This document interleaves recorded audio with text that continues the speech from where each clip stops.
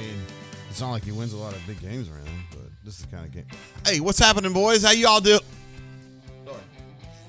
How y'all doing today on this beautiful Saturday in December? Oh, my goodness gracious. Looks like my mic's a little bit hot today. Anyway, what up, you guys? It's awesome to be here for another round of Will Gus find a way to win this game or not? I feel like that's kind of what we do around here. Man, we already have 3 super chats in, and we haven't even really started the show yet. One from Hornatius, one from Metal Fan, and now one from Pocket Watch. Says, glad to have the drain back. Thanks, Commodore. Thank you, sir. Daniel P., a.k.a. Metal Fans, says it still should be called Vanilla Bryce. The Auburn basketball team had a tremendous performance last night against South Alabama. The Jaguars, who were game. They were definitely game in that game. But Auburn hit 22 threes to set a new school record and tie the SEC record, which is really weird because on Monday they couldn't hit a 3 to save their life. And then the very next game, 4 days later, they were on fire. But that's kind of the way the world works sometimes, you know, in this year of 2020. We've got a lot of our Super Chat Brain Drain badasses here today. Ed D's in the house. Canoe Man, Pocket Watch, as I mentioned earlier. Mike A. Crocosile is in the house. Ravine, either by proxy or actually Ravine himself. I'm just kind of teasing. It's you, Ravine, I know. Who else we got in the house? JC23, who's with us a bunch. Bourbon Bowl, glad to have you, bro. Oh, man. We got a lot of awesome folks in here today. I feel like the brain drain was under fire a little bit this last week on the bunker. Ooh, we got a super chat coming through from Crocosile. It says Vanilla Killer. Talking about Justin Powell. So on the bunker, we like to call him, or the bunker like to call him Vanilla Bryce, which is pretty clever. I will give him credit for that. He's kind of got that Vanilla Ice hairdo, and he's kind of like Bryce in that he shoots threes. It's a pretty good name, but the team calls him Vanilla Killer. And so I think ultimately that's the name that's going to stick with him. But it's interesting. Yeah. I really like that kid. He's a really good player. And he, I think he was 7 of 9 from threes last night. Had 9 assists, 1 turnover in 31 minutes. Justin Powell, I'm telling you guys, he's good. He's really, really good. Also, before we get started, you guys don't care, but I care a lot. My big brother in the fraternity, I was a Pike at Transylvania University. And my big brother was a guy named Harry Somerville. He was from Warsaw, Kentucky, which is like way out in the middle of nowhere. And we called him Mick because he kind of looked like Mick Jagger. Anyway, he passed away a couple days ago. And, I mean, I haven't really hung out with Harry. He lives a different kind of life than I do. I'm going to show you a picture of Harry right here, as you can probably guess. He's a little bit of a party animal and not shy about the cannabis and living life that way, but he passed away at the age of 50 suddenly. So anyway, I just wanted to say what up to Harry and / Mick. I always called him Harry, but everybody else knew him as Mick. And yeah, you know, I will not be forgotten, brother. And I appreciate everything you did for me when I was really young. I don't think he's a big stream kind of guy, but anyway, I just wanted to give that shout out. So it's, you know, kind of what I do here. All right, let's get to our main thing. We had a request last week to have Coach Dye out here because we used to have Eddie Van Halen here, which is everybody likes him, but I thought that was a reasonable request, so I moved Coach Dye over here, and we will have him there on the chat today. I am going to go ahead and change the font size on that. You know, you guys know I have to do this every week because we change it from when we do the post game to when we do in game. We need a different type. So let me get this, and we'll get on to Christian, our outstanding intern who is inside the stadium. And we'll start talking about what's in the pregame blitz.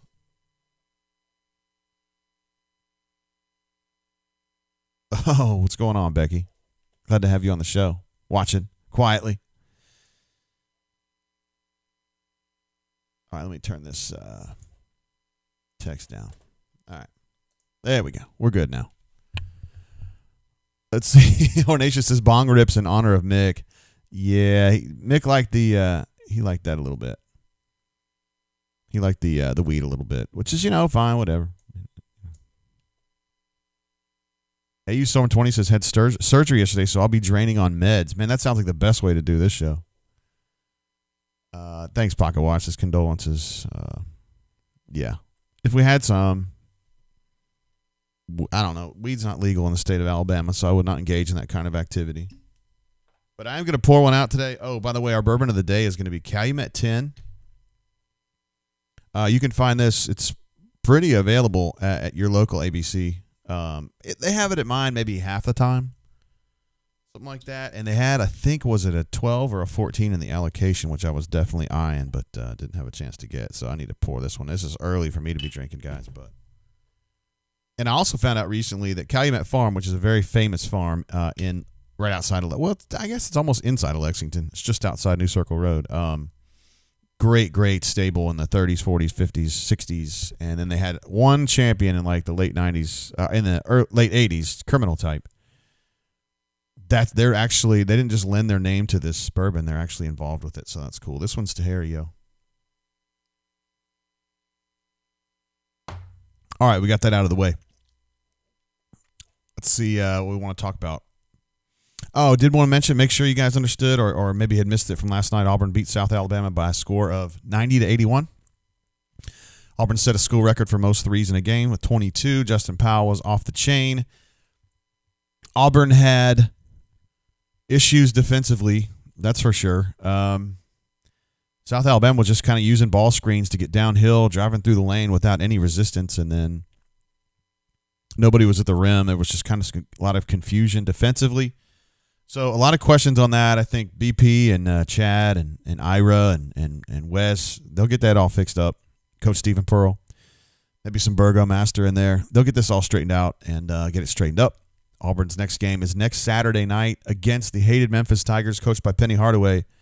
It's weird that he's like the bad guy now because I loved Penny when I was young. And there is no bigger fan, by the way, of Penny Hardaway, at least in the day, than Justin Hokanson, former AuburnSports.com scribe and podcaster. Hoke loved him some Penny now.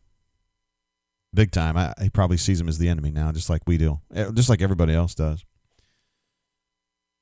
AF Tiger in Virginia is basically saying exactly what I'm saying right now as far as football goes. He says, analysis 4 hours from now, where were these plays at last week? So the situation here in this game, Auburn, Texas A&M, is that Gus is floating a little bit close to the hot seat. I think it's overstated a little bit, but if he were to lose this game, particularly in bad fashion, I think the heat would be cranked up. I'm still skeptical that Auburn would be in a situation where it would okay a regime change.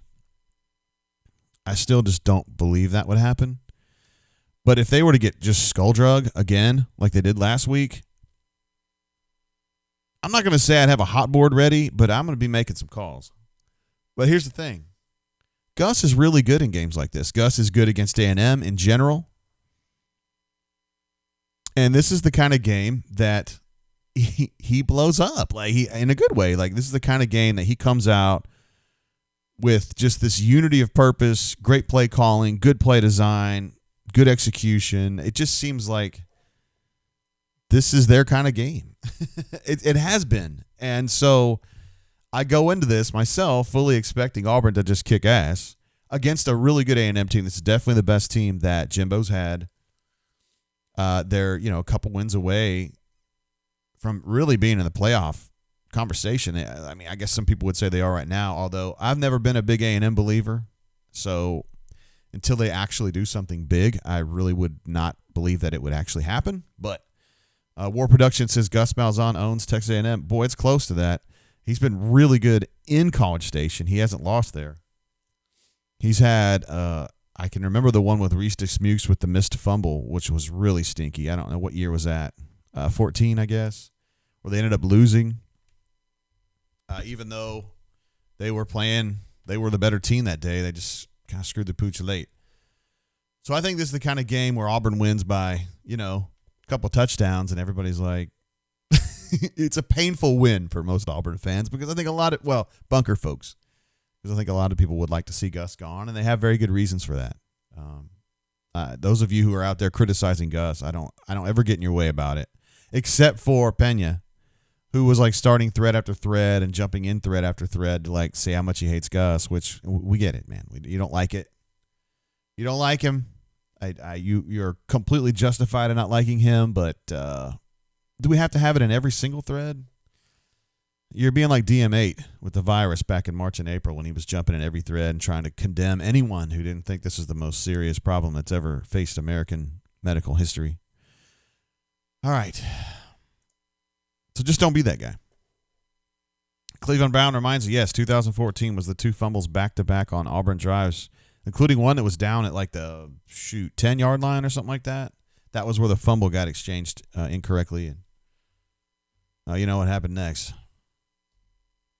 I'll give you a hint. It wasn't good for Auburn. All right, I need to get my main man, Christian, here on the hone.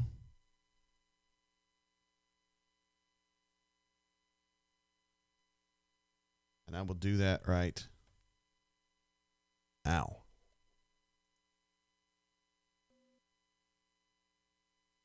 Four of...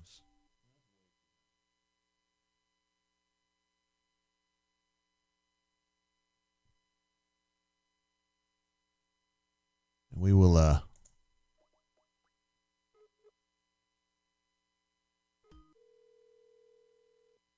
good golly, that's loud. Glad you guys don't have to hear that.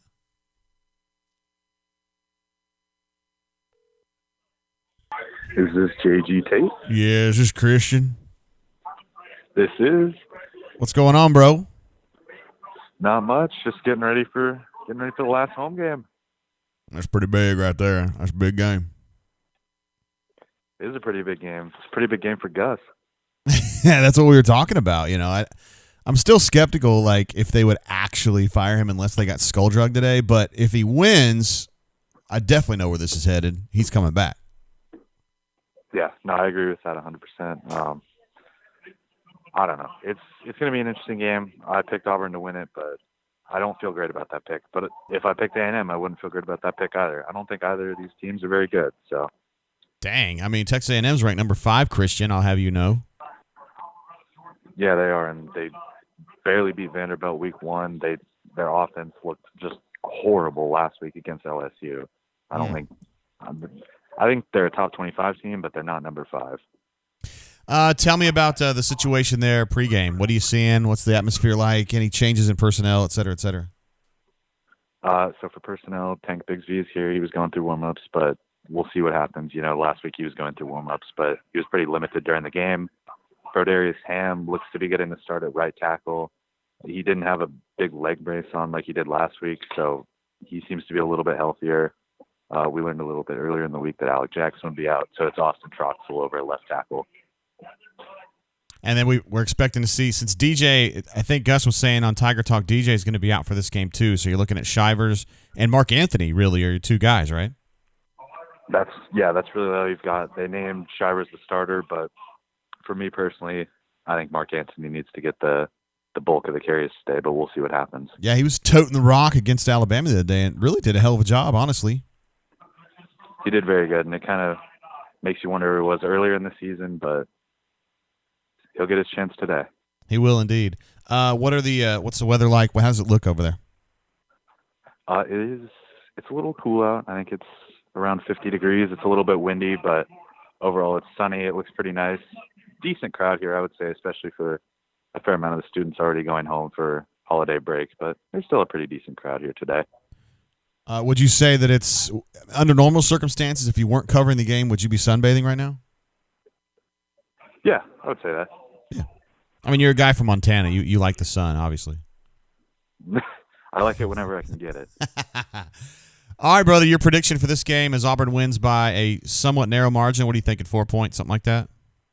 Yeah, I picked Auburn. I think I picked them in the pick'ems 24-21, and I'll stick with that. I do not think this is going to be a game with a lot of fireworks. I think it's a pretty low-scoring game overall, and I'll give Auburn a late touchdown. You know what?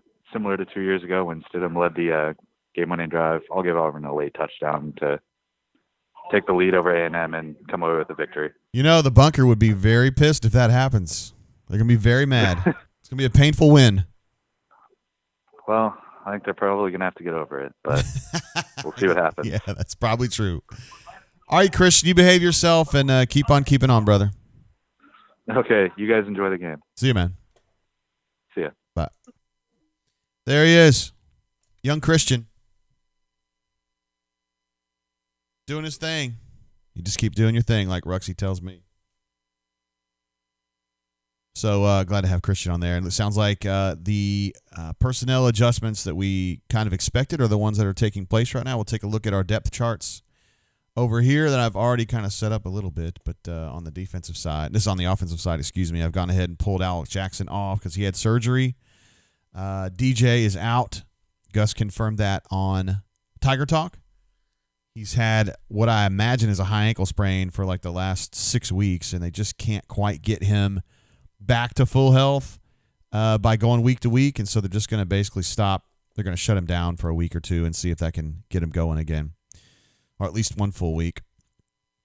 Brandon Council has been out. He's normally Auburn's starting right guard, but he's been out with a season-ending injury that he picked up. Maybe was it LSU game, maybe 1 week before that, and then Tank Bigsby, who I think is technically going to be available today with that hit pointer, but didn't look good against Alabama, doesn't have the same kind of burst, and I think they would prefer to sit him today as well. So you're looking at a situation at tailback where you've got Sean Shivers, who's a fine tailback. I don't know, it seems like on the bunker, some people love him more than others. Oh, my God. We actually have Fat Crack jumping in with a super chat. I've never put it on this screen before, but it's appreciated, brother, man. It says, the wife just asked, where are all these small amount of transactions going? I told her the brain drain, and she thought it was a porn site.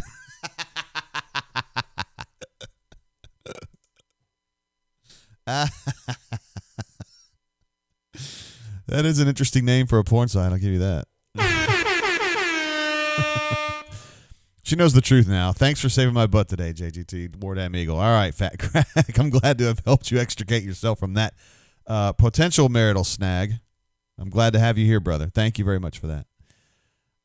Okay, so Shivers and then Mark Anthony, who's kind of been under wraps this season, right, guys? We've been wanting to see more of him pretty much the whole way. Hell, we wanted to just see him, period, in the beginning. And then I thought he looked great against Alabama. There's a lot of people that are like, well, it was late in the game. I'm like, Alabama still had their players in there, man. DJ Dale was in there, and their starting linebackers were in there. Alabama was not taking that last little part of the game off. So you got Troxel is going to go ahead and start and play probably the whole game unless he gets injured at left tackle. Tayshawn at left guard like normal. Brahms at center like normal. KJ at right guard like normal. And then Ham, who was banged up last week. He was basically in a platoon with Brendan Coffey at right tackle. It looks like he's going to get the start. We'll see if they change that up at all as this game wears on. Brodarius, he's kind of a tricky situation. I think he plays really hard, but I think he's a guard playing tackle. I do think Coffey is a tackle, but I don't think he's quite as good at Ham, even at tackle, even with Ham out of position. So I would be surprised to see those two play a little bit, each guy play a little bit. At wideout, this depth chart's a little bit confusing because technically Kobe is Seth's backup, but what they would do if Seth wasn't on the field, and he's usually is, but they would move Shedrick Jackson over there. Sometimes Stove will take a snap or two at 9.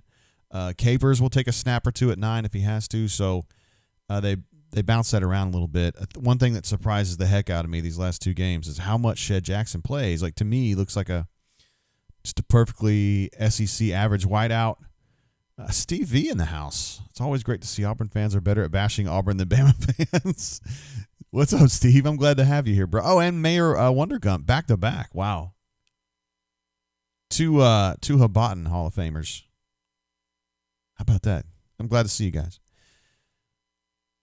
Also, our friend Mark Murphy from Inside the Auburn Tigers asked Gus a couple weeks ago about Killian Zier, and he was like, yeah, I mean, he's out there. He's practicing. He's doing a good job. But we never see him in a game, so I don't know if he's even an option. I mean, he better be. When they signed him, it was like, this kid's huge, and he's going to be a road grader and all this stuff, and then we haven't seen him at all. He was injured, to be fair. He had an ACL. But my thought was that he would be back going by now. But missed that one a little bit. So if there's an issue here, they're a little thin at tailback, no lie. We got a super chat coming through from Sean, my main man right there. He says, fire, Gus. Thank you, Sean.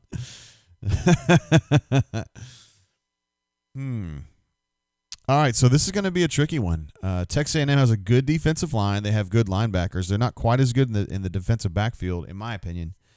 So a little bit more pressure maybe on the passing game than the run game today. Or you could look at it the other way and say, hey, Mark Anthony and Shivers have to find a way to get through there, and they can't just concede it. So we'll see how this plays out. On defense, not much has changed. I really thought that Kenny Britt was going to be available by this time, but he's not, which is tough. And I got to say, I do these Pro Football Focus things after on Sundays. And I go through some of the grades. I try not to go through the bad ones. It's not really into that. But it's been unfair because Papo and McLean have not graded out particularly well this year. But both of those guys are outside linebackers. And the problem is that when Kenny Britt went down, they don't have a ready-to-go inside linebacker. Now, Wesley Steiner is that guy, body-wise, physically-wise. They recruited him to be that guy. But he's a true freshman right now. And wisely, I think they don't trust a true freshman to handle that. It's a very difficult responsibility. So they put Zacoby in there, and he plays inside linebacker because he is aggressive enough and he understands the defense in a way that helps a lot at that position. But it hasn't been fair to him, and he hasn't graded well because I think that he has to do things that his body's not made to do. I mean, he's a smaller guy. And I know Travis played, he was a smaller linebacker himself, T. Will, when he played, but man, that was a different era. He probably signed with Auburn in 01, and he was at his peak in 04. And, it's just a different game now. I think inside you got to be a little bit bigger because I feel like you're having to take on blocks more often than he did. Not to say he was soft. He wasn't. But, I don't know. It would be better if Wesley Steiner was 1 year older and they could kind of stick him in there and go with it. But and it also would be awesome if Kenny Britt was back. But, anyway, we're just talking in what ifs. The defensive front looks the same as normal. I thought Derek Hall's been playing better, although the grades don't necessarily show that. Colby Wooden has been outstanding from start to finish. Caleb Johnson's intrigued me, too. He doesn't play a lot. He gets about 15 snaps a game, but he tends to grade out well. I know it's kind of a small sample size when you take it game by game, but when you look at the fact that he's played, 140 snaps or 150 snaps this year, that's not a super small sample size, and he's been good. So he might be kind of like the undercover gem here. Did I have Hill out there? Oh, I did. How about that? Let's go ahead and take him off. I got Matthew Hill as a backup at cornerback. And as we talked about on the bunker a bunch this week, thank you for that, Lawrence. He has decided to enter the transfer portal as a news broken by Christian Clemente. So he's going to enter his name in the transfer portal. And what Christian was saying is that Matthew Hill wants to be on offense. And so he'll go somewhere that will give him a chance on offense. Auburn still very rarely would play him on defense because they have a three-man roll. Really, it's a four-person rolling situation at cornerback where they play Roger and they play Pritchett as the starter. Jalen probably plays 25 snaps a game, and then if they need a fourth guy, it's Marco Domio. So even then, Matthew really wasn't getting much playing time, but it wasn't really fair. He had just switched prior to the season, and then, of course, COVID kicked in. He didn't get to spring practice. He finally shows up, They actually get to start practicing, in whenever it was, September, and he's like, hey, you need me to play cornerback? I haven't even played a snap there yet, so it was tough for him. And another guy we need to talk about on here is Tudd.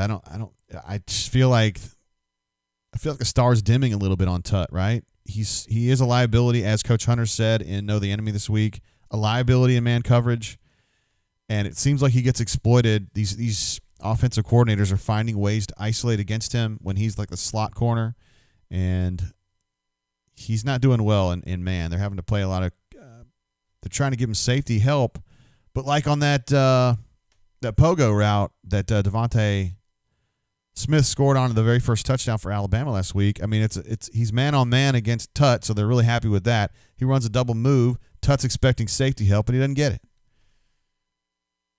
You got to be there, man. You got to be there. You've got to be there. Got a super chat coming through from Ryan S., who's an absolute badass. I wish I knew what your handle was, Ryan.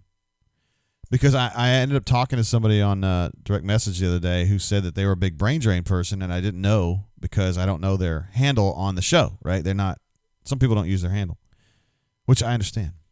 It says, can we enter Gus's name into the transfer portal? Who would be looking for him? Who would take him? I'm sure a lot of people. There's a lot of like smart internet people out there on Twitter in particular who have all this data to support their idea that Gus is like a great college football coach. And you guys know the people I'm talking about. You probably see them get retweeted and whatnot. It's kind of odd. Ed D, thank you very much for that. I almost forgot the air horn, Ryan. Please forgive me, sir. Oh, of course. R.M. Schuler should have figured that out. Thank you, sir. AU Taxman in the house. Hey, Taxman, I'm drinking Calumet 10 today. It's tasty. I'm not drinking too much, though, because I got called a drunk the other day by somebody on the bunker who think I guess y'all think, not y'all, but I guess there's people who watch this and say, oh, I guess JG just sits around all day drinking. Like, no. I really don't do that, but it's all right.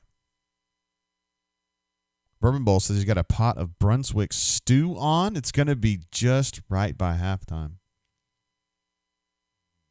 That sounds delicious. Mama Doodad with a question. Our favorite brain drainer, our favorite person in Indiana. Says, any chance KJ returns?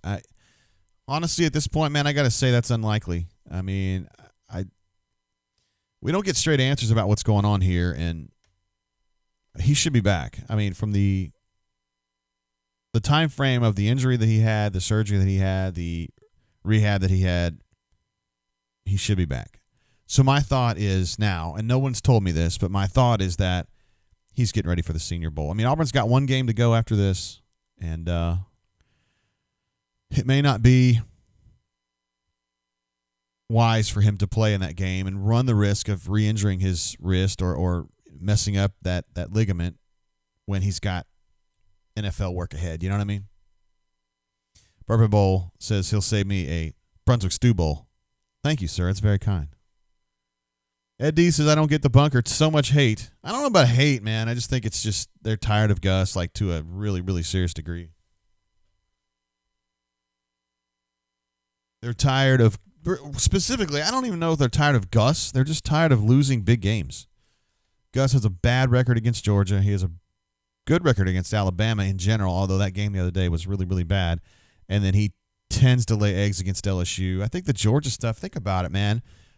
I mean, Auburn people are all over the place. It's a great school. It's a big school, and those folks get jobs everywhere. But I feel like Metro Atlanta is like the cradle of Auburn alumni, Birmingham and Atlanta. And all these Atlanta people just end up getting shit on all the time because the Georgia fans are always talking because they beat Auburn all the time. I think that's part of it. I mean, thinking of our friends that are over there, I mean, whether you're talking about Papa Bear, a little bit north of Atlanta, you've got Ruxy in Atlanta proper, and a bunch of other folks. I mean, that's just what you have to hear. Allie's over there. I think that's a big part of it. A. Robinson says, win or lose, hashtag fire Gus. There we go. Oh, we got a super chat coming through from Old Hickory Tiger. Not to be confused with Mr. Hickory. Says, hope you're well, JG. Odds we leave today's game both satisfied and good. Wow, that's a trick question right there because I'm not sure what most folks would consider to be a good outcome here. There's a lot of people in our spheres, if you guys know what I'm talking, in our orbits, who would want Auburn to lose this game. So I can't really say. I think Auburn's going to win the football game. I mean, if that's the question, that's what I think is going to happen. Ed D reminds us, has some statistics here. I'm going to assume that you're telling me the truth. I don't have those numbers in front of me. He says Auburn's Malzahn's win percentage against Alabama is 38. LSU 30. I don't understand. Malzahn win percentage. Bama. What's FA? The Football Association? The British English Football Association? Basically, the numbers just say that Gus loses a lot of games. Crocosau reminds us that Hornatius, a.k.a. Love the Cats, would be he'd be disappointed, I would say devastated, with all the negativity today. I love that Hornatius has become the beacon of positivity in Gus and everything that's going on there. AU Taxman says he thinks Auburn's going to win. I do too. I don't know what I picked because I kind of picked those spur of the moment, but I would guess that Auburn wins this game by 10 to 14, somewhere in that range. Probably means Georgia, Lawrence says. Yeah, with those numbers that Ed D was posting up. Hell, I'm surprised it's at 22%, if that's what it is, because he doesn't seem like he beats Georgia very much. And that's a key loss right there. And I think part of it is recruiting, too. Auburn's got like I think Jay Lee was telling me like the number 40 ranked class right now, but that's a little bit misleading because that's based on the fact they don't have as many commits. If you go by average star rating, they're like normally where they are. They're like 18 or 19, which I'm not saying is great. And, you know, I was thinking about this. I actually kind of laughed at Jay Lee on the rundown the other day because he was making a point that if Kirby and Gus were to switch rosters just for fun, like for like a couple weeks, right? And so Gus was coaching a team full of really good recruits, which he is not doing at Auburn, that he would be very successful. So Jeffrey is of the opinion that Gus's limiting factor as a head coach is that he doesn't recruit well enough. And at face value, I was like, get out of here, man. Like, come on. But, you know, the more I thought about it, it's about right. I mean, seriously. They need to recruit better. And, I mean, if this team right here had, you know, 5 different players than they have right now, like, so let's say, here, let's go back to our 2 deep here. All right, let's say they had another really good defensive tackle. I'm not talking about Connis. I'm talking about like DJ Dale, like a stud, like a guy they'd recruited, you know, they signed 2 years ago. It's a 5-star. They had another really good defensive tackle. If they had another really good linebacker. And then over on this side, if they had a really good left tackle, a really good right tackle, and maybe one more, like, let's say a center who was just a beast, you know, like a Reese DeSmukes. You know, this team would be better. Like, they wouldn't have – first of all, normally they don't lose to South Carolina in that situation, right? But they probably would have beat South Carolina. I don't know if it makes a difference against Alabama. Maybe it makes a difference against Georgia. They've got such obvious shortcomings from a staffing perspective, you know, from a player's perspective. And that's 100% on Gus. So, you know what? I've changed my mind, and I'm going to offer Jeffrey an apology when I come on the show Tuesday. He was right. I think so. JC23 says, I think some of his game plans are garbage. Absolutely. We'll never forget the game at LSU a few years ago, which is impossible. Tavares King says, a different quarterback. That's a fair point, too. It seems like he can't really decide if he wants a pocket quarterback or a dual threat quarterback or like a hybrid. I think of Bo as like hybrid, but he kind of had to take Bo because of who Bo is, right? I mean, I don't know if you guys know this, but he's the son of a former Auburn quarterback. JC23 says in-game decisions are questionable at best. Yeah, I almost feel like it's been better this year, but small sample size.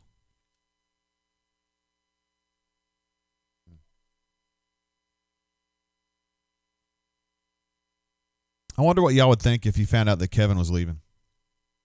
Let's say Kevin Steele left. Let's say that like Shane Beamer were to get the head coaching job at South Carolina. I'm not saying he will or he won't. I'm not real tuned into that particular coaching situation, but let's just say Shane Beamer went there.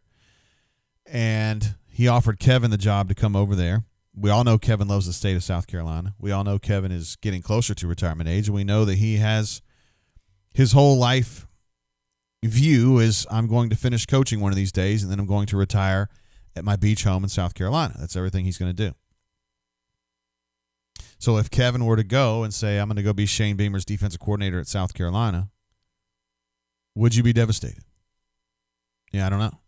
You probably would be. Generally, his defenses are outstanding. Patrick Peace says, bring back Muschamp or T-Rob. It's an idea.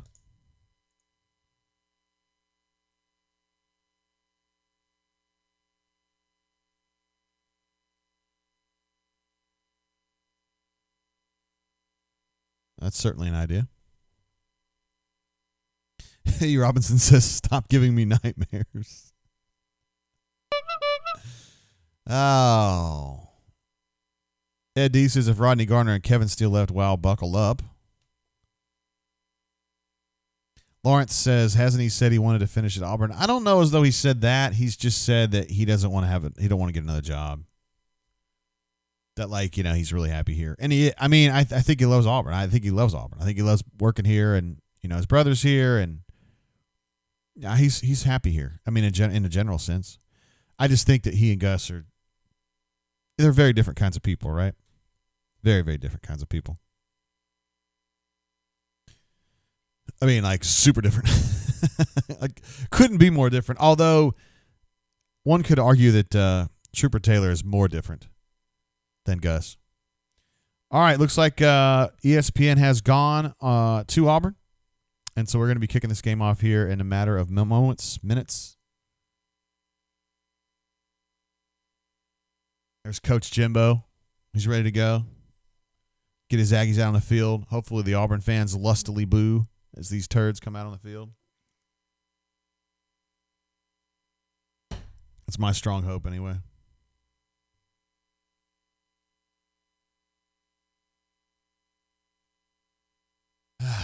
Lawrence says Steele just needs to take over the team. I don't see that happening, but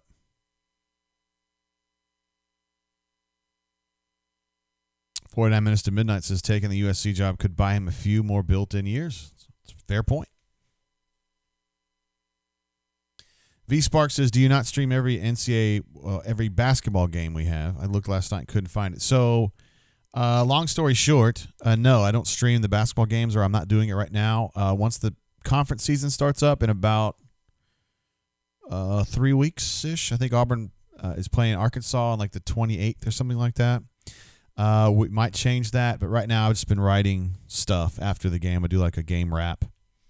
Some folks had said on the bunker that the brain drain is trash and that it's a lazy way to serve the subscribers. And in fact, they said that this is free content, so it's really just kind of a slap in the face to subscribers. So, I'm going to continue doing this for the football season, absolutely. But I don't know about basketball. It's kind of tough. All right, so we're kicking this game off. Go ahead and change this over to say first quota. I'll be Kren says, I guess I have to go watch. Go Tigers. You're welcome to watch it here. But I understand. Everybody's got their own game day tradition. My new one is to do this right here. And I'll try to provide a little bit more, Auburn side. When you're listening to ESPN, they're just kind of doing the basics, Like, I don't know if you know this, but Bo Nix's father was Patrick, and he was the quarterback at Auburn in '93 when they were really good. No, I didn't know that. Ed D, man, I had no idea you were a Chappelle Show fan. I would have never guessed that. Like, not in a million years would I have guessed that. I don't even know you, but I hate your guts. I hope all the bad things in life happen to you and only you.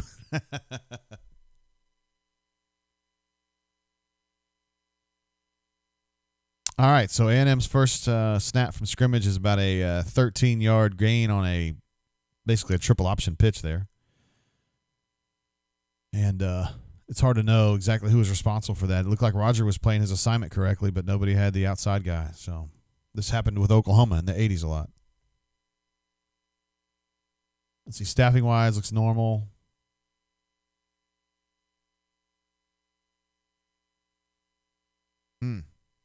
So their second play gets about 7 yards.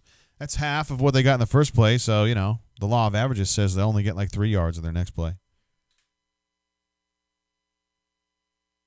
Coach Hunter did warn us about that tight end, though, who just caught that screen pass. Said he's mighty, mighty good. This is too easy right now.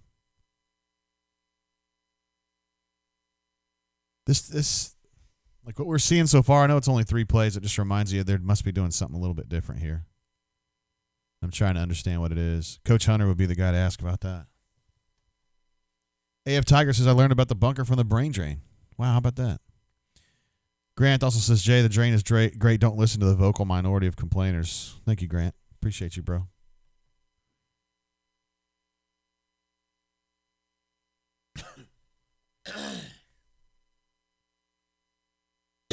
Hey, I predicted it correctly. So then they got like 2 yards on that quick screen out of the bunch set. Christian Tutt, again, when he's playing forward, he's great. It's when he's playing back is when the problem is. So 2nd and 8, I guess they've subbed Ladarius Tennyson in there. I don't see him yet. Oh, now I do. So they're thinking A&M's going to pass here, so they put Ladarius in there already. It's unusual to see him platoon out so early. Ladarius is he's on the slot guy. He's about 7 yards off, number 13. He was chasing an out-breaking route that was not going to be open. Zacoby was right on that, though. It was a nice play, with Jordan Peters finishing it off. All right, so you got 3rd and 4-ish. TF Weiss's beautiful day on the plains. It is. It's a little bit chilly for me, but I'm from California, so I'd like for it to be 65 every day. Mayor Mix-a-Lot says, I'm with AF Tiger. I'm here because of the brain drain. See, I had no idea. I did not know these stories. That's awesome. Appreciate you being here, bro. I know you're with us a lot on the show. All right, so we got 3rd and 4. We're going to try to play that bunch up there. Looks like they're going to press that point man and then kind of sort it out after that.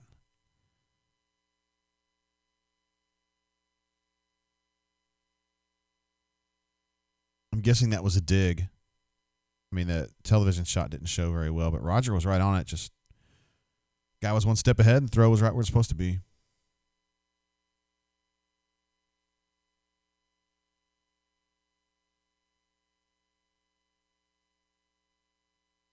All right, so they're now down to the 29. Oh, whoa, we got a super chat coming through from my main man, Chaz Music. I'll get to it right after this play.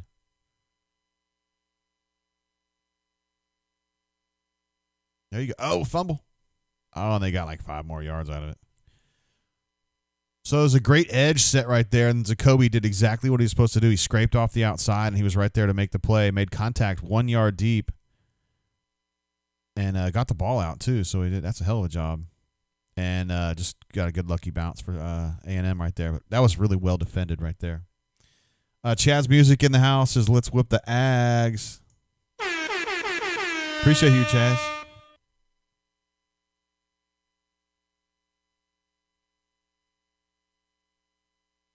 Oh, damn, we got another one. Ben B's back. What up, bro? I'll get to you after this play. Hold on. Run a little sweep to Spiller. Auburn did a nice job of setting the edge and forced him inside, but nobody was there on the cutback. We haven't seen you in a minute, Ben B. We love you, bro. Thank you very much for that. It just says, damn it. So he forced the ball inside.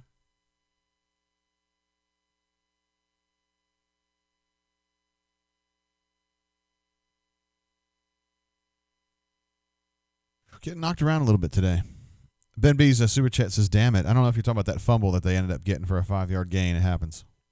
Man, it's awesome to see you, bro. John C says it's too early for football. I'm dying. I'm dying out here, man. Boy, Gus is already shaking his head, man. He's getting the SMDH.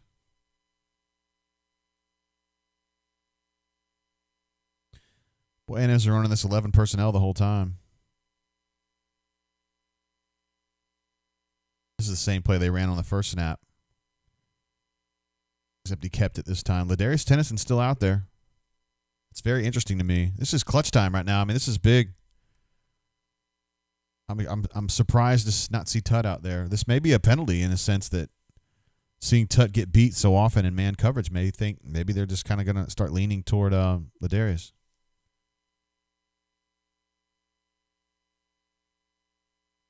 I guess they're going to review this spot. Hey, Robinson says we suck, fire guys. Ooh, and offsides. So it's going to be 3rd and about, half a yard. And now it's going to be 3rd and 5.5 yards. That's a big one right there. There's Coach Jimbo wearing glasses now.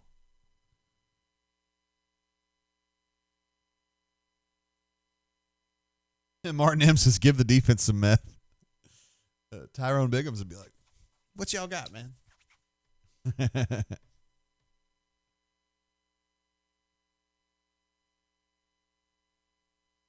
Yeah, that tight end. Let's see what he's going to do here.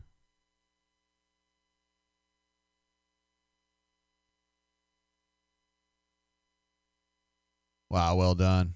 It was the tight end. Jordan was on him. I mean, Jordan had called him out pre-snap and then, was on him, but it was a good throw and a great catch.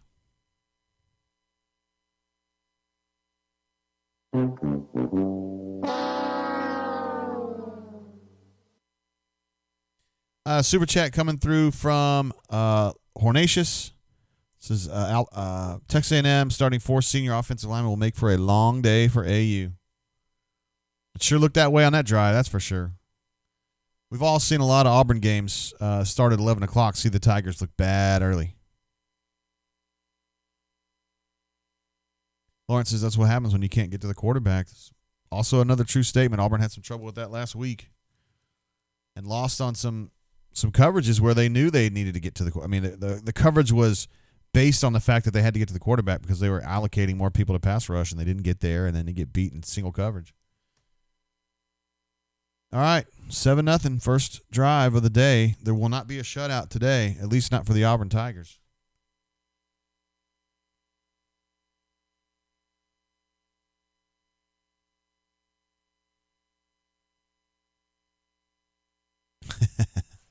AF Tiger says, wait, what position is the guy who caught the touchdown play? Never heard of it.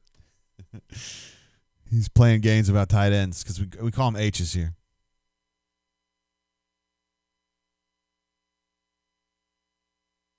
49 minutes to midnight says, man, that's what a real O-line looks like, huh? I mean, dude, Auburn's line last year was like that.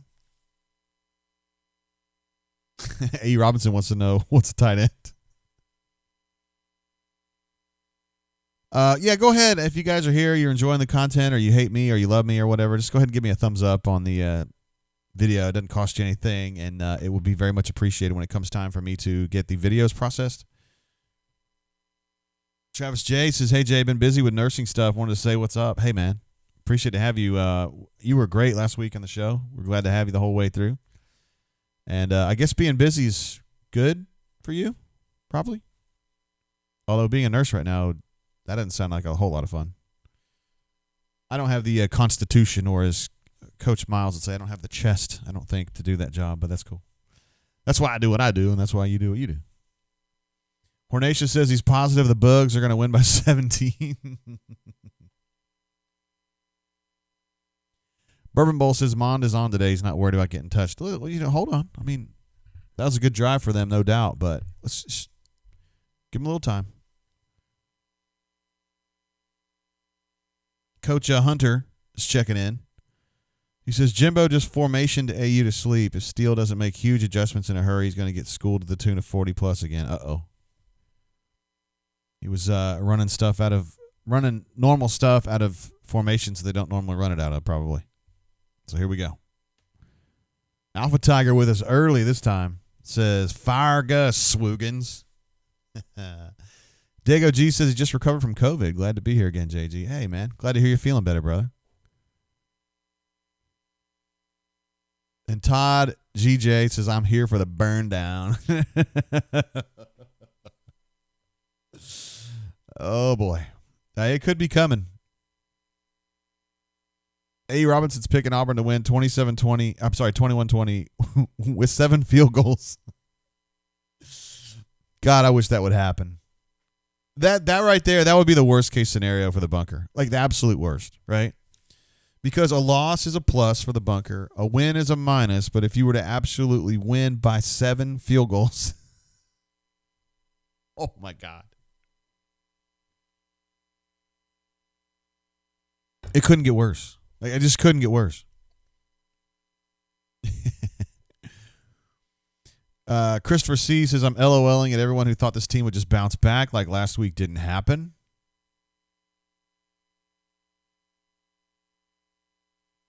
Okay. Ed D says, what's the game plan for the opening drive? We're going to try to run the football. And we're going to play action off of that. I mean, they're pretty good, though. Big game. We just got to execute. It's all about execution. Now, he was saying on Tiger Talk for real, though, I'm not bullshitting anymore, they got to have some explosive plays, which is true.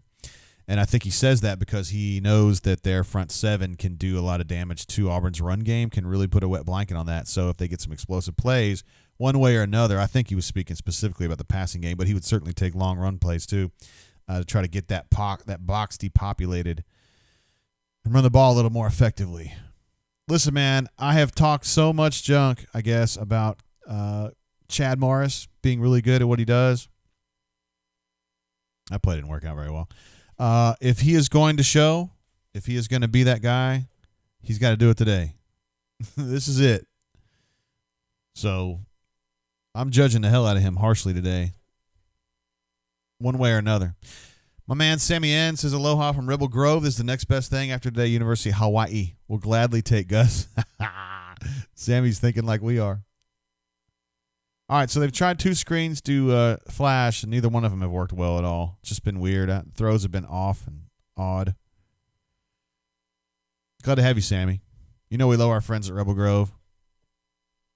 Crocodile asks a great question. Why does Shed Jackson get so many snaps, dude? It's one of life's great mysteries. I don't know. I mean, it's Gus's thing with established players and working your way up and doing the dirty work. But at this point, Auburn needs more than dirty work. Auburn going 2-by-2. Going with 10 personnel here.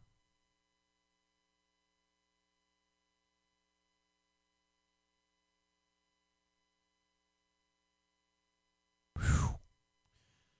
It was a rough-ass lick that Shivers unloaded there, but he's going to end up a little bit short on that screenplay. I wonder if they're going to go for it, though, just to kind of set a tone.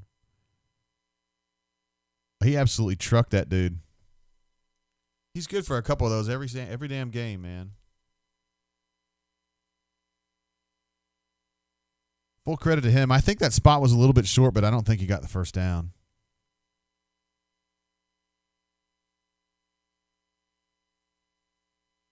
He's telling everybody to get off his nuts.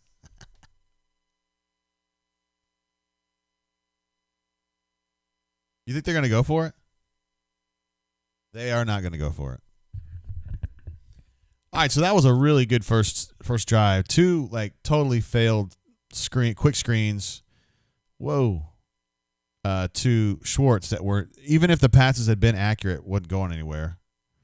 And then a decent little check down on the 2-by-2, but he was a yard short.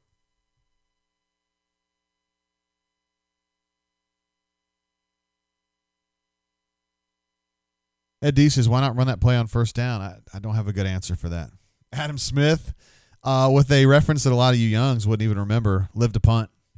Coach Ensminger once famously said that. I think that would have been in 2003 when it was like, hey, Steve, the offense seems to be going backward all the time. How do you feel about that? He's like, sometimes you just got to live to punt, guys. What? What? What? What? Yeah, I really need a laughter sound. I need a laughter. Let's see if I can get a laugh sound here. We need that. Amused and pleasant. No, that's not funny. Chipmunk screaming. No, that's not funny at all. That's not funny. That's not funny. That's not funny. That's not funny. Oh, I like that kind of.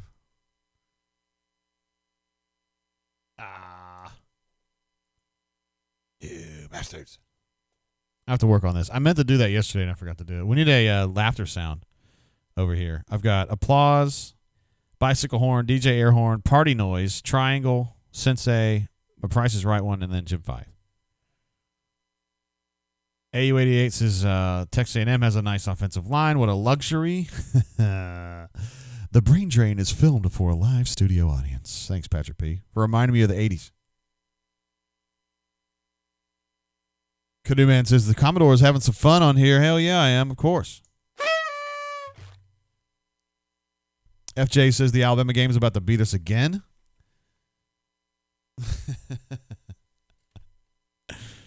Keithner, I didn't understand what you were saying, but I bet it was funny. I don't know if you're just saying would. It's kind of a bunkerism. I don't know if that's what you're going with though.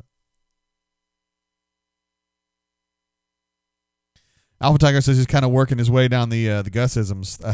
A 3 and out is now checked off the list. Next drive will be 3 plays, 75 yards to get us inside the 10, only to settle for a field goal.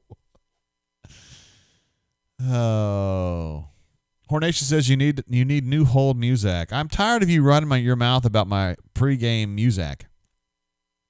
If I play copyrighted music like we all want to listen to and we all actually listen to in real life, I will get my channel like blacklisted.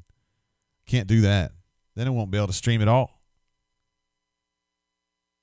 A. Robinson says he's pulling for me to be head coach and Davis for quarterback next year. Canoe Man says F to haters. We got plenty of them. I'm the thing is, people say I don't like the. Wow, big cat. People say I don't like the brain drain. It's just not really my thing. I get that.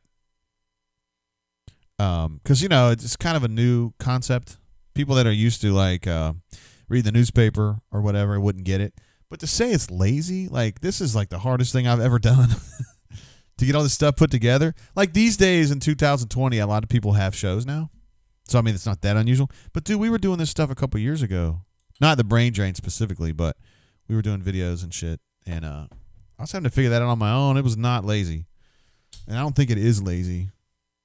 But whatever. I know, Canoe Man, you're with me on this. Whew. There's another 8-yard run. Alpha Tiger wants to know if we have publicly condemned Hornatius for his Jeep truck on the brain drain yet today, because we need to do that every single day. Yes, Hornatius is so proud. He actually got on Facebook. I don't want to betray any covenants here, sir. So I'm not going to go into any details, but you did get on Facebook to praise your wife for allowing you to get that pickup truck. And there's literally nobody but you and one Bammer out in Center Point that drive a Jeep pickup. Nobody wants that. Nobody drives that.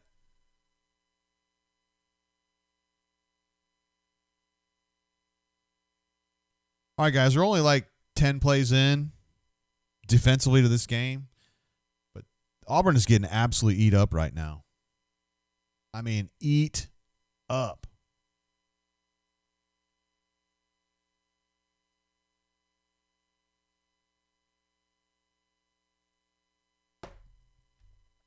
If this game ends up going like this, man, it's going to be a mess. Because, at this point, A&M would win this game 35-14 or something like that. MWD says, I hate to be negative again, but I feel like this may be an ugly loss. MWD smells something coming. There's a hold on Caleb Johnson. Another nice catch. Coach Hunter warned us. Said that tight end was going to be really good.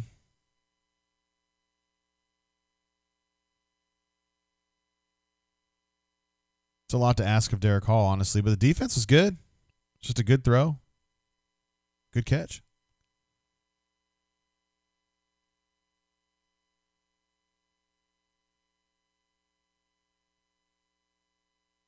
I wonder what Todd McShay has to say about this.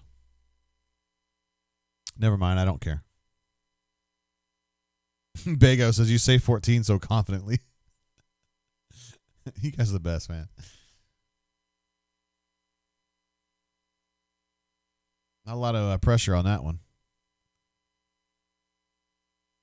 Good takedown by Peters, though. But another big gainer on first down. It's been like this the whole day. Chris says Derek Hall covering the best tight end in the SEC SMH. He's been playing hard. All right, they got TD in there now. Dre Butler in there right now.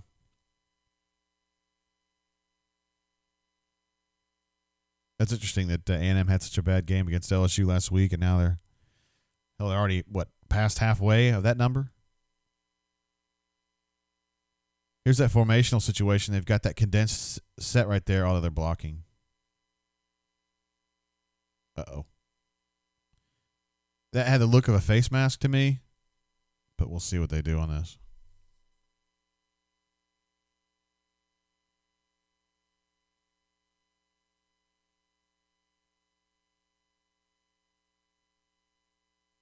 No.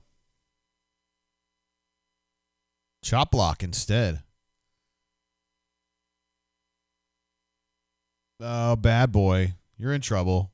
Now you got to go to the penalty box, bro.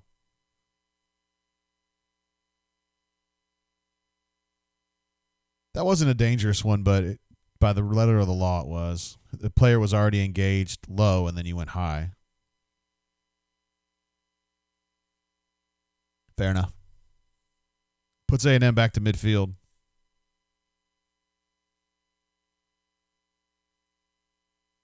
AU88 says, if we lose today, I hope we lose next week.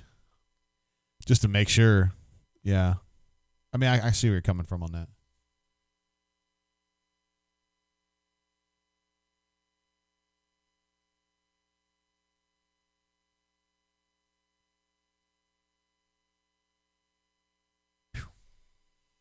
Christopher S. says, we finna die.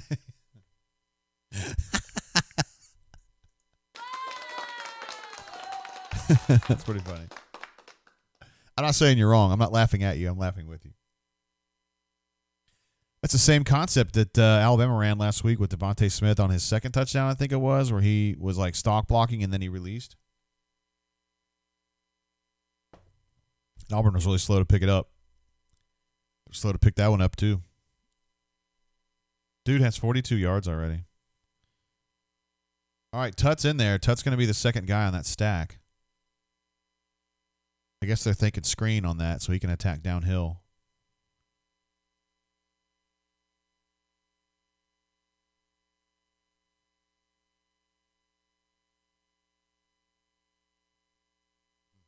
Jimbo set with the pace there. Let me update some of these numbers. They're not going to be pretty from an Auburn perspective. That's for damn sure. I still have my stat broadcast aimed at the basketball game from last night.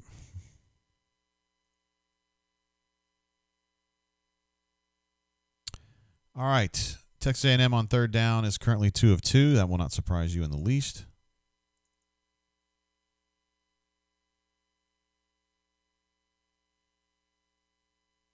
Auburn is 0 for 1. Spiller has 5 carries for 41.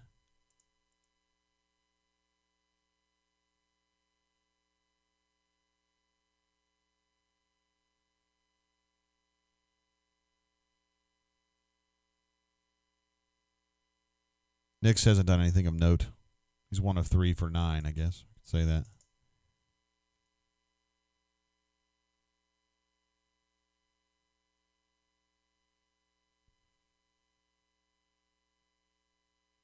Showers doesn't have a carry yet. Hell, nobody has a carry yet.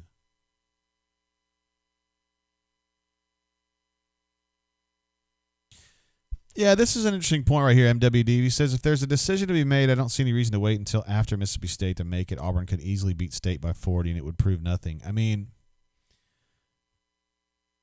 all right, so when you take out a coach in the middle of a season, and this is just me talking, although I've spoken with Alan about this specifically in my lifetime, not like last week or anything. You don't take a coach out in the middle of the season unless there is a really compelling reason to do it. So, like, Auburn did that. The last time Auburn did that was 98, right? And there was that you could write a whole book about the drama on that team behind the scenes. That team was toxic as could ever be. That the program was toxic at that point. I guess you knew Gene was gone. I guess that maybe they kind of let Gene lame duck it at the very end of that 12 season, but I mean we know that team was absolutely shot. I don't know. I don't think this team's absolutely shot. Now they're getting hurt. They're getting knocked around really bad right now. I'm not making lies about that, but I don't think you take Gus out right now. I don't think with this team and the situation it's in, I don't think you would take Gus out. There's no benefit to it. What's the benefit? I don't know. I don't think they want to fire him. They don't want to fire him. I understand there's some money people out there who do want to fire him and have been lusting after the concept of firing him since 18 and will continue to feel that way. But just because they feel that way does not mean that's what happens. It takes more than a few influential boosters or money people hating Gus and clamoring for him to go to actually get the decision made to make him go. Jay Goose doesn't want that to happen. Jay Goose is an interim president, more or less. He didn't want to make a big decision on that. He would rather the next guy figure that out. Jay Goo's in a long-term solution at president, so he's not going to want to do that. Alan Green's not going to want to do that because, as you guys know, he's financial minded. That's a big part of his job, and he doesn't want to go in the hole over this. And he's trying to get this football-only facility built, and that is more important to the future of Auburn football than Gus Malzahn. So, I love you, NW I love you, man, but I don't agree with you on that one.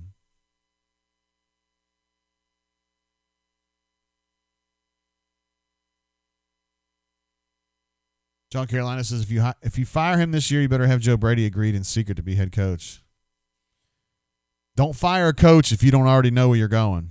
No, do not do it. So I'm with you on that one, John C. You're not talking about Joe Brady specifically, but Auburn finally got a little bit of pressure on Mond there, but not enough.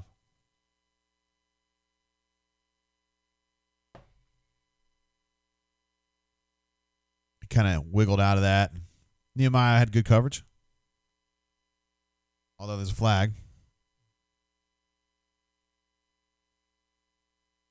Offensive holding.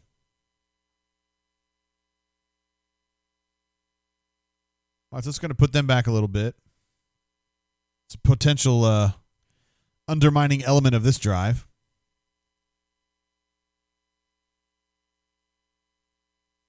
MWD says, I assume any decision to fire Gus will come down to one or more key boosters bringing the check and saying it's time. I don't expect the AD or the president to drive that bus. No, I don't either, but they can't. The group of people that really want Gus gone is not big enough to just plow over all the people who are like neutral about it. Not at this moment. Now, if Auburn loses this game 50-0 or whatever, which I don't think is going to happen, but if it happened, that it might be a different story, but I'm still skeptical. So the only outcome from this game today that I think brings with it a 100% book it finality to this drama, this melodrama, is an Auburn win. Because if Auburn wins this game, you know, Gus is as safe as a baby. You could put him on that. He needs to come off the hot board. If they lose this game, I don't think it's a slam dunk by any stretch.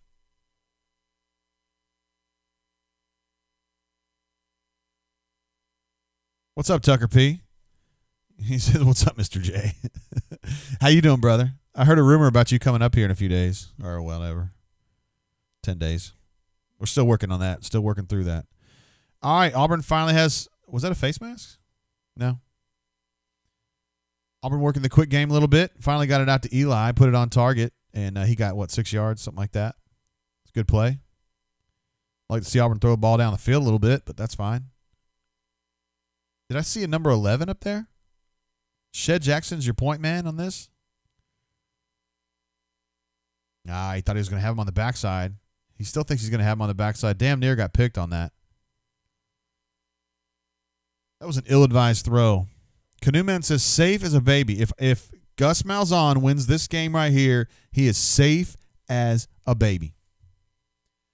0% chance he gets fired. 0. Book him, baby.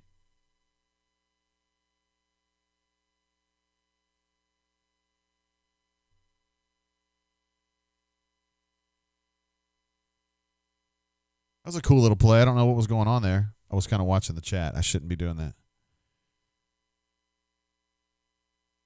Oh, stop. Keith, John Carolina, stop now. He says, Keith, responding to Keith, saying they have no idea how to administrate a university effectively. Dude, Auburn, okay, say what you want about this boondoggle, okay? But Auburn University, I'm telling you, as somebody who was touring schools a year or two ago with my daughter when she was going to college, they do that university is handled very well. It's a beautiful campus. They've done tons of upgrades in the last 10 or 15 years. It had a very smooth, like the way they're recruiting people is very smooth and very efficient and very effective. The university's run fine. Say what you want about this Gus situation. I'd really disagree with the concept that the university's not handled well. I think Auburn's been run really, really well. Auburn looks really. Oh, Shivers damn near got out there. I was surprised. I thought that he would get away from anybody, honestly.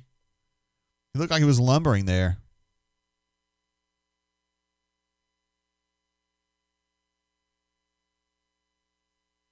I thought he would get out of there. See, this is...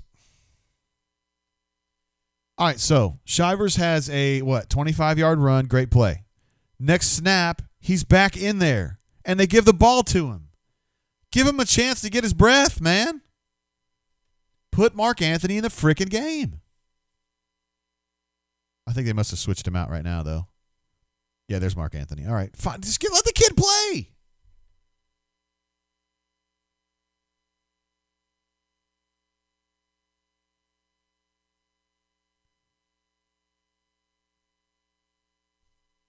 These plays get me a little bit. These like little quick rollouts. Uh-oh, Shivers hurt now?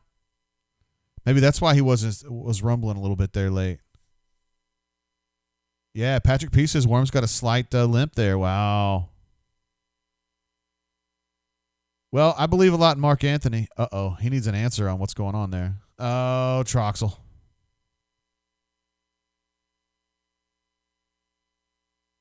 Oh, boy. Shivers going to the tent. I tell you what, dude. If you're drawing up a scale of kids that are tough on a scale of 1 to 10, Shivers is a 10, okay? So if he can get back out there, he's going to get it back out there. I bet he is, too. He just looks like he's getting taped up. And they don't want to play tank. Dude, I'm cool with this, man. Let Mark Anthony go. I want to see what he can do. Just let him go. Gus said that on Tiger Talk. He's like, he's going to have his chance this week. He did enough on that blitz pickup right there. He stepped up, and even though it was kind of a double team on that block, he stepped up and had good. I am getting worked up, Sam. Let the kids play, man. Like, stop being so sackless about everything. Let's stop throwing 4-yard out routes. Let's play the game. There you go. Get Mark Anthony out in space. All right, he got 3 or 4 yards. No problem. Let's go. Kid can play. The kid is a freaking player. He proved himself. Let's go.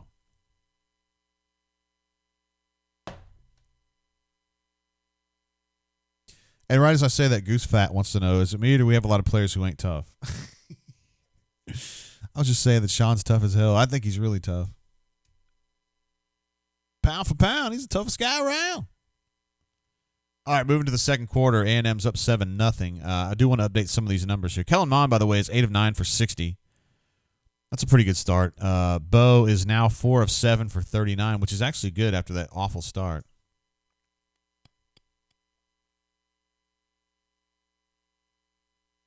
Say 4 of 7 for 39, my bad.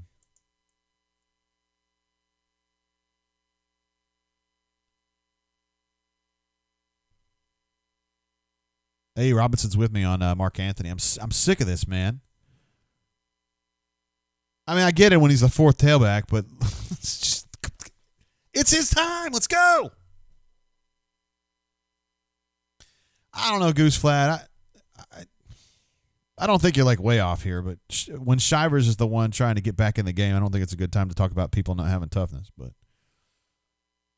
yeah. And also for the record, I'm getting a little bit. I'm starting to back down a little bit on my Bo thing. Because when you guys were kind of ragging Bo like a month or two ago, I was like, what? I don't see a lot of. I don't know. I just don't. I'm with you, Ravine. I'm glad we're all on the same page with Mark Anthony. Let's let him play. Isaiah Spiller's still at 541. We need to find room for Kellen on here, but I'm not going to. I think it's going to come down to Isaiah Spiller more so than Mond. I think in the long run. I'm taking that. If we have to change it later, we will. It's not like the stats are going to go away. Let's see, Auburn on third down is better now, though. 2 of 3. Both teams are 2 of 3 now.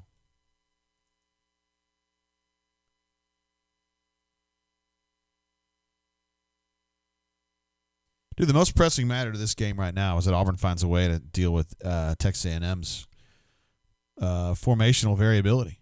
I mean, that's the biggest problem right now.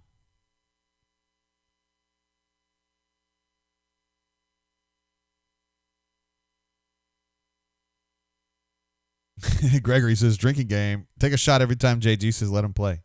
I won't do it anymore. Alpha Tiger says Bo is overrated. We could do a whole show on that. Is he overrated or is he properly rated? Because I don't know of really anybody that thinks he's like this great player. I think a lot of people think he's solid, and I think he's solid.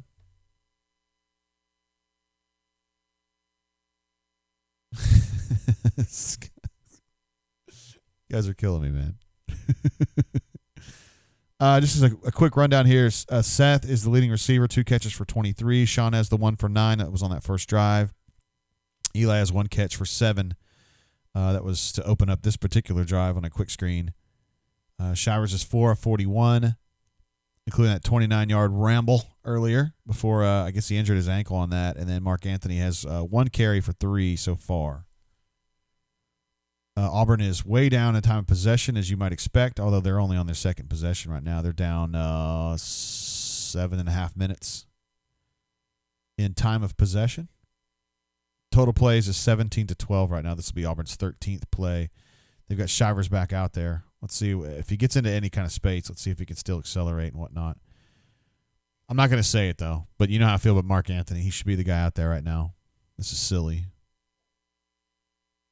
I don't know why you can't trust him. Like, it's the 9th game of the year. He's been with your team for almost 2 years. Like, come on.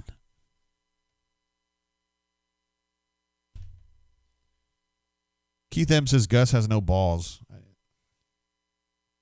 Let's just give him a little more time here. We just got into the second quarter.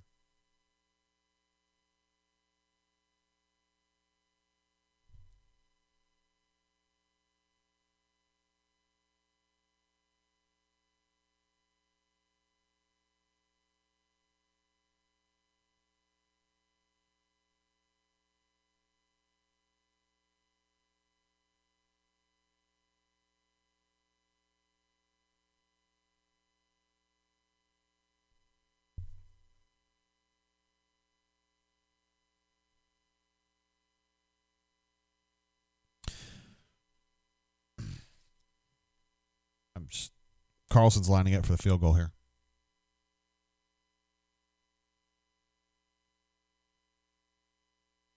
You got it.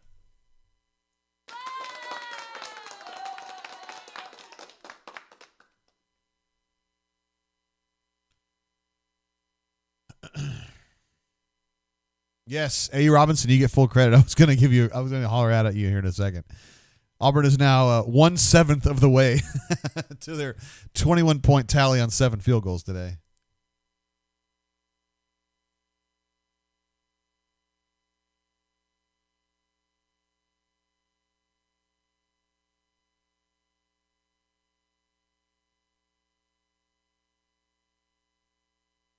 You know, I was thinking about it. I don't really know Tayshaun very well. I've spoken to Bro. When Auburn was playing at or practicing at Tulane for the Sugar Bowl, I mean, think about how long ago that was. Was that like 4 years ago? Broham was there as a young man. He was undergoing cancer treatment at that time. And me and Jay Lee, I think it was Jay Lee, spent a lot of time talking to him because at practice we couldn't watch, of course. And so Broham was just kind of there. We were talking to him for a while in the bowels of the stadium, and he's a fascinating kid, man. He was speaking about his cancer treatment with such a remarkable, like, just, he was so cavalier about it. It was like, yeah, you know, it's just something I'm going through. Who cares?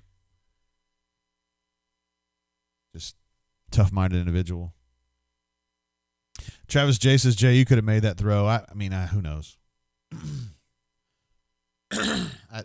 When you got a guy that open, you just loft it. You know what I mean? You've got so much space.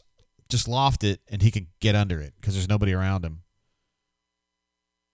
And they were running that condensed set that Chad likes so much, and they had a little bunch set going there, and they confused A&M's defensive backs who did not sort it out well, and the dude was wide open on a little, what is that, corner go, and yeah. Nothing Eli can do about that. Hey, I don't know if you guys know this, but Broham, he has a daughter. I don't know if you know this, but his girl was pregnant for 9 months prior to that. I don't know if you guys know that. All right. A&M back on the field, 7-3. And they've been running, oh my gosh, they've been running the football very well all day long, and they just did it right there too.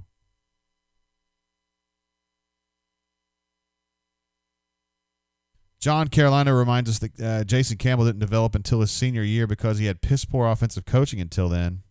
I disagree with that, but you're halfway there. He just had new coordinators every year. You couldn't even really gauge how good the coaching was because they were. I thought that ball was going to come out. Because he kept changing coordinators, and he kept having to change everything they were asking him to do. And finally, late in his career, he got up with Al and Al Borges, gorgeous Al Borges, and he was able to kind of get through to Jason. Not that Jason was tough to get through to. He just, I mean, come on, man. He played for like 3 coordinators in 3 years prior to that. And gorgeous Al Borges did a number with that team. I still remember that first game, their first meaningful game. I don't know if it was, This is just silly, man. This is not what Auburn does at all. Auburn's run defense has just been horrid today. Christ almighty. How many, A&M right now has 11 carries for 119, guys. Is that bad?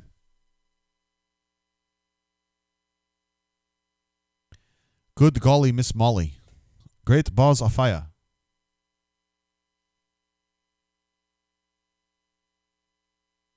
Like right there, Auburn did a nice job, I thought, up front of holding their gaps, and then he just had a nice little cutback, and nobody was there to fill. Another 10-yard run, dude. 12 carries for 129. Good golly, man. This is crazy.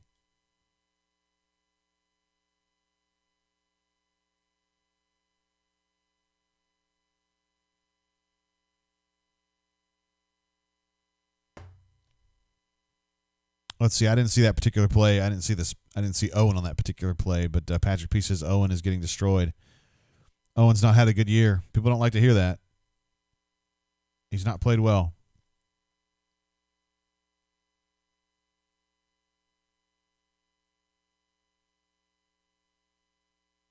I mean, so Colby made a nice play on this first down run right here, but that Auburn just really needs to have stalemates up front. And they're not.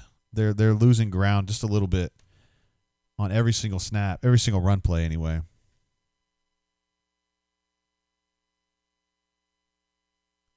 See, Wizard Dragon says Bo has played with 2 coordinators in 2 years. Fair.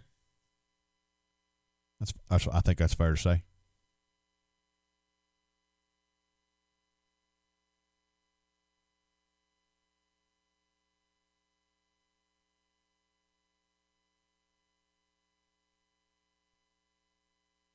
The play calling on A&M's part has been terrific. Jimbo's done a really nice job. And credit to the kids, too. They've executed it really well.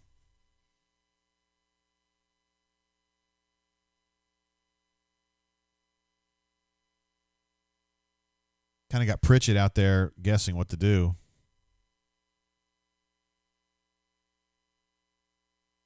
Auburn's definitely got all of its number 1 defensive guys out there right now, though. Let's see, 1st and goal with the 6 is what I've got here. We're going 21 personnel here.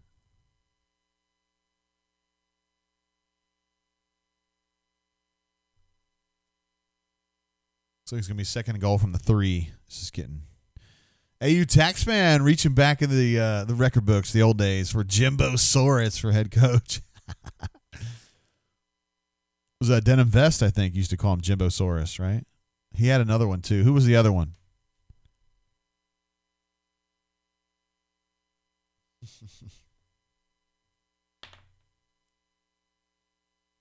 Georgia Rowell says he's surprised that Auburn's is so bad up front. Yeah, they just don't have the well, I'm surprised that at this stage of the game they would be having so much trouble. They have 2 guys that I think are pretty good pluggers. 94 and 44. The problem is that after that, they don't have anybody. They just don't have the guys they have behind them just aren't quite ready. Dre Butler's been okay, and Zeke is just he's not big enough yet. He's a true freshman. Auburn alumni thinks this game might already be over. So you can't let them just run all over you and have any chance. Damn, they've got Zeke in there right now, number 3. They must have thought that Daquan was just too tired to keep going. He's probably played a bunch of snaps in a row here. Let's see what Zeke can do. Actually, Zeke did okay right there. He got pushed out a little bit. Ooh. Finally got some pressure on Mond, but he made a great play to get the ball out. They ended up breaking even on the play. Oh, it was smoke.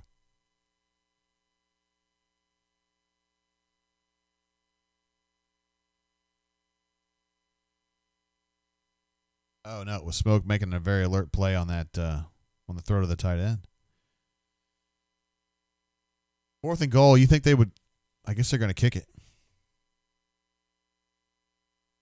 I think standard you would just say, take the points you can get on the road.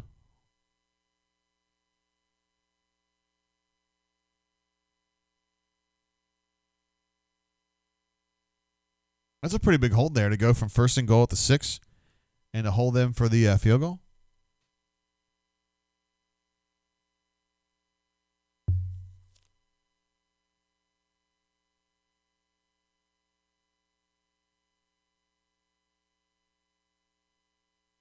Oh, they're going to review that to see if he was down before he made that throw.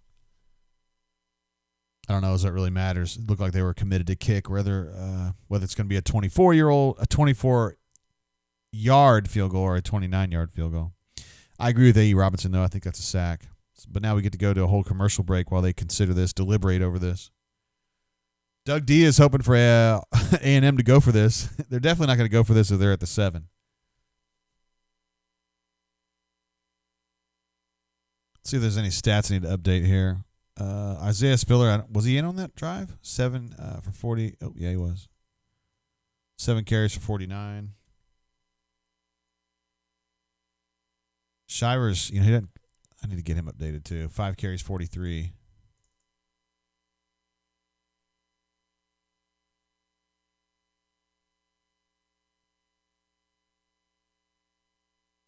Let's see. We got a Alpha Tiger says free Bob.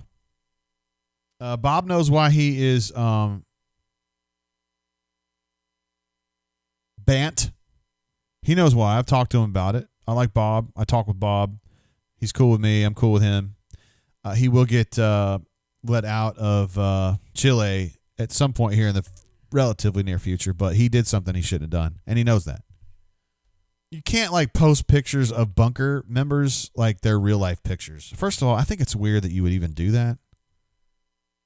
I mean, I don't understand. If let's just say for fun, I'm not saying this ever happened, but let's say I got mad at Crocodile, right? And I was like, I hate Crocodile, and I'm going to go find out who he is in the real world, and I'm going to get on his Facebook page, and I'm going to post a picture of him or his wife or him and his wife together, and I'm going to really show him something. Don't do that. Don't do that. Don't do that. That's just crummy. It's not how we do it. And he knows that. He knows that. And I would do that to pretty much anybody who posted pictures of people like that.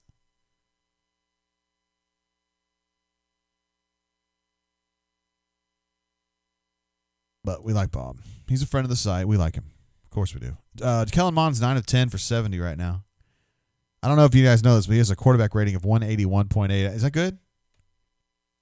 Bo Nix is 4 of 8 for 39. I guess we could put that on there.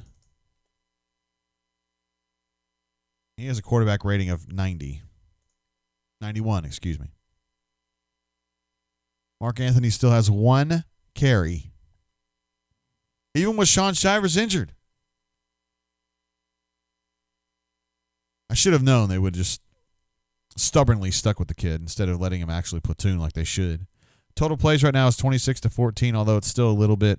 I think A&M's on its 3rd drive. Auburn's on its 2nd, so there's still not enough time to go to really make that stat meaningful. But A&M is averaging 7.5 yards per play, although Auburn is at 6.1, which is not terrible.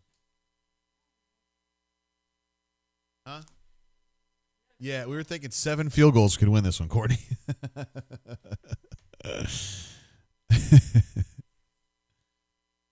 But hey, on this drive right here, A&M had a 1st and goal at the 6, and they're going to have to kick a field goal. So that's a defensive win, a rare one today for Auburn. Dude, they just totally fumbled that snap, and they missed that field goal. That kicker, look at Gus. Look how happy he is. He's giving it a big boom right there. I get it. He's a coach. So the holder completely just muffed this snap. The ball was like sitting on the ground. Wait a minute. It didn't look that bad from that angle, did it? Regardless, that kick was horrible. We got a super chat coming through from AU88, who's been an absolute beast today in the chat. Says JG, thanks for doing the drain. It's cathartic. We can all kind of commiserate here, huh? Canoe Man agrees. Love the cat says defense coming up big there. Look at Mr. Positivity, huh? A. Robinson says A&M are going to kick 7 field goals. Oh, man. All right, so 1 touchdown drive right here, and right back in it. Yo, Malcolm with the time-tested shank you very much. Sam House is calm down, Gus. I'm with you on that. It looks silly to me, too. Like giving it the whole boom, boom, boom.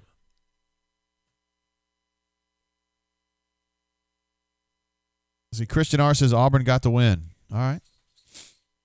I guess you're trying to get the Bucks into the playoff, huh? Believe me, Ohio State would kill Texas A&M. Oh, man, Scotty B in Tennessee says, Edge. Alpha Tiger's hoping that Auburn gets blown out and get rid of Gus.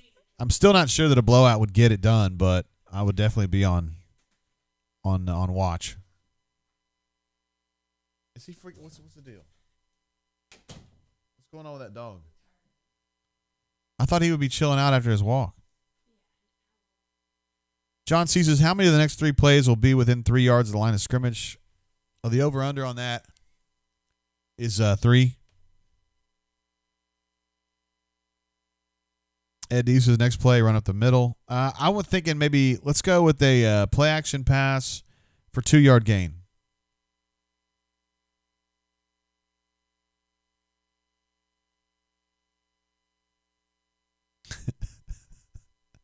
Mama Doodat is calling out some people, not by name. He says, Galaxy Brain strategy of hoping we get blown out but then recruit better.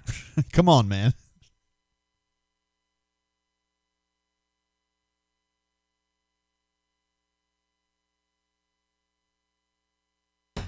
It's probably not going to happen, is it?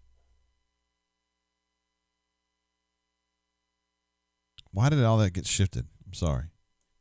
It's terrible. Thank you, AU88. Oh, I know what happened. Yeah, that's what happened. My bad. Sometimes I mess that stuff up. It's terrible. Terrible.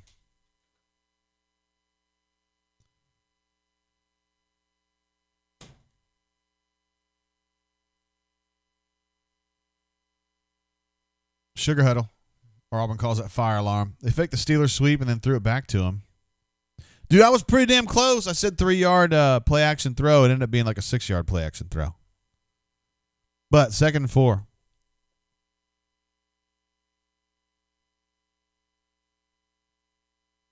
Gregory says, I need to start betting on which number's higher, made threes by Devin Cambridge or the football team. Thank you for spelling Devin's first name right. That's good of you. A lot of people don't do that. All right, so that was kind of like that little quick pass forward, I guess, or handoff forward on the end around. Basically the new age version of the Steelers sweep, and he got 7 or 8 yards out of that, so that'll work. Got Tank Bigsby in there. Interesting.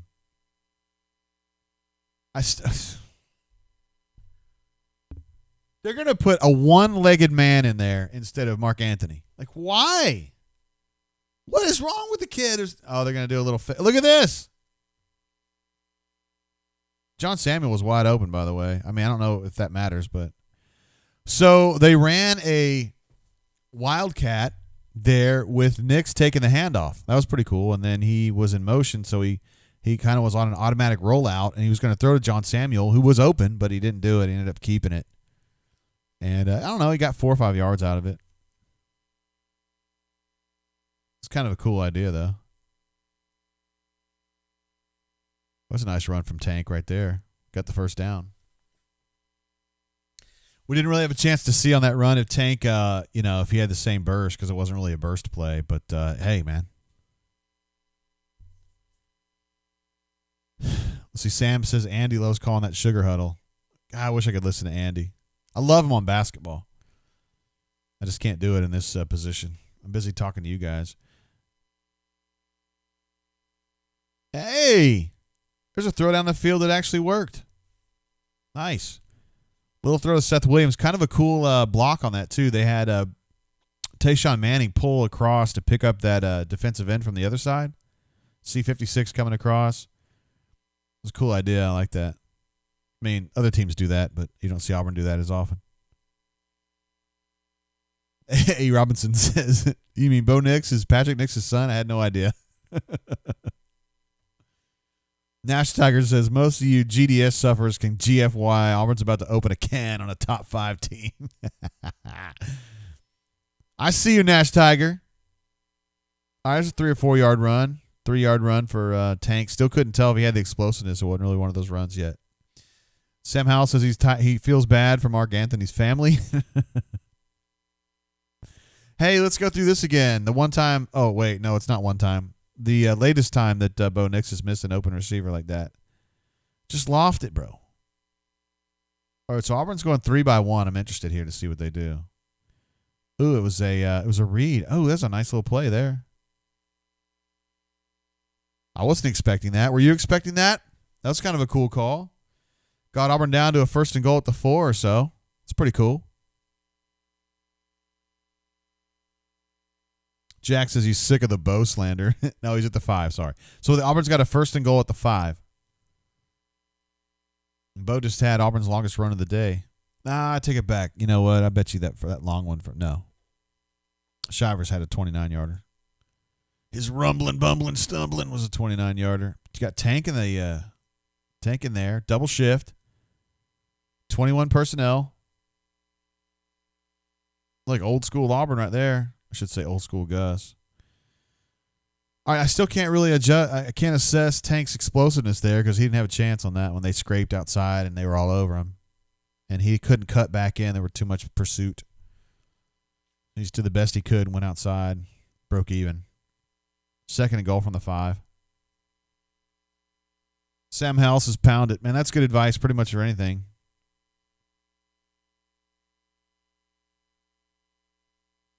He doesn't look like he's limping or anything.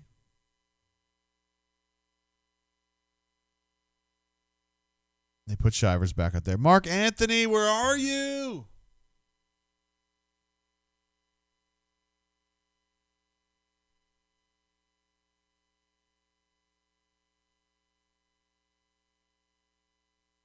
Holy shit. I cannot believe that just happened. I just can't believe it.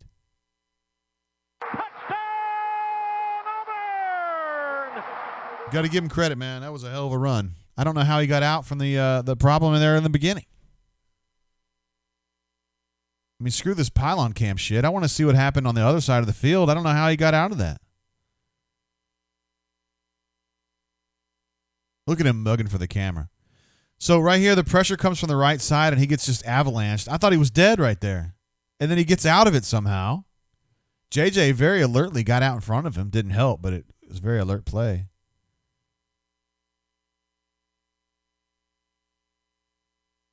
I think he was on top of that guy who was tackling him. I think his knee was prevented from getting on the ground because of the guy tackling him.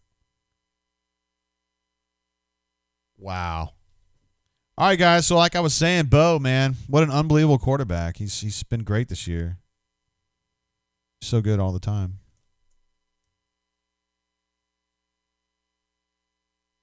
Man, that was a crazy. A. Robinson says, SMH, I hate Gus. He just ruined the 21 points, didn't he? That was an incredible extrication right there. I don't know how I did that. He had 2 guys on him. He had 2 guys tackling him.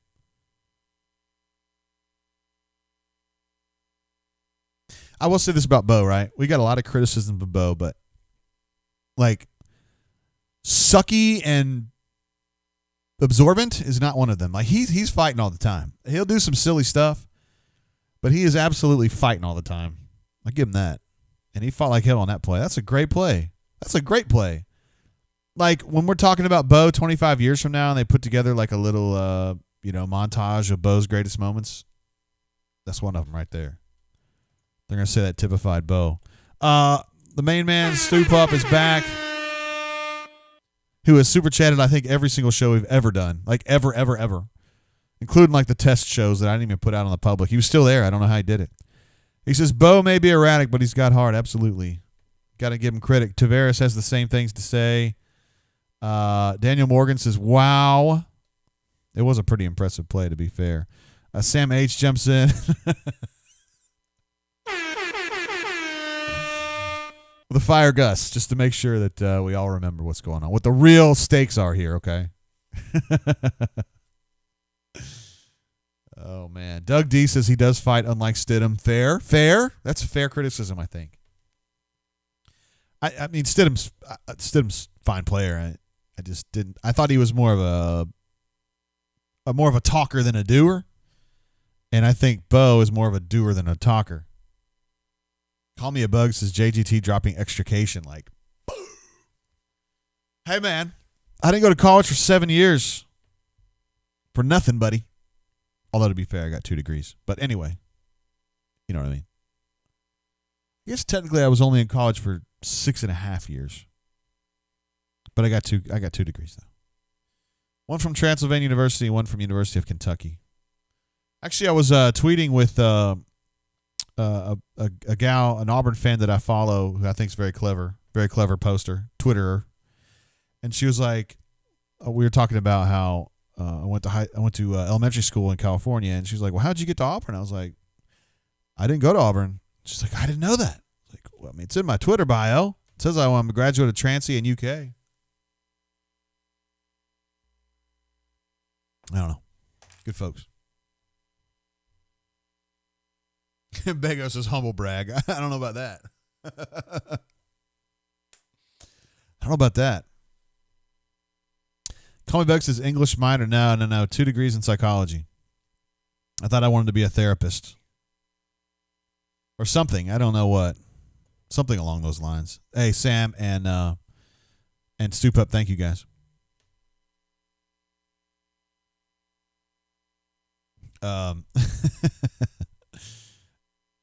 But that didn't work out. I still use when the COVID doesn't have me locked in the house and I can't go talk to coaches and players. Under normal circumstances, the psychology degrees come in very handy. HBZ says, now can we stop the run? That would be a good time. Mike A., to be fair, first of all, I got 2 degrees. And second of all, I was writing for the school newspaper at the time because I kind of, even though I was studying, was going for a graduate degree at UK, I started realizing I want to be a sports writer. So I was writing for the student newspaper and slowed down my curriculum because I needed to see if I could actually write. And I can write. It's good enough for, regular stuff. I'm not Chuck Culpepper or anything. All right, so we've got A&M 1st and 10 at the 25. They are now trailing in this game somehow. Here we go again. Isaiah Spiller just broke out for a 15-yard gain. I'm going to go ahead and tally that number up right now just because I'm so shocked by it.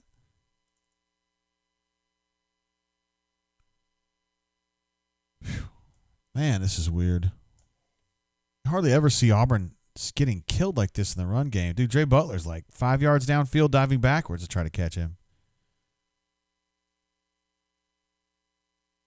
I'm curious to see what Coach Hunter thinks can be done about this.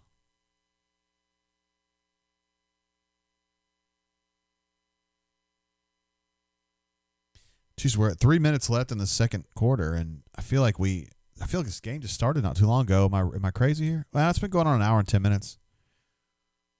It just seems like it's kind of like one, with the exception of Auburn's first possession, which was dog shit from the very beginning. It's been kind of long possessions for both teams. I think this is only their 4th possession.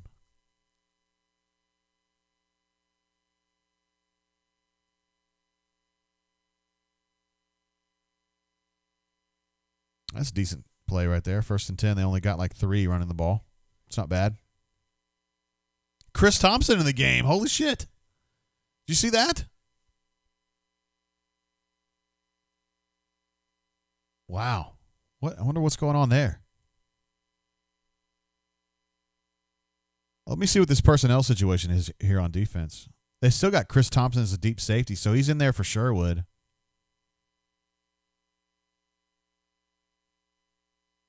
Why would Peters not be there unless they're already in dime? I can't see what's going on. They're showing linebackers right now.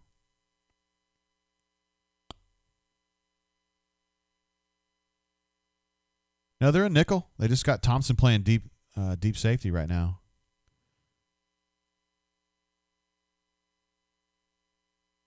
Yeah, he was up there on that tackle right there.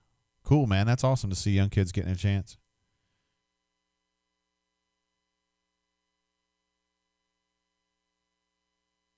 You know, he is from Texas, though. I wonder if that's kind of part of it, like giving him a chance to play against a team. I don't think he was really considering A&M, though. I think he was down to Auburn in the Horns, but... All right, Tennyson's out there right now playing the slot. They pulled Tut out.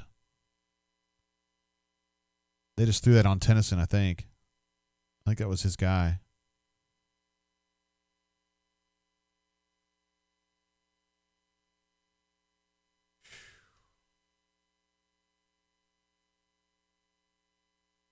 Well, they got a 1st and 10 at the 14. This is crazy how quickly they moved down the field here.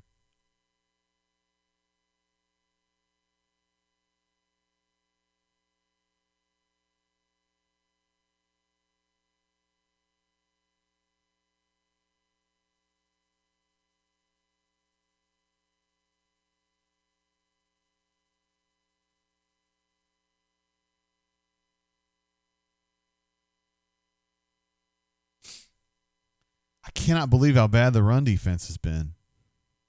It's just been insanely bad. Like, I don't know. Have we seen Auburn? When's the last time we saw Auburn this bad in run defense?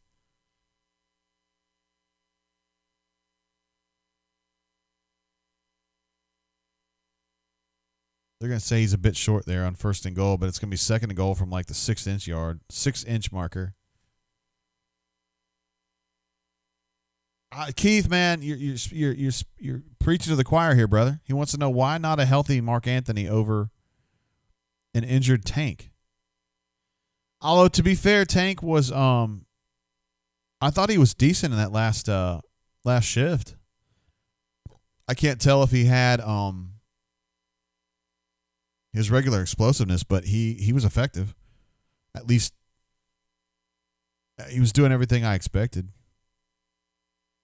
It's a pretty cool idea right there by Smoke to try to knock that ball out.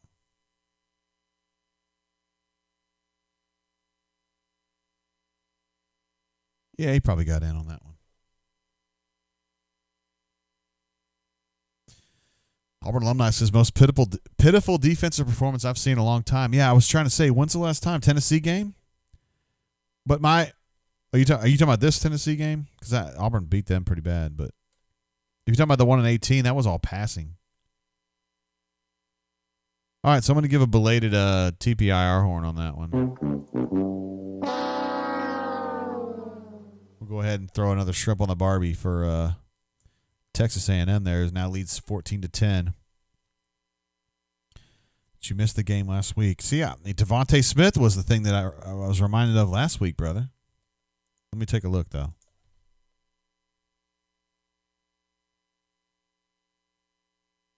I don't remember the game last week, rushing-wise, being as bad as this. But, I mean, I might have just missed it or something. I don't know.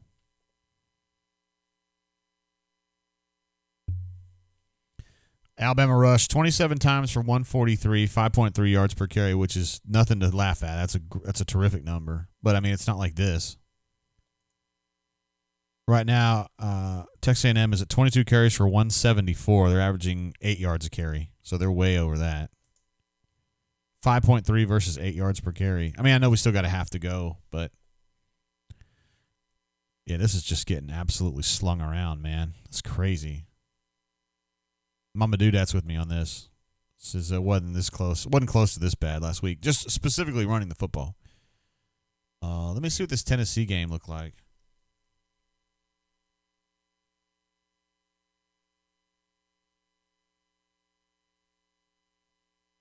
Man, that game was played on November 21st. Feels like a month ago.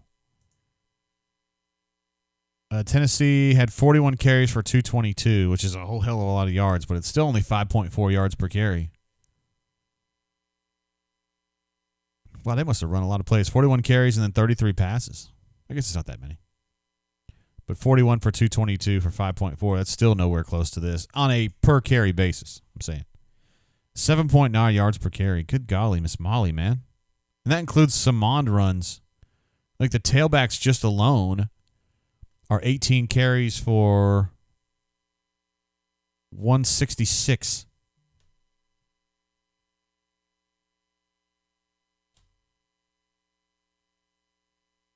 That's 9.2 yards per carry for the tailbacks.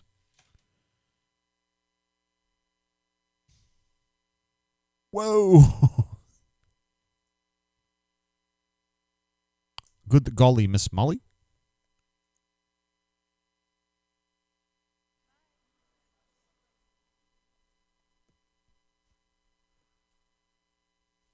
I'm not doing that. Let's see. Auburn alumni says Smoke was terrible last week, to which A. Robinson says everyone was terrible last week. Mike A. says I got one thumbs down. That was at you, Jay Pooty. Yes, Jay Pooty was the guy that was saying that this that the brain drain's a joke and it's lazy, right? Yeah. Some people, man. I'll tell you.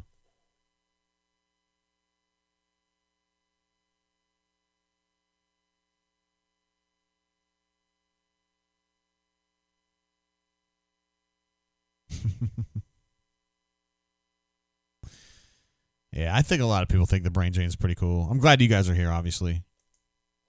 And I mean, maybe I was right. Maybe I wasn't writing enough. So I'm doing these little post-game raps after basketball. I mean, I like writing some. I do. I like writing some. I do miss being able to write more. I miss being able to go to specifically basketball practice and just kind of see what's going on behind the scenes and understand kind of what they do in games. I really wish I could do that. We got 24 seconds left in this one. Auburn's going to be taking over at the 25, and this reminds me of a situation where Gus would try to just kneel down and run it out. This is a hell of a play right here. I mean, I would almost call that a miracle. Like Father Guido Sarducci might accept that as a miracle right there. As long as the other two miracles weren't card tricks, then you could probably pull that one off right there. That's a hell of a play. Travis J says recruiting outlook is our defense. Oh, they are going to try to run a little smoke draw. Yeah, why not? Tank got 8 yards out of it. Not going to make any difference, but that was a cool play. Says, is our defensive line going to get better or worse from recruiting? Love this channel, Jay. I don't know. I mean, I happen to think this Lee Hunter kid from Viger's really good. Jay Lee does as well, but he didn't play this year, so we'll have a chance to see him in the Alabama-Mississippi All-Star game. Actually, we just gone to halftime as well. So he's kind of a three-technique guy. And he's coming from an area of place, Mobile, Pritchard, where a lot of really good Auburn players have come from. Specifically, I'm thinking about Senderic. I'm thinking about DeMarco McNeil. Leo Carson was from that area, going back to the 90s. What's going on in this Ohio State game, by the way? All right, so we got halftime. Let's make sure I'm caught up on the chat here real quick. Diego, I don't even know where you're going with that, but I'm just I guess JC was talking to Travis about we just have an issue of depth all the way around in recruiting and development. Martin M says, gutless move. Use your timeouts, Gus. Nix is the reason Auburn is losing right now. He sucks. Oh, we got a super chat coming through from Sean T again. He says that 6 hours of live content isn't lazy. That's essentially saying it's a disingenuous take to say that it's lazy. It's kind of my feeling about it too. But Yo Malcolm says throw a damn Hail Mary or something. WTF. I'm with you, man. At least.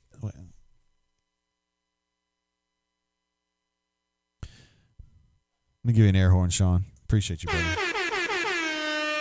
This call we're going to have with Coach Hunter is going to be carnage. I can already tell. Because, as you guys know, he's a linebacker by trade. He's a defensive coordinator by profession, and he ain't going to feel good about how this defense has been playing, giving up 8 yards a carry.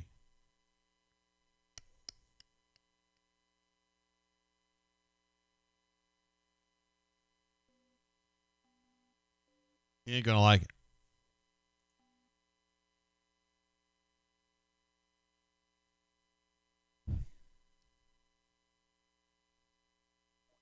He ain't going to like it.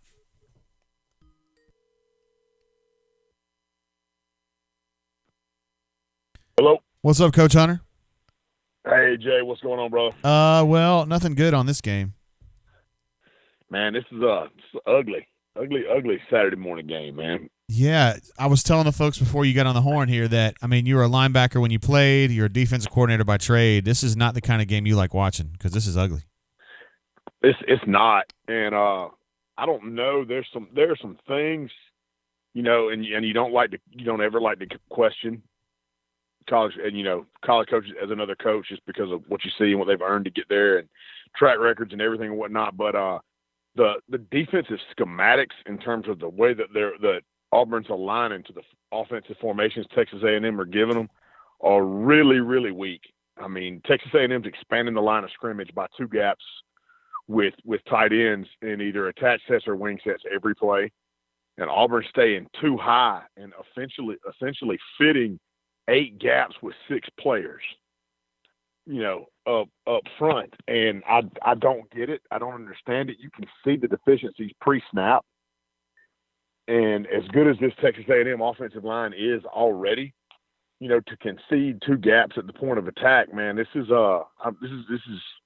very confusing in terms of what you're seeing up front at Auburn. I mean, how do you fix something like that? You got to be willing to go single high and play man on the outside and take those gaps away right now. You know, to me, those perimeter receivers for A&M don't scare me. So I don't mind locking one of those guys up, you know, but you've got to go to an 8 and 9 man front against 2 attached at the point of attack. I mean, Texas A&M's essentially getting in 12 personnel and just doing what they want to do because they've got the downward blocking angles with the attached tight end and they're pulling guys around. So you've got the down blocks being made, you've got the extra guy there to kick and seal, and then you've got the puller wrapping for a backer, and there is nobody else other than a safety coming from 12 yards deep. And those guys aren't playing, you know, one of them, especially is not playing good football anyway right now. Yeah. It's lost before the ball snap most of the time on defense. Dang, bro. And this could not have been anticipated? I mean, Texas A&M has put a lot of this stuff on film all year long. So that again, is why it seems so confusing because, you know, I watched what I thought were their 3 most successful offensive games of the year this week before I wrote the Know the Enemy piece, and this is what you got. This is what you see. You know, 2 tight end wing, a whole lot of outside zone, a whole lot of power, a whole lot of GT counter to those extended sets. I don't understand why you're not ready for it and why you're not trying to align in a way that takes it away and make them go to something else. All right, so you would advocate going single high, man on the outside, and then kind of populate the box with like a 7th guy, right? 6th guy. I mean, put a force player on the edge right now and have a +1 to the strong side of the run formation every play. Damn. Maybe that's what they're going to do at halftime. I hope so. Otherwise, they're fixing to give up 400 on the ground. They're already averaging 8 yards a carry. A&M is. I don't think I've ever seen Auburn do down that. From 10. Yeah, I think the quarterback sneak for a touchdown brought the average down from over 10 to just over 8. All right, and that ain't good. Nah, brother, not at all. How about so you got to have some of these D linemen got to nut up too, man. You can't. Some of these cats are getting driven 5 and 7 yards down the field in one-on-one situations. Yeah, I've seen a little bit of that too. Yeah, and that just don't work.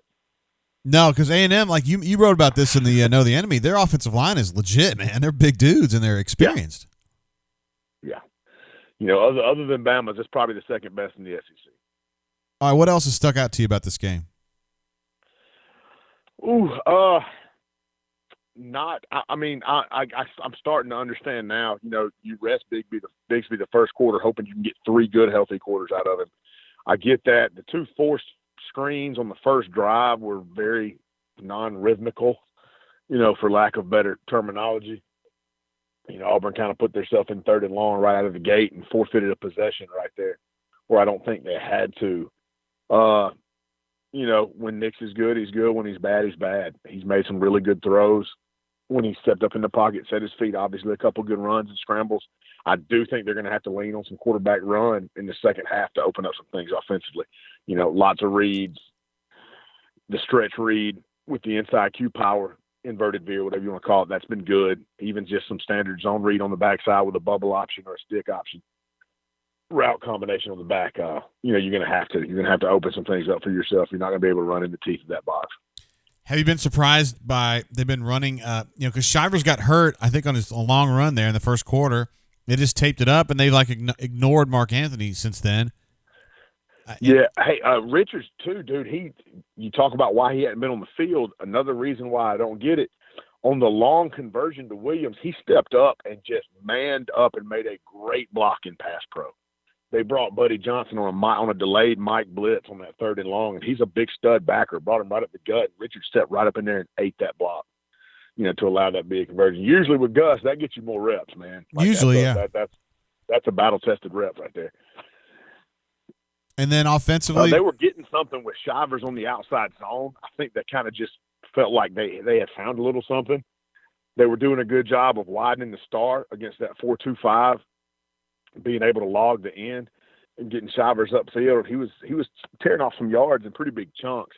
So I think they were just going to try to, ride with what they had seen, and that's what opened the big run for Nix that got him down inside the red zone. Yeah. They bit on the outside zone and kept it on the quarterback read on the inside. I mean, you don't feel like nothing you've seen from Auburn's offense leads you to believe it's going to be a big game for scoring, right? I mean, they're going to have to kind of grind this thing out. I think so. I think they can. I think this is a game where they can score 24 to 30 points as long as they don't turn the ball over. It's going to be because Texas A&M's not going to hit any 60-yard home runs, but they're about to just grind Auburn into the ground if they can't get 1 or 2 stops here to start the second half. Yeah, and it's going to be.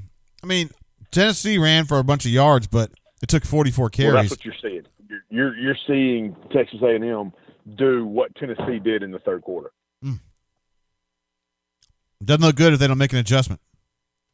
Got to, man. You've got to get in an expanded defensive front, put another guy in the box so the cutback's not there, so that when the linebacker does wrap and box the puller, there's somebody to box it to.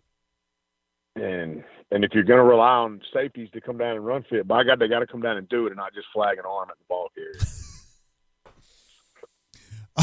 All right, Coach Hunter. Appreciate the very candid assessments here, brother.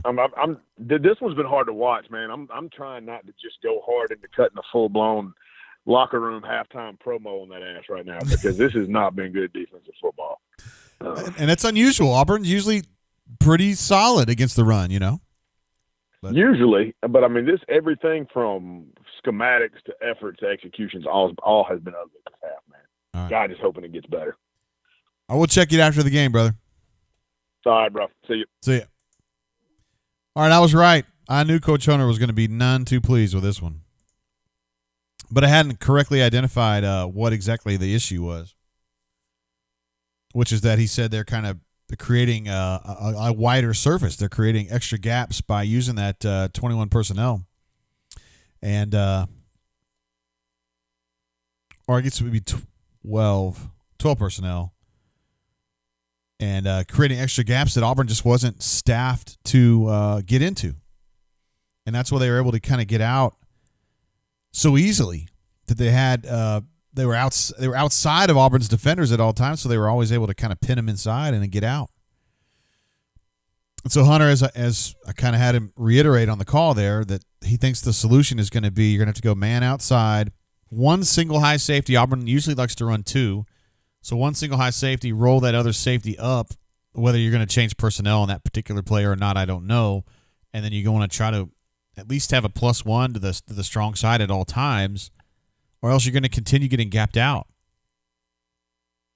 That's what he's saying. And I tend to believe what he's telling me. So that's kind of what we're looking at here. We need to update some of these stats real quick before we get through halftime, and I don't do that. Let's see, third down conversions. Wow, both teams are still at 2 of 4. That's crazy. Again, kind of a short half in terms of possessions. Each team only had 4 each, and then Auburn's last possession was really very short. So that was kind of an odd situation. Shivers is still at 4 carries for 43. Oh, they backed one off.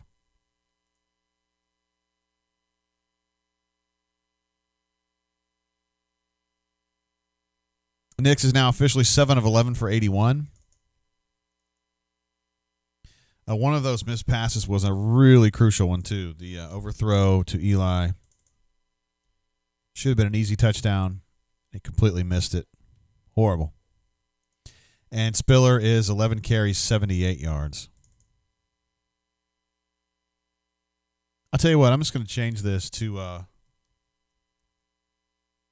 just going to go to A&M run game, and we're going to go 22 of 174.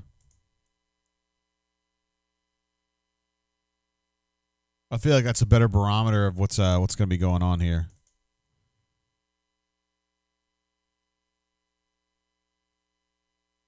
Got to change this. Let's go to 22-174. You guys know what's going on. That's going to be the number to watch, I think, in the second half. Is going to be they have got to get that A&M run game cut down significantly. Significantly. SFX says, my Christmas wish would be a safety blitz, but we'd be too exposed. AF Tiger in Virginia says, which injured RB comes out from the half instead of the healthy option? It's true. That's true. That's true. Thanks, of course, to Coach Hunter for being on the show and giving us his thoughts at halftime. I think everybody loves hearing what he has to say about it. We'll have him again at the end of the game to kind of assess what up there. Brian H. says there are 0 difference makers on either line right now. That's fair. Goose Flat says we reverted back to pre-steal tackling. And Alpha Tiger says that he thinks tackling has been the biggest disappointment of the year on D.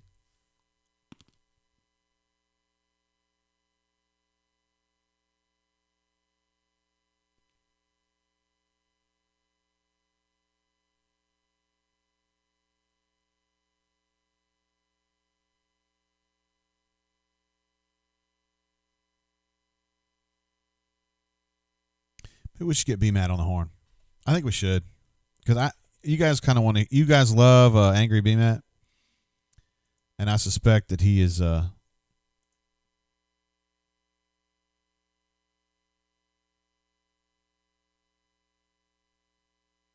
suspect he's ready to go.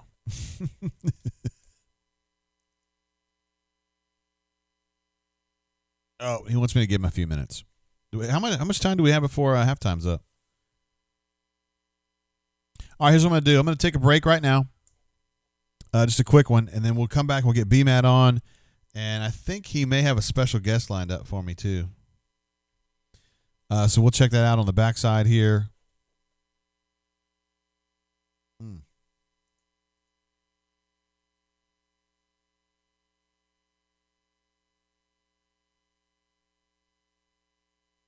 Ay, ay, ay.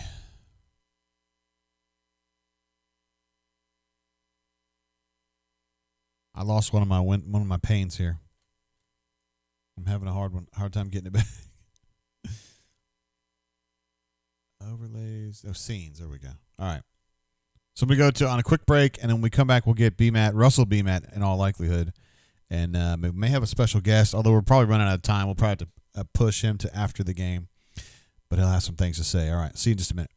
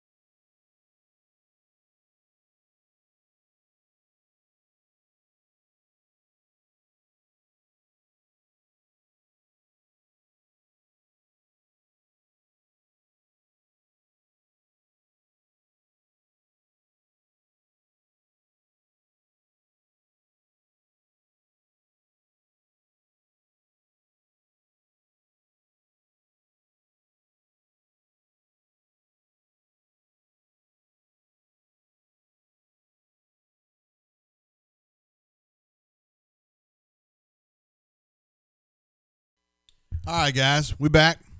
Yo, yo, yo, yo, yo. I'm figuring it sounds like they're getting ready to start this bad boy back, but I really want to get my main man on the horn here. Do we have enough time?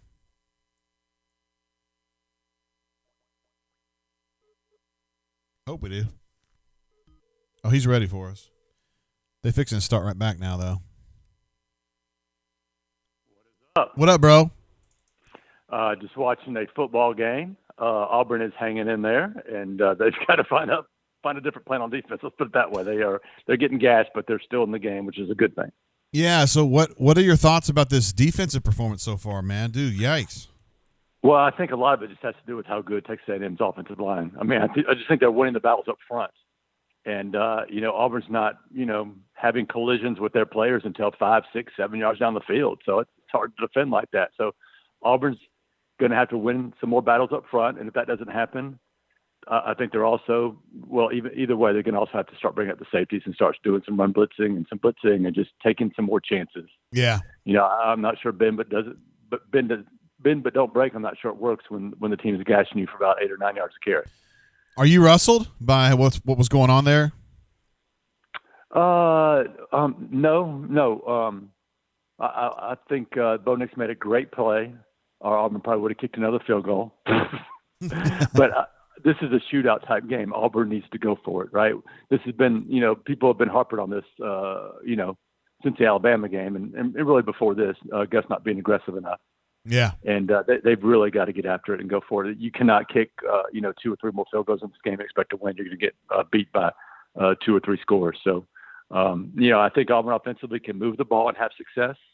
They've just got to attack and hope that, by the time they get to the fourth quarter, they can figure it out on defense and make some more plays. All right, B-Matt. Good summary. I'll check you out after the game, bro. All right. Peace out, bud. See you, bud. There's B-Matt. I was sneaking him in. He's in the hallway. There, Jordan Hare didn't get the chance to see these first few plays, which were actually good. Bo Nix had a really good kind of a scramble run, got into midfield, and then they had another one of those quick pitch to Anthony Schwartz as like the newfangled Steeler sweep, and he probably got another 15. So they're down already to the A&M 35-ish, something like that. And this most recent play was not a big winner, but they're still they're in the 30-ish range.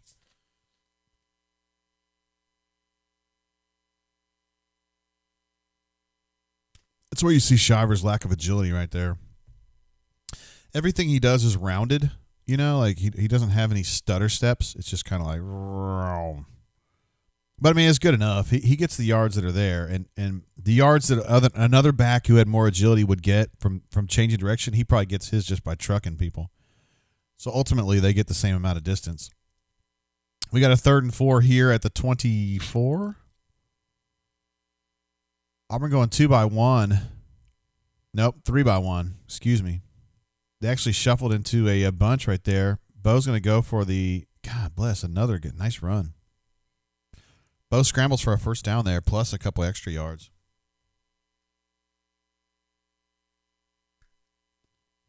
Oh, there's no doubt. Why don't they show Chad? Bo got hit in the head by a knee. Wonder if he's feeling that one. I would be. Anytime that Bo's the leading rusher, it's a concern. It seems like this happens more often than it should. Tank with a nice run. Auburn's come out of this halftime like absolutely ready to fight, man. The offense is, anyway.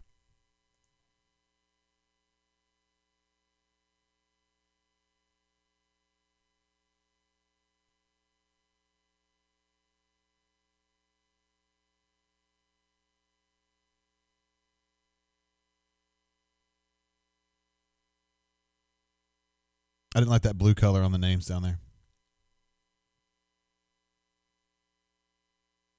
Hey, Robinson says, what did I miss? They're pushing, man. They've had some really good snaps here.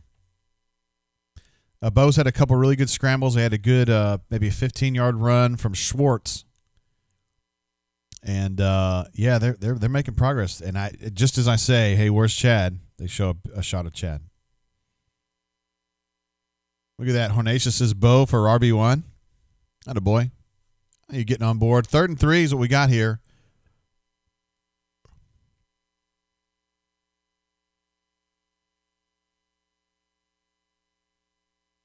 Wow, what a fight from Tank on that play. Now, he did have a little acceleration there. Dude, that defensive end had him head up, and he still was able to get away.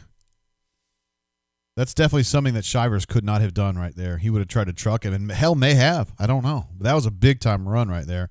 1st and goal from the 3.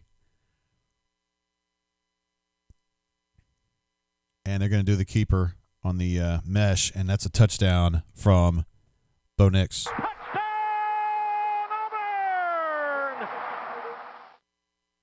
Oops, sorry, guys. My bad. Wrong team, dumbass.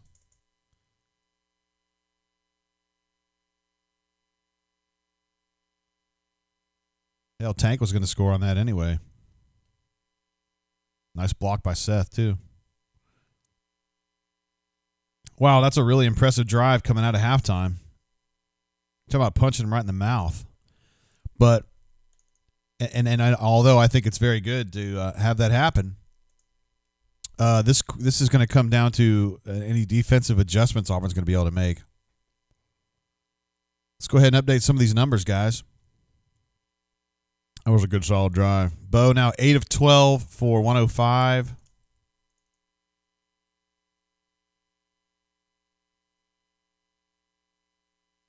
Hell, we probably should have his rushing yards on there, honestly. He currently has 8 carries for 59, but I don't have that on there. Shivers is now 6 of 50. There's going to come a point, I think, maybe in the next drive where we need to switch it to Tank, because Tank's about to overtake him. And then 3rd down, Auburn is 4 of 6. Wow.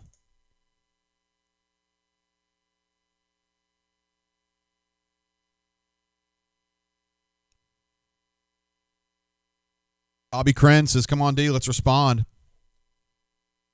Yeah, this is going to come down to defense. It's going to come down as to whether Auburn's defense can figure out how to deal with this run game.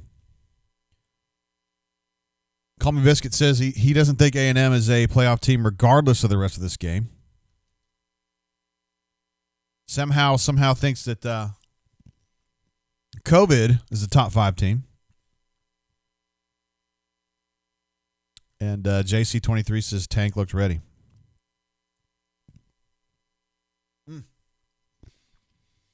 That was a very encouraging drive right there, guys. No joke. That's pretty big.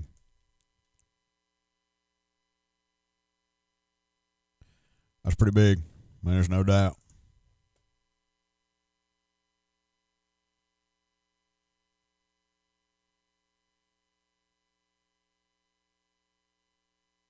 That was a big drive right there. My wife's gotten into making charcuteries. I don't know if you know what those are. There's like little dishes with like meat and like grapes and stuff. I kind of like them now.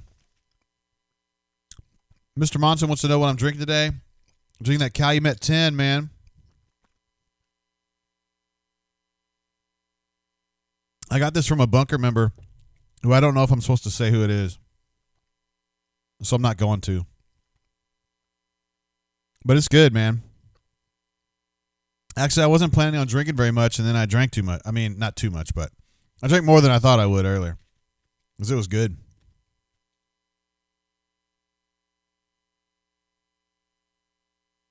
F. Scott's Bits Beagle says, okay, we'll see if Coach Hunter was on the line to the locker room. He said it was all he could do to just not lose his mind on that. Be like, ah.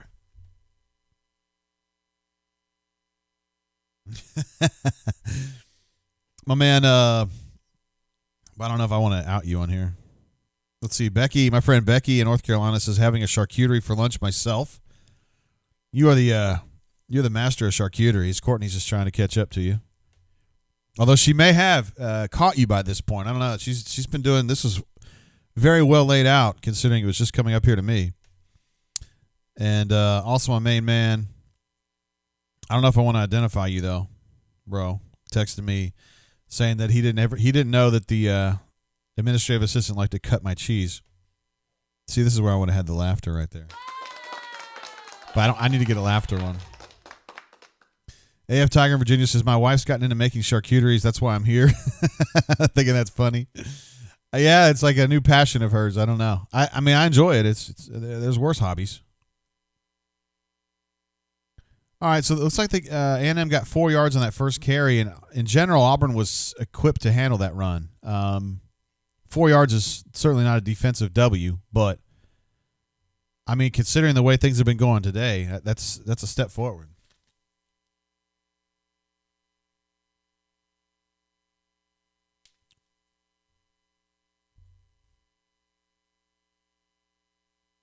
Becky says she feels confident. Courtney's was spectacular. It was tasty. 2nd and 6 is what we're looking at here. Auburn did a nice job of plugging the inside gaps, but not as good outside.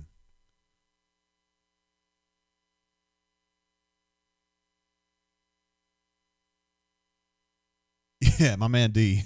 D in Atlanta. Go ahead and give him credit for it. On the cutting the cheese comment. That's pretty funny. He also coined the phrase putt, P-U-T-T. It was a put it in her butt thing. Little play action. Kellen Mond is going to try to run for this, and he is going to succeed in running for this, get about 6 yards on that to convert another third down. We'll go ahead and give them another third down conversion on their tally here. And I'm now 3 of 5 on third down. Albie Krentz says AU hadn't sealed the edge yet.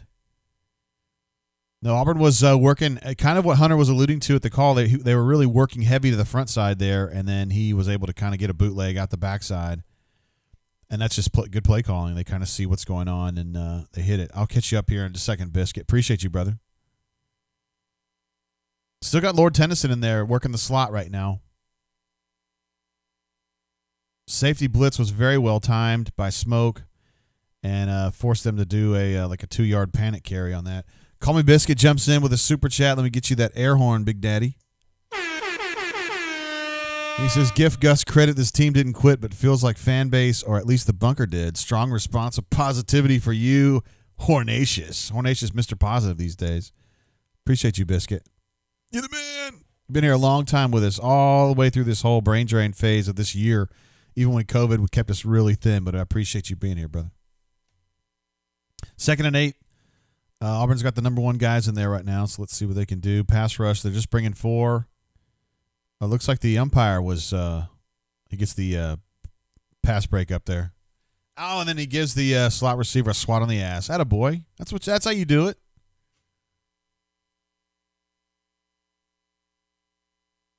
To be fair, he threw it right at him. I mean, you know. Diego wants to give the ref credit for that one. All right, 3rd and 8, guys. Auburn, if they're going to get a stop, this would be a good opportunity to get it right now. Let's see what Auburn does defensively. They do have Tudd out there working outside. Oh, shit. Looks like they are going to try to find a way to bring a little bit of pressure here. They've got the 4 linemen, although Big Cat is in a wide 9 spot here. Looks like they're bringing 6. They got pressure on him, but he got away. Ooh, Roger made a nice. I don't remember. I was coming to say something to you. It's probably about your charcuterie. It's really nice. Becky said that she has no doubt it was a nice charcuterie. She said she was having one for lunch as well. Great play by Roger on that one to come back on that.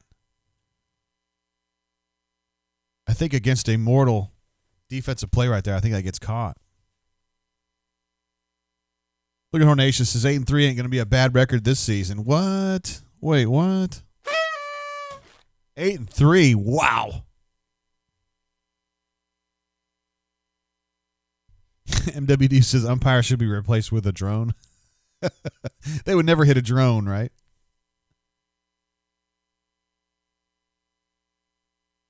All right, so Auburn's going to take over on the 23 after a stop right there, guys. Holy shiz. It happens sometimes.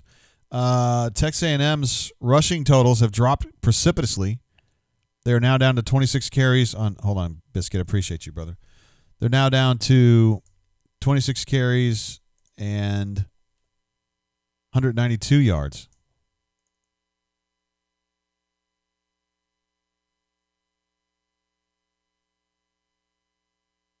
Which is down to, I think, 7.4 yards per carry. Down from 10. So, I mean, that's progress, right? Hell yeah, it is. Auburn alumni is absolutely beside himself. Can't believe it. He actually got a stop. Chris 24/799 says Auburn's defensive adjustment was to begin using the umpire as a 12th defender. It's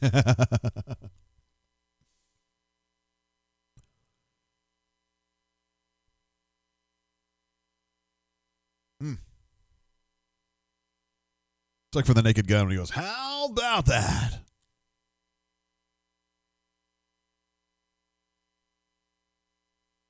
Dago wants to know if the umpire gets a pass breakup. Hell yeah, he does.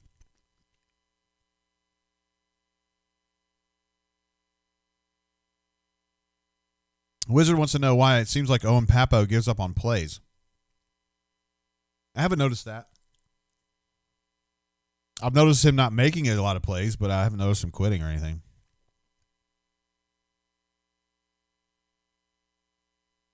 Dude, Leif is in the chat. Holy cow. Leif says if Randy Johnson could hit a bird, somebody could hit a drone.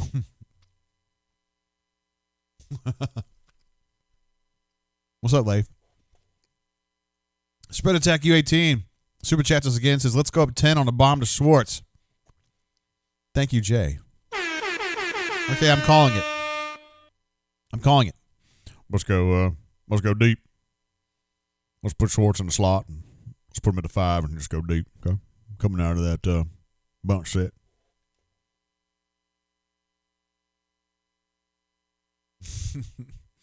Bob Loblolly says we miss KJ. Glad to have you here again, Bob. Yes, agreed. It makes a big difference to their run defense, just in a general sense. Today's kind of a different situation, but I still think he would have helped today. Daniel P says, bird go poof. Talking about the Randy Johnson clip where, for those of you who aren't aware, Randy Johnson was a great pitcher back, 10, 15 years ago, and at spring training he hit a bird. A bird was actually coming across the plane of his pitch, and he hit the bird. And when he hit the bird, it like poofed,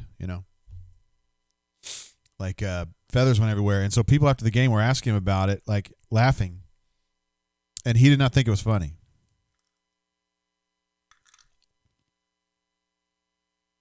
So everybody got real quiet. A. Robinson says Knicks would miss the drone. Ooh, look at this wholesale shift. Wow, this is like some Al Borges business here.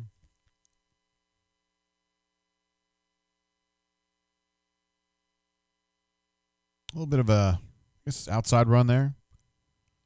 What's Shivers doing? Oh, you can't do that. Oh, he must have gotten a flag that I didn't see or something. No, he didn't, but he's just still happy with the gain.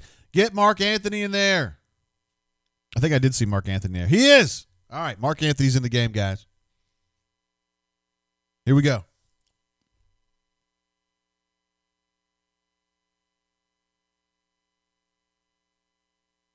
Mark Anthony on the wheel.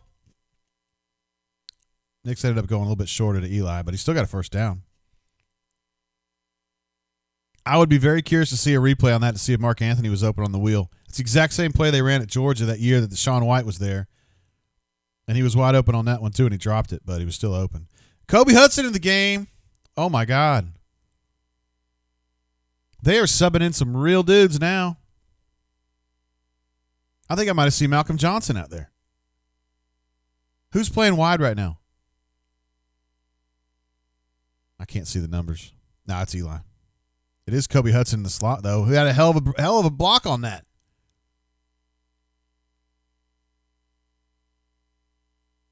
Man, can you believe this?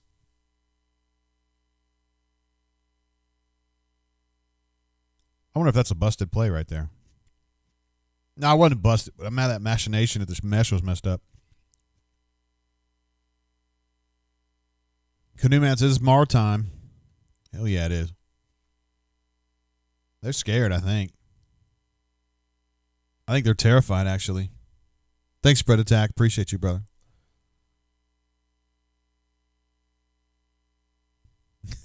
WD, you're killing me, man.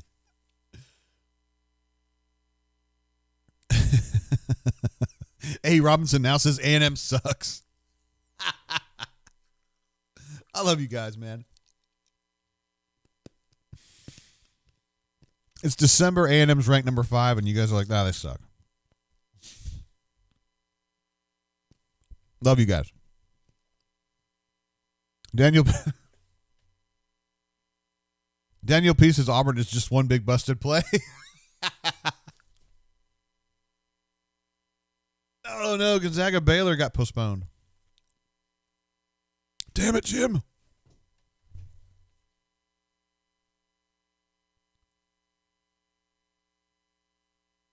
Looks like, the 1,000-yard rusher streak has ended. I don't think anybody's getting to 1,000. Tavares says he thinks that looks like a play UF ran last year.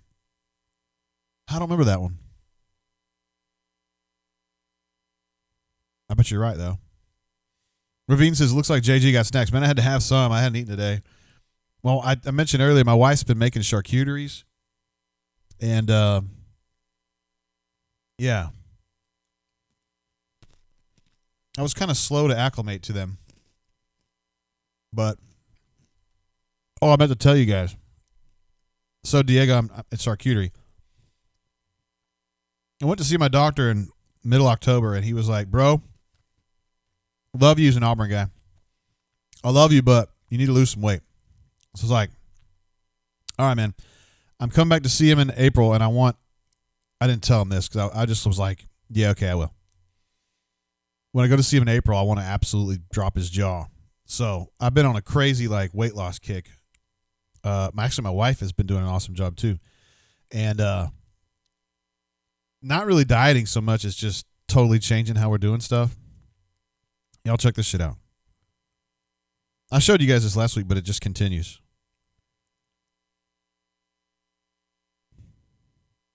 Look at that, man. Look where my weight has cliffed. Look where it fell off that cliff right there.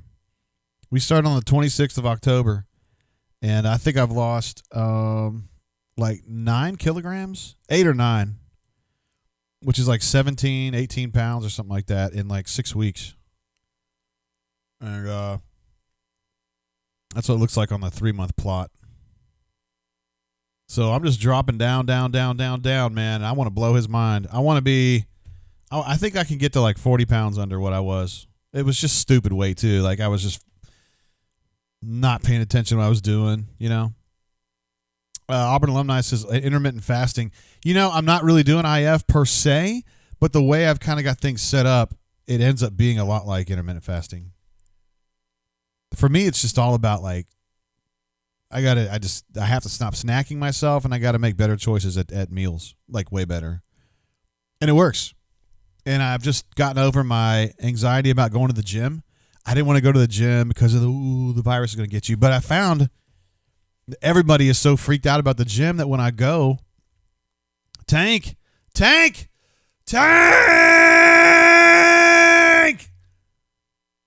He's down to the 11. I found that when I go to the gym, nobody else is there.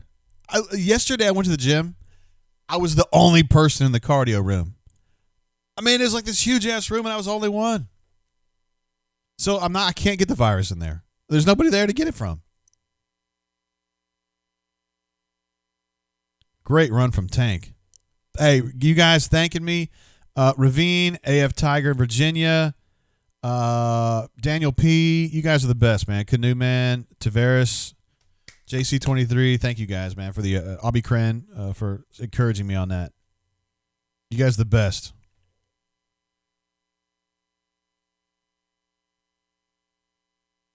JG's weight loss secrets.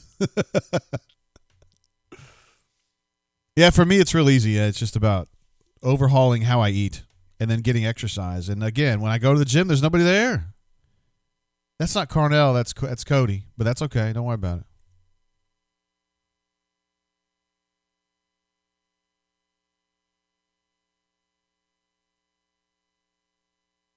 Kobe Hudson. Only got a few yards, though. So we're looking at a 3rd and 6-ish, something like that.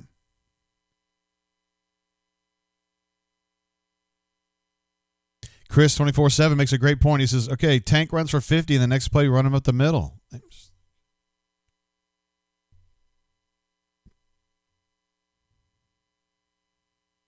I don't know why they do it. Call me a bug. Support me, too. Appreciate you, brother. Obesity is the cause of so many health problems. Oh, absolutely. The few health problems I was having, they're gone now. I don't think there was any chance John Samuel was going to catch that bad boy. Oh, no, that was Brandon Frazier. I was just guessing on the body type, but I was wrong. Man, if Brandon Frazier had scored a touchdown, I would have run around this house right now. God dang it. Was there any chance he could have gotten that one in there? They're going to have to settle for a field goal at this point. Chris says SMH on the end of that drive. I absolutely agree.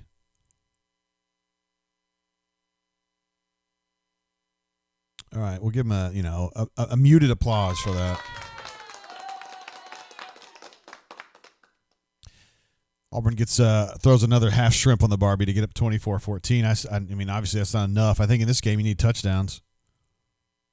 Daniel P notes that was Frazier. I know, man. I need to go back and see. I don't know if there was a chance that he could have put that ball in there. I don't know. Are we going to go through the Daniel Carlson, his dad and his mom went to Alabama thing? Because that's another story they love telling. Which is still true. I mean, it's a true statement. Brandon Frazier was on the field, and I didn't even call it out for you guys. I'm sorry. He was on the backside across from that bunch set. You know, honestly, you could have thrown that ball and completed that for a touchdown because he didn't have he had about a step ahead of that guy, and then if you throw it short, there was nobody there to defend that particular kind of throw. But he airmailed it because he was throwing off his back foot. Without any real reason. What are the... Oh, they're right there. I would have gotten those. What's funny is that you guys don't ever see this, but like when we put new pictures in our system of like Tank or Big Cat or whatever, we can't type in Tank. We have to type in his real name, and it's always like Smoke Monday. I can't remember his name. Melee wants to know, is the chat safe for non-negative types? Yeah, man. Hornatius has been really positive in here today. And there might have been another one or two. Scotty B in Tennessee wants to know if that was Frazier's first target. Certainly the first one today. Yeah, that might be his first one ever. He's probably played 15 snaps prior to this. I don't think he got targeted. He was open a couple times.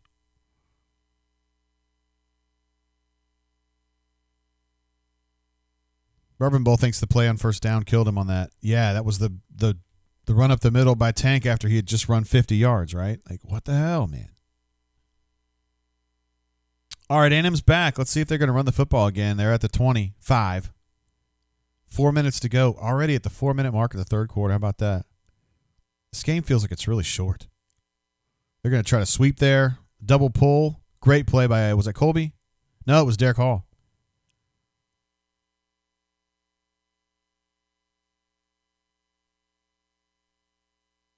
Boy, he saved us. That was probably a 15-yard save right there.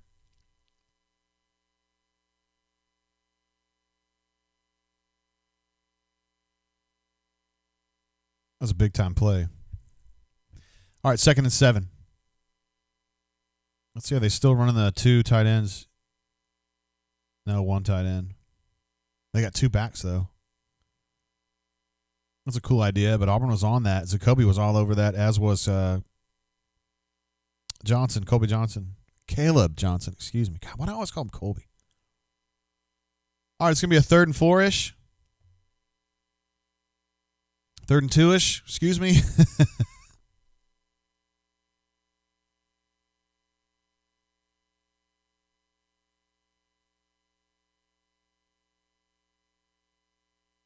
Yeah, Goose Fat says they're closing gaps faster. It does seem that way. It looks like they are in 11 personnel, depending on how you count number 0. That was actually a good second effort run by Spiller right there, because Auburn had hands on him as a 0 gain, and he was able to fall forward. It looks like he's just a hair short of that first down marker. They're probably going to have to measure that, wouldn't they? Or are they just going to go ahead and say it's 4th and 1?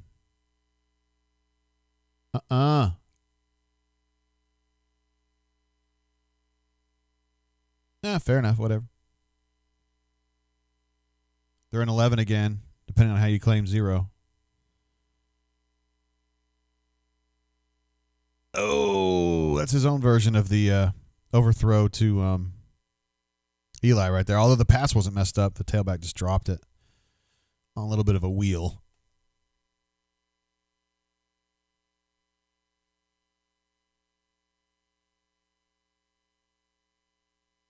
That's the same play. Auburn ran that earlier in the game, a very similar concept, and then that's the play they've run against Georgia a couple of times in the last few years. That little clear-out wheel. They run a post on the outside, and then they use that space, the vacated space, they run a wheel into it. They love doing that with Cam Martin. Christian Tutt on a blitz, although he was playing assignment football and didn't have a chance to get on the ball there.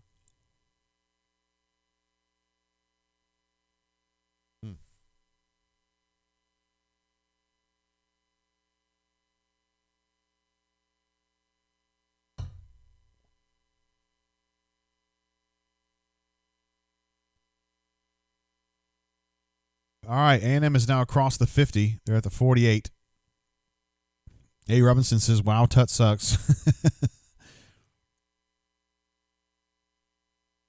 Biscuit wants to know why they would even throw the ball when they get 7 or 8 yards per carry. It's been kind of winding down here lately, to be fair, but I understand where you're coming from. That tight end, let's see what he's doing. Nothing right now except blocking. Did a nice job. Oh! Whew, almost got that ball out, Jalen Simpson did.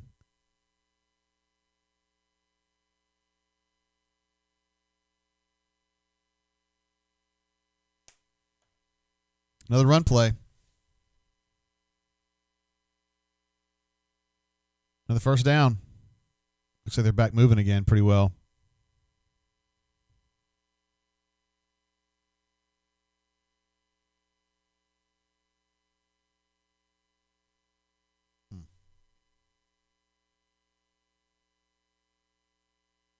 It's a little pitch concept they were doing earlier. Auburn had it defended pretty well, or at least staffed pretty well, but it still got 5 out of it.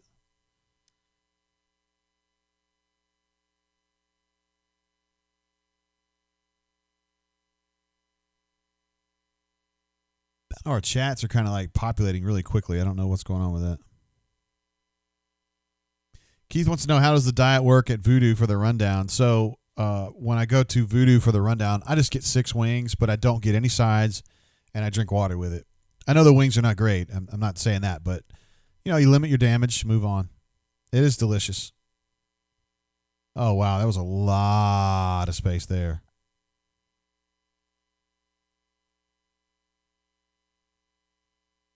Yeah, definitely no nanner pudding, Canoe. You're right about that. No sides and no man. Our chat populator is not working great, is it? Uh-oh, penalty on Texas A&M here. Why does it keep doing that? Okay, we're going to have to reset it. I got it. I got it. I can do that. Chop block again. Is it on the tight end again?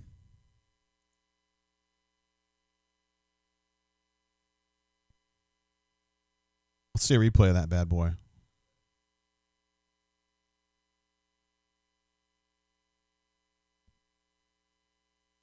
Sorry, I didn't see it. I was watching Ladarius Tennyson on that, which is probably the wrong guy to be watching. Looks like that's going to be the end of the third quarter, though. And it also puts a real damper on that A&M drive, honestly. They're back to the 38 now.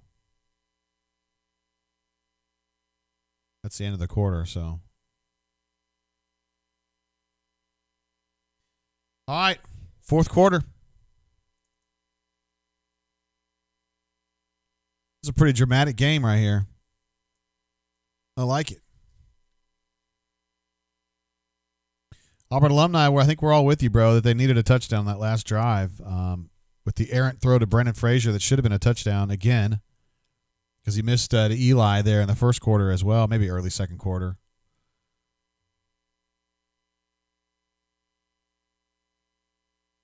Canoe Man says he has you're typecasting face masks now. He says he has the face mask of someone who would shot block. Two of them for A&M today already. I mean, you rarely see one. Again, I'm drinking this Calumet 10, which I enjoy a lot. It's been good. This is the first time I've had the 10. I got this from a friend on the bunker. I don't want to say who it is because I'm not sure that he would want that known. What's crazy is that I've got more bourbon from bunker people than I have to drink right now.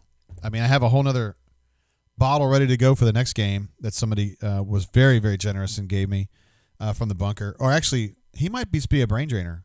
I'm not sure. My man, Michael M., who has hooked me up with a lot of great bourbon through the years. Let's see. Ed D says, there been a pass over 10 yards in this game. Well, Bo hit Seth for probably a 20-yarder. And then I think one of those quick screens to Schwartz went for more than 10. But no, they haven't really been throwing downfield as much. I remember Bo had one in the second quarter that was going downfield pretty well, though. It was coming down the middle. I just don't remember who it went to.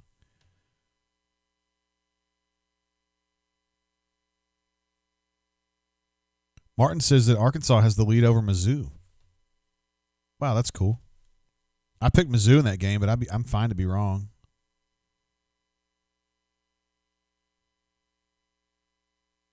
I'll pull up my scores here real quick.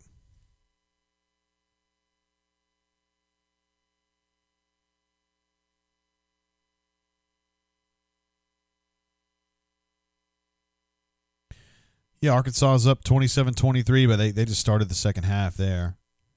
And then I don't know if you guys know this, but Auburn's ahead of A&M right now at the end of the third quarter. Still got Florida-Tennessee. Florida at Tennessee is the CBS game. Hell, that's still an hour and 15 minutes away. Carolina at Kentucky. Kentucky's an 11.5-point favorite in that one. And then Bama's at LSU. Alabama's a 28.5-point favorite. That's going to be the CBS late game. It's going to be the second game of the doubleheader. And I'm telling you guys, without going into too much detail, CBS raised more hell about that than probably any situation I've ever heard of from them. Thanks, Ed D. They were so pissed that they lost that the Alabama-LSU game when it was scheduled, 3 weeks ago? And they just were like, this game's going to be played, dang it. It was when the Masters was going on. And they lost their mind over that. So now they've got what they wanted, and it's like, no, but do you guys want to watch this game? Neil, my friend Neil McCready, thinks that, Roy in Dubuque, whoever, the fictitious guy that lives in Dubuque, Iowa, is really into that game. But for all those of us who know football, like, why would we care? Bo, 10-15, like you said, Ed D.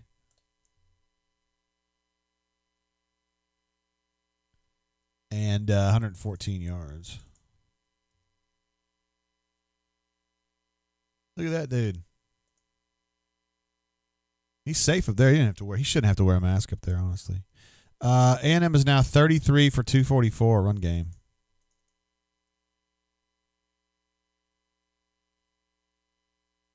Woo. It's quite a tally right there. 2nd and 14 is what we've got. Looks like Caleb Johnson was lined up off sides, but he got back in time, no problem. Ooh, nice step-up tackle from Owen Papo. It's a good play. Real good play. A&M now, let's see, third down. They are facing a third down right now. Both teams are currently 4-7 on third down.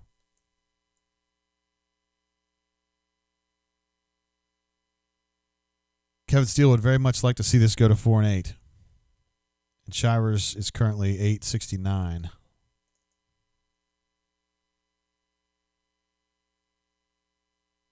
All right, so those numbers are up to date. 3rd and 11. Surely Ladarius Tennyson's out here, right? No, they got Tutt as the point man against that bunch set. And he got beat, but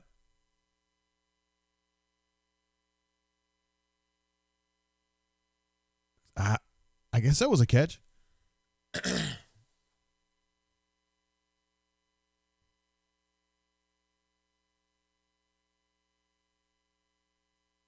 Yeah, it looks like a catch to me. It's very close, but no, it was not a catch. Good eye, guys. Good eye. Good eye. Good eye. I don't think that's a catch. Why is our chat just like going crazy today? It's crazy. That wasn't a catch. Oh, they didn't even review it. The ball went through his hand. Oh, look at that. Tip the ball. Could have had an interception. Instead, the guy catches it for a touchdown. Ay, ay, ay.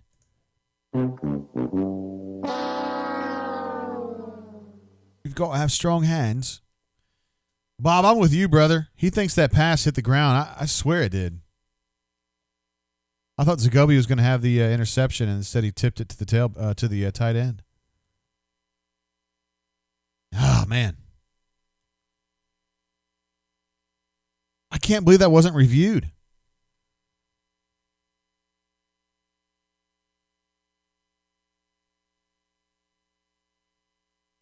I wouldn't trust this kicker to hit a PAT, I'm telling you.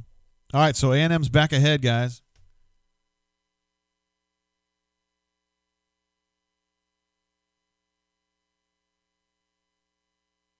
He didn't catch that ball. I can't believe that wasn't reviewed. And to be fair, Zacoby could have had like a 90-yard pick six right there if he catches that damn thing.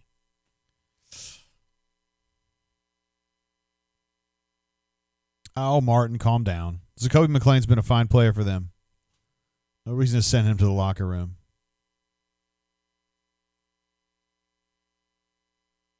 I'm with you, Wizard Dragon. That looked pretty clearly incomplete to me. I cannot believe the SEC didn't at least stop to review that. I don't know what's going on.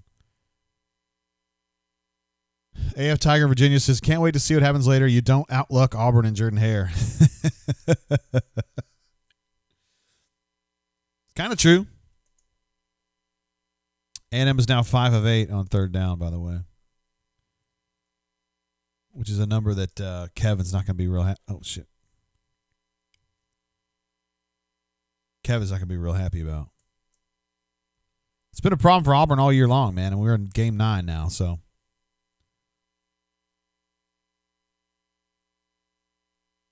Yeah, I don't think Zacoby sucks, Martin, but I understand you're mad right now. He missed that play. It was a crucial miss.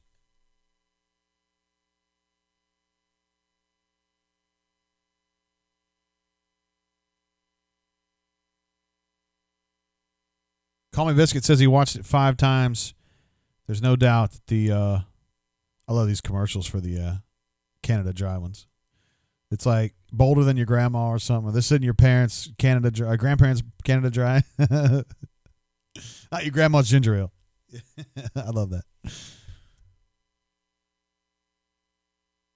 Oh, hold on, Georgia. As we said earlier, it's hard to outluck Auburn inside Jordan Hare, so we'll see.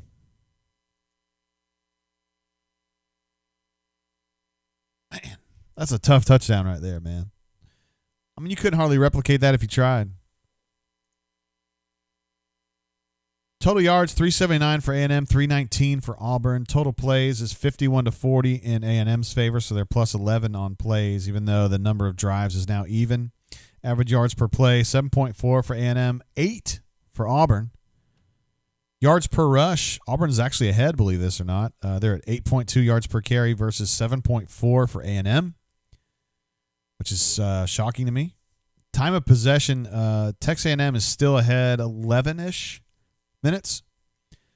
Surprised me a little bit.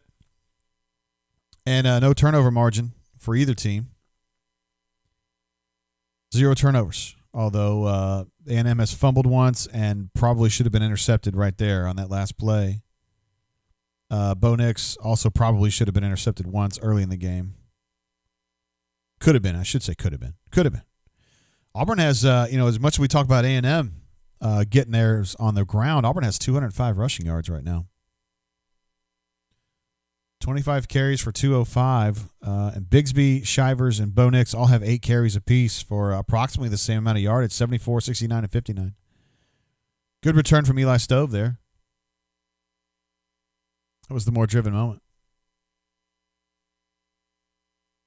Oh, no, that was the Bo Nix was the more driven moment. Got it. Auburn has, 10 catches for 114. 5 different receivers have caught a pass. The most targeted player has been Flash, followed by Seth, Stove, and then one each for Shivers and Kobe Hudson. So very basic in the passing game, exactly the way you would have expected it. Rushing game's been a little bit better just because of who's been out there, honestly. I don't like that play at all. There was no chance of that play being successful.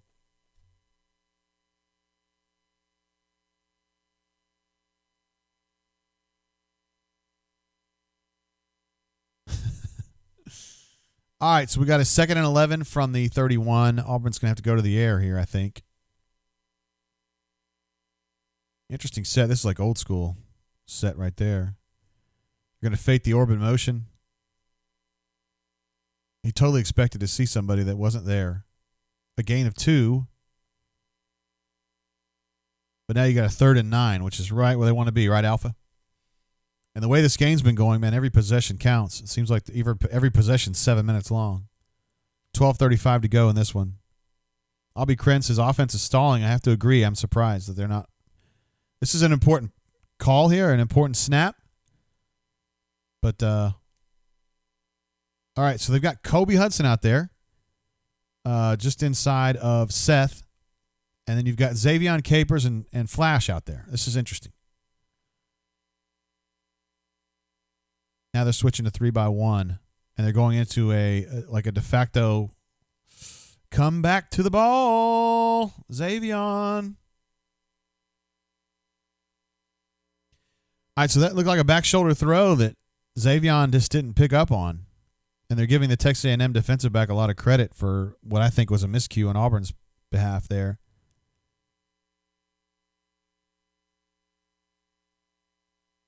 I don't know.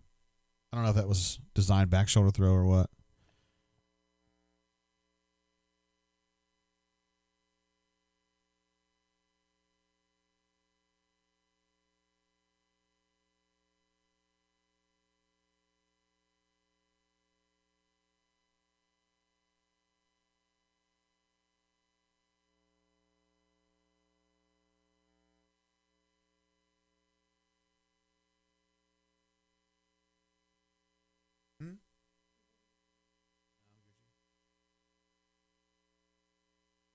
Think I've been eating your stuff over here? No. But I mean, it's good.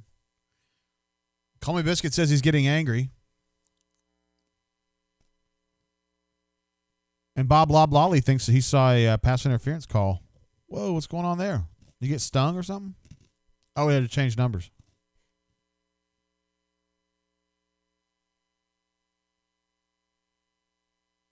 That is interesting. I've never seen that before. No, but you can take this because all I do is stare at it. It makes my mouth water. Okay.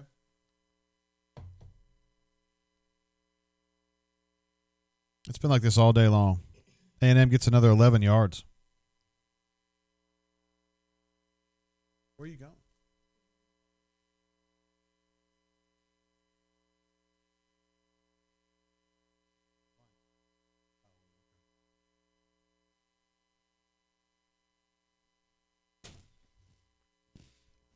Denny says he's still waiting for the tight end to get involved. Robert Johnson ain't walking through that door, bud. Philip Lutzenkirchen ain't walking through that door. All right, there's the first run play that Auburn's really stopped well this year. Or not today, I mean. Excuse me. And no mistake, it was being run to Colby Wood inside.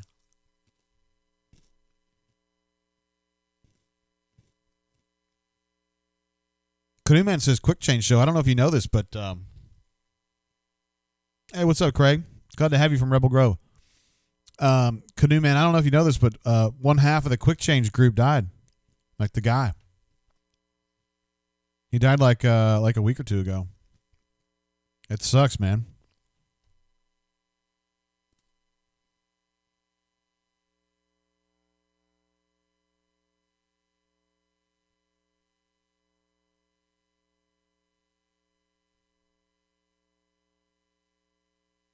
Wow.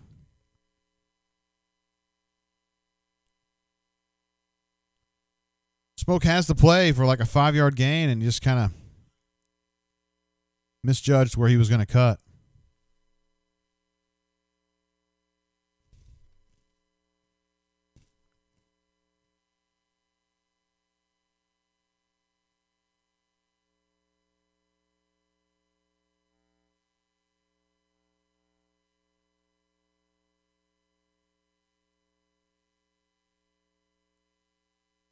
Hey, Hornatius, I thought you were positive. Yeah, I know, Canoe, man. It really, really stinks. They're my all-time favorite halftime. I mean, Red Panda's awesome, but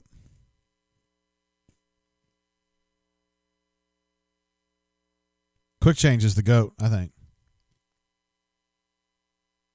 They have Tiger in Virginia says Smoke is so slow. He misjudged that one really bad. They're running this little pitch play. Now Auburn finally got it. They were actually playing both. That was disciplined pursuit on both ends. Good stuff there.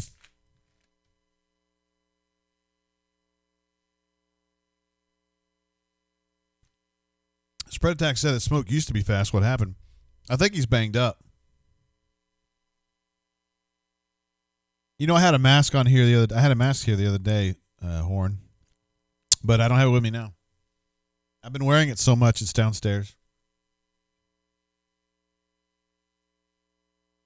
Canoeman says over the unicycles. Do you mean Red Panda, the lady who would throw the bowls on top of her head, which is an incredible act? Don't get me wrong, but I felt like Quick Change is just on a different level.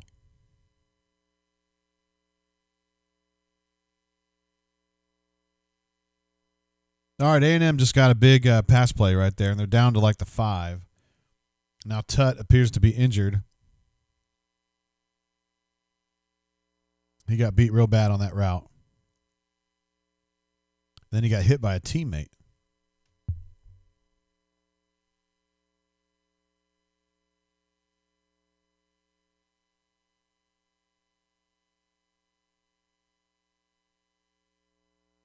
Dang, I hate to see anybody injured. That's going to put Texas A&M at 1st and goal now. It seems like forever ago that Auburn came out so hot after halftime, getting that touchdown drive, and they had to settle for a field goal.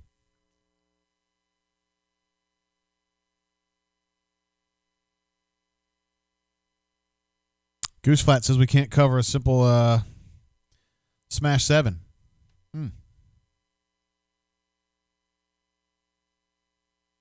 Oh, Canoeman says the Auburn unicyclist. I'm not sure I know that one. I should have.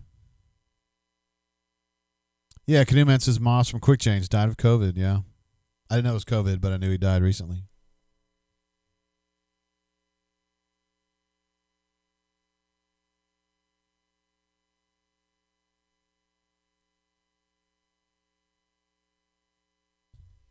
Guess this means more Lord Tennyson. Hope you're ready, kid, because every snap from this point forward is going to be crucial.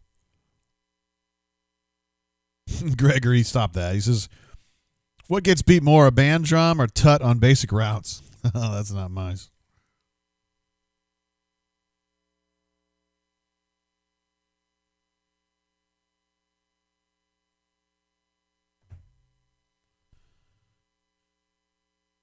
Man, oh man, oh man. What in the world are they going to do? I wonder what AWS would say Auburn's win percentage is right now as far as the likelihood that Auburn wins this game. Is it like, I mean, you're down 1. They've got a 1st and goal at like the 8. So the chances of them getting at least a field goal and going up 4 are probably 80%, 85%, maybe higher. If they get a touchdown,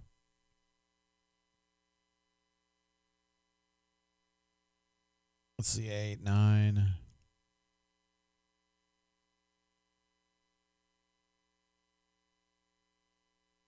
I wonder if you get, you just go up 8. I would put Auburn's chances right now at about 21%. Ben B says they're going to lose JGT. I mean, I've got it at 22%. That means likely that they're going to lose, yes. Genesis wants to know why is Tank not starting on drives? CM says we do not have a competent coaching staff. Stu Pup thinks Auburn's win percentage is going to be down to about 10% if A&M scores a touchdown on this drive. Canoe Man is talking about the Auburn unicyclists who go down Tiger Walk when waiting for the team, and Beard Eves a lot during the Cliff years. I don't remember that. I probably should. I don't know why I don't. Oh, they're showing the Darius Tennyson. We know him as Lord. All right, 1st and goal from the 4. I thought it was a little deeper out. This is huge, guys. I don't think Auburn can afford to give up a touchdown here, honestly.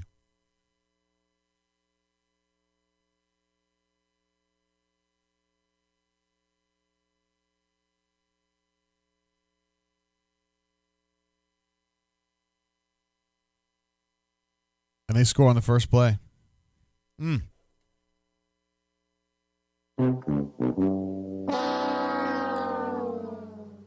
Woof. Woof, woof.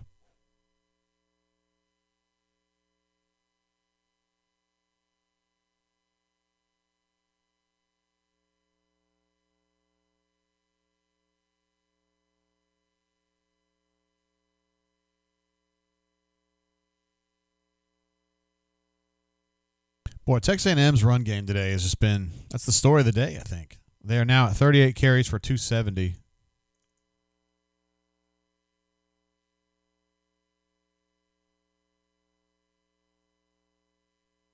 And that's huge.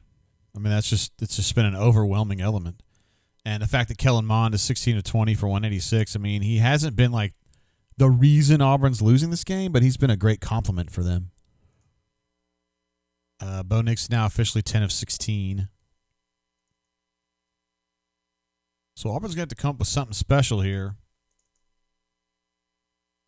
The way this game's been going, they haven't really been able to stop A&M and force a quick. I think they've had 1 3 and out.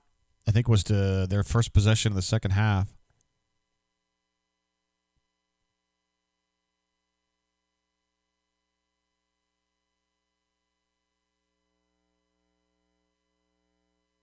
John Carolina says, cannot wait to see what Gus tries as the 2-point play if we manage to score.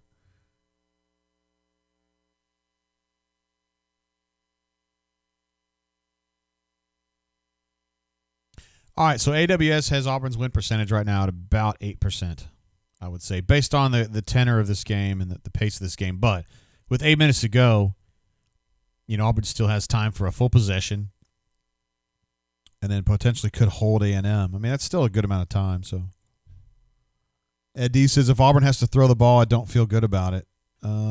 Yeah. Yeah. I get where you're coming from, man.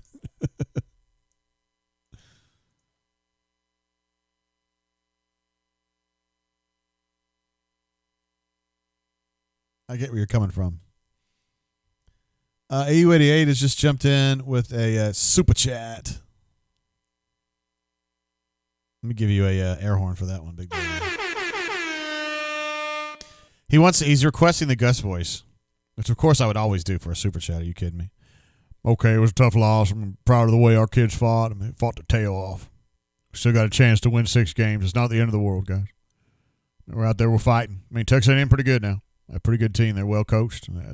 Jimbo did a great job calling plays today. And it's a tough loss. It's tough. We've had a lot of success against A&M, and it's tough.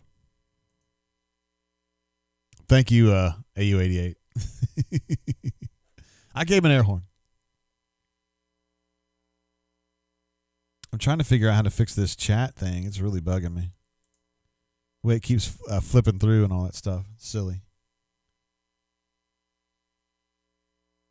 Spreader Text says we are not mathematically out of it. No, that's not true. You're right. They're not out of it. I don't know why I said that's not true. That is true. And it looks like we've got a hold coming too.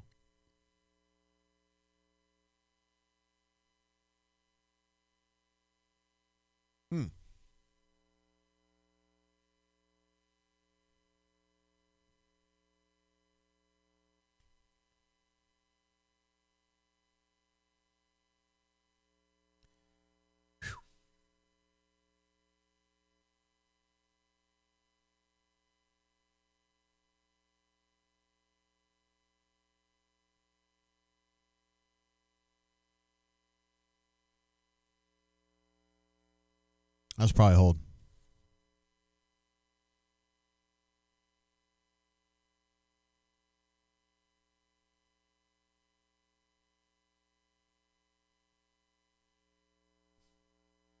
I agree, though. Goose Flat says they've held us worse than that. Yeah. That is true. All right, so Auburn is frittered away a minute off the clock here, and they're now currently at, what's this, 3rd and 12. Going 2-by-2 with a back.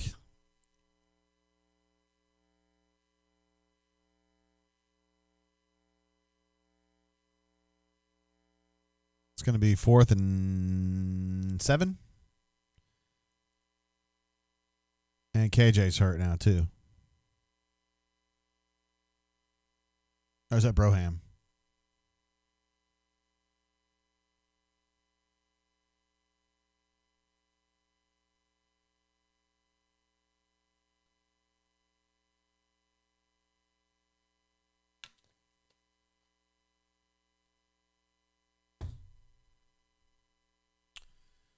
Whew, man. Okay, Arkansas is up 10 on Missouri now. How about that? Man, do you guys see this chat, like, flipping through all the chats and stuff? Do y'all see that? You may not even see it. Maybe it's just something I'm seeing. I don't know. It's acting like we have, like, one chat every half second or something. Auburn alumni thinks this is going to finish 35-20.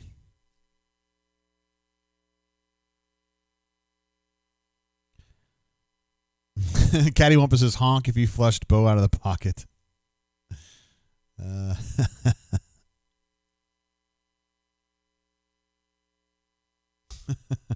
That's pretty funny.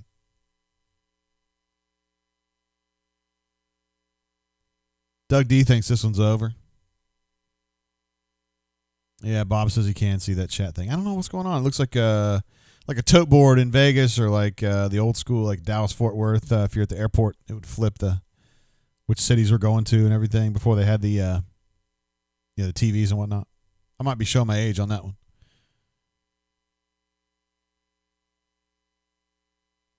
See, Martin says Jimbo schooled Gus in 13. He does it again in 2020. How about that, huh?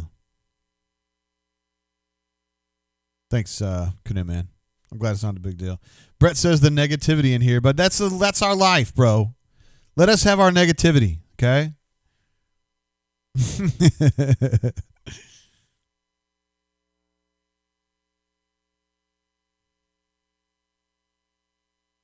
Bourbon Bill says Gus needs to be gone by sundown. I would put that at 0%, honestly, unless something weird was going on, which I don't think it is. Again, they don't want to fire him. They don't want to fire him. You guys want to fire him, and I get where you're coming from, but I think people whose entire professional livelihoods depend on making the right decision, I don't think they want to. Says Gus going to coach a decade at Auburn and never get a road win against a rival. Has he never beaten LSU down there?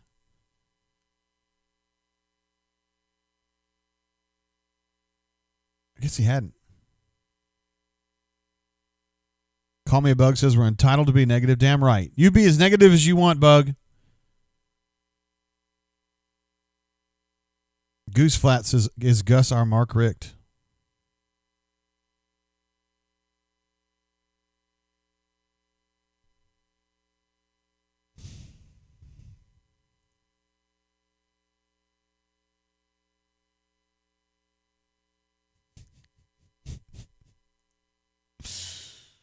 Oh, man.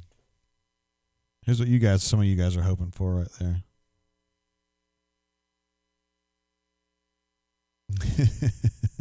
I'm not saying it is. This is kind of teasing. See, Payne says the chat freak out. I don't know what that is, man. But we'll just roll with it. I don't have any way to fix it while we're here live in the stream, so we'll just roll with it. Keith says Gus is the reason for all the negativity. Canoe Man says we haven't run in Red Sticks since 99. I don't know how in the world I would have forgotten that, but you're right. I was there. I don't know why. I would forget that. I just thought maybe one of these last couple of years he might have pulled something out, but I know better than that. So no wins at LSU. He has not won at Alabama as a head coach He did win as a coordinator there in 10, and then Georgia. Yeah, hell, you're right, Auburn alumni.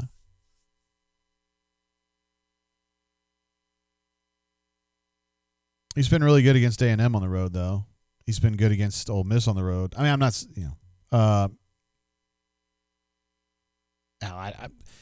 Philip Marshall's so much better than I am. Like, he remembers all these games. Like, I remember the 13 game. And I was like, stuff all just blends into my head.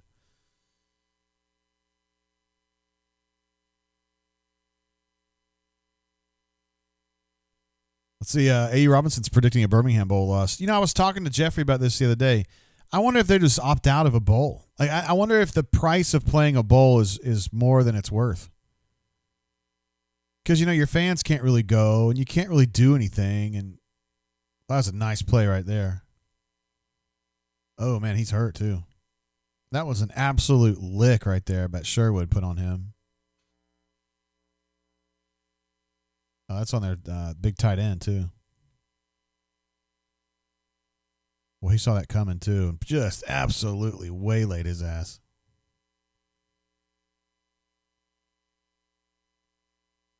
That's a tremendous football play. Yeah, Ed D says they won the 13 game at A&M. That's correct. Although I think that Auburn alumni was not going to qualify them as a rival per se. Not saying that A&M sucks or anything. He was just talking about the big rivals. But yes, they did win. Big sack, as I recall, from Chris Frost, right? Pocket Watch says SEC rules say you can't opt out of a bowl. I mean, I guess in this COVID era, you could find a way to do it, I bet you. Danny Adu said it would be a horrible look for Auburn if they skipped the bowl game.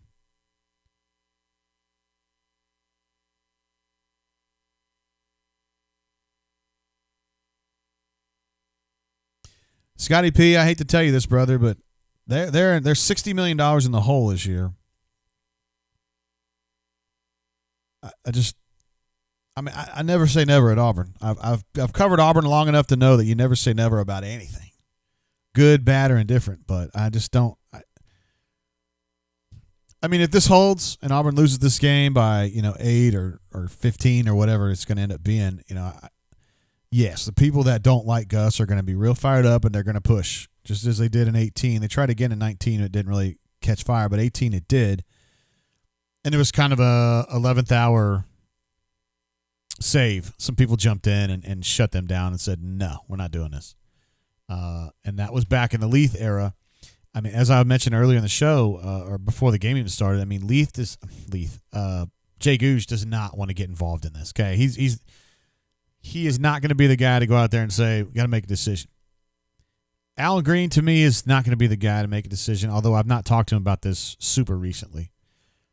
In general, he knows he's $60 million in the hole this year, and he's trying to build a football-only complex, and he just doesn't want to be throwing out a bunch of money. And the fact that the fan base is apathetic, he knows, and he doesn't like it. Of course he doesn't. Sterling says, "We know the chances are low. It just makes us feel better to think it will end soon."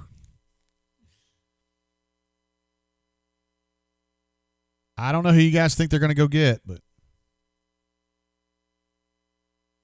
Spread Attack U18 says they get a lot of money from bowl games. No, the conference gets a lot of money from bowl games, and then it gets redistributed later.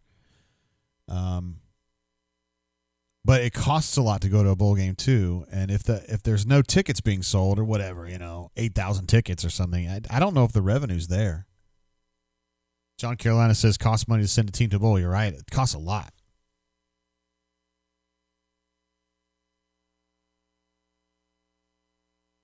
Hornatius, that's really good. That's really good logic there, brother.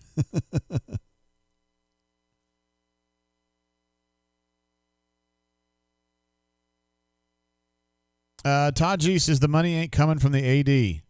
All right, who's writing a check for $27 million? I want to know this person. Because it ain't going to be Jimmy Rain. You guys love saying, Jimmy Rain will just write a check. No, he's not. No, he's not. Gaines Lanier will just write a check. No, he's not. So who are these people? Who are the people that are going to do this? Who are these people? Who? $28 million, and then you got to get the other dude and buy him out. So it's going to be $35 to $40 million. And Auburn's trying to build a football complex that they need more than Gus. Auburn's football complex is way behind now. It was way behind 10 years ago, and it's way behind now. Goose Flat says it might be cheaper to go to the Birmingham Bowl. You're damn right about that. It would be cheaper. Matt Campbell, I have absolute. This is just ridiculous. We'll talk about this after the show. Matt Campbell. Hey, man, he's good at Iowa State. He'll be good here, right? That went really well last time. Who else was this? Billy Napier? I mean, he's been fine at Louisiana Lafayette.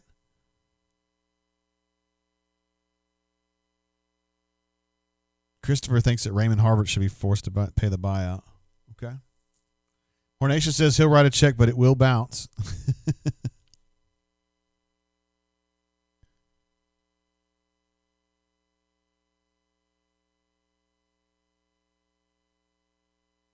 Yeah, I feel like Auburn's low energy right now. I mean, I don't blame him either. It's just been one of those games. That was a nice fill right there by Jordan Peters. Caleb Johnson has played a bunch today. This is definitely going to be a career high for snaps for him. I bet he's had 40 snaps. He's been playing for Big Cat. I don't know if Big Cat's hurt.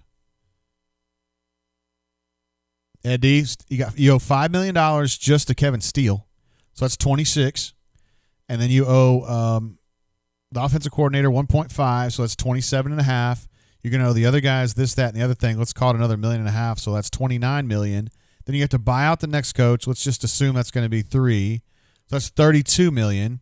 And then you're going to have to pay a bunch for the other coaches too. Let's just call it 35, and we'll call it a day. $35 million.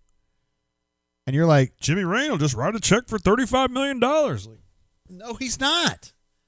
Why would he write a check for $35 million to extricate Auburn from a problem he didn't create and had no role in happening? He's the one that's been saying all this time to get rid of him. Not him specifically. I'm saying that these people that end up kind of materializing to do something here, they've been down on Gus for years. It would almost be like he would be paying for the foolishness of other people. And he wouldn't do that. Why would anybody do that?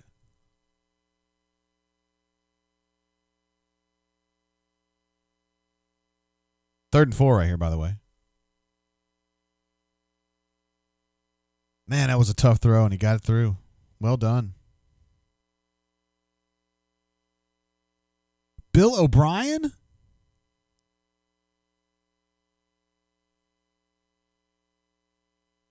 Cristobal, I mean,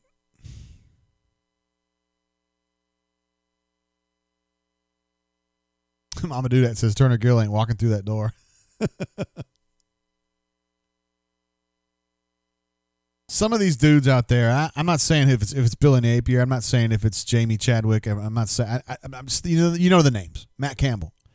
Some of these dudes are Turner Gills. Some of those dudes are Willie Taggarts. Some of those dudes are Gene Chiswick's. Or Jerry Faust's, if I'm going to go old school. So you don't know what you're getting. So why would you put $30 million on the table and you don't even know what you're getting? This ain't like when Scott Frost was waiting to go to Nebraska and everybody at Nebraska wanted him, although he's been his own blend of disaster. There's no obvious choice. There's no obvious person to say, oh, yeah, this is the guy. You know, everybody's like, well, Billy Napier. Well, he's been awesome at Louisiana Lafayette. But does that mean he's going to be awesome at Auburn? I don't know. Some of these dudes are going to be awesome, and some of these guys aren't. And you guys are ready to throw $30 million just to take a swipe and hope that you get the right guy. Mike Price, Canoe Man, I think Mike Price is definitely cheap right now.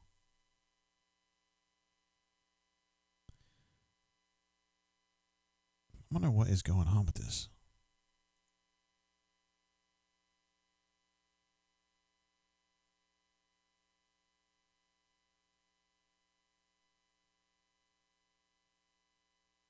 I'm trying to get that chat calmed down. It's freaking out.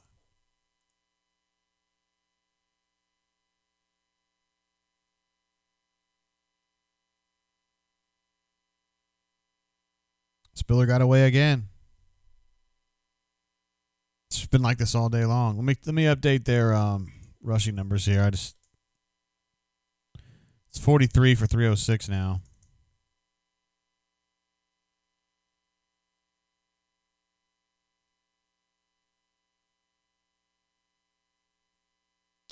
Third down, A&M is now 7 of 10.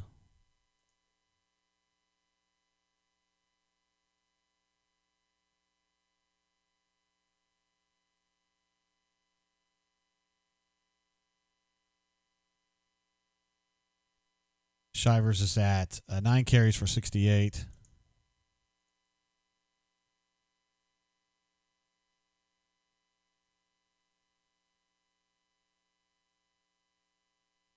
Boy, Jimmo just always seems dissatisfied, doesn't he? Seems that way.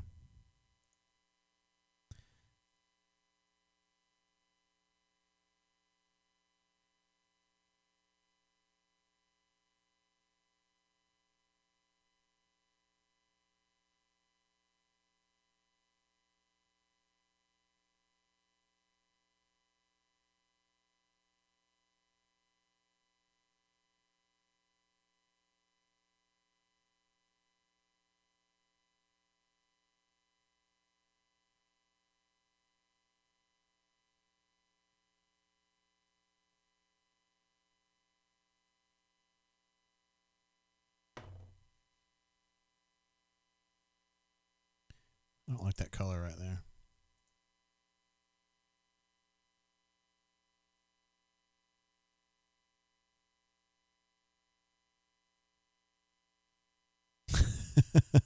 Leif B wants Houston Nutt to come in and get Gus fired.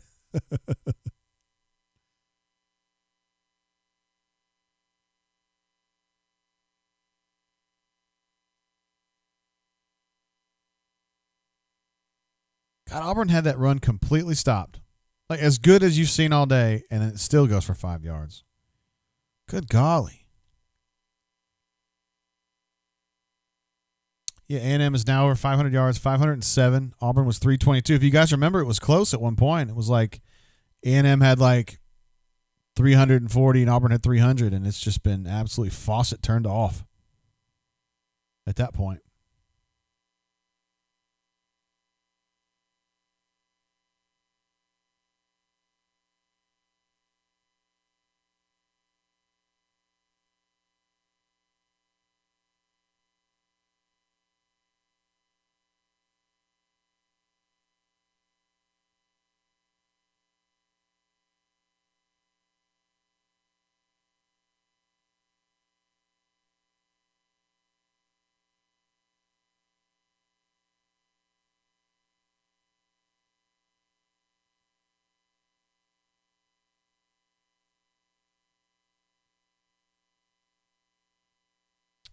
The number 40 class is just kind of misleading. Again, it's like 18, 19, 20 if you go by average star rating. This is certainly not going to help things right here.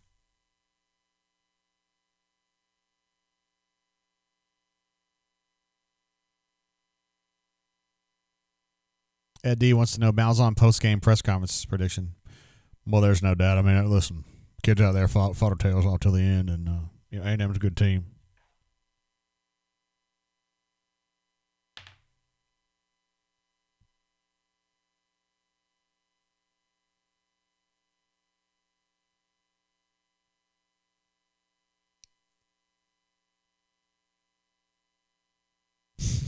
Martin cracking me up. Says, good thing Gus saved those 3 timeouts from the first half so he can use them now. Oh, wait.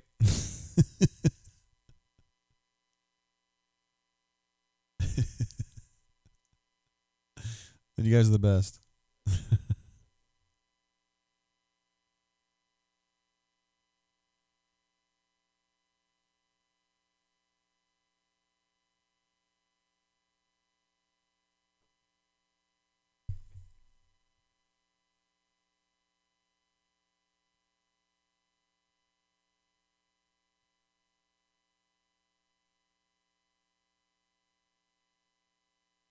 Every game is different. That's another good one, Chris. 24/799. Every game is different. Man, it's a matter of each game's a little bit different.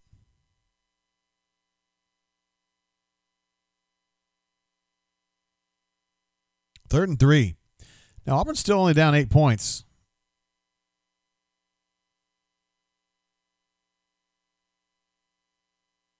Looked like he ended up being short there.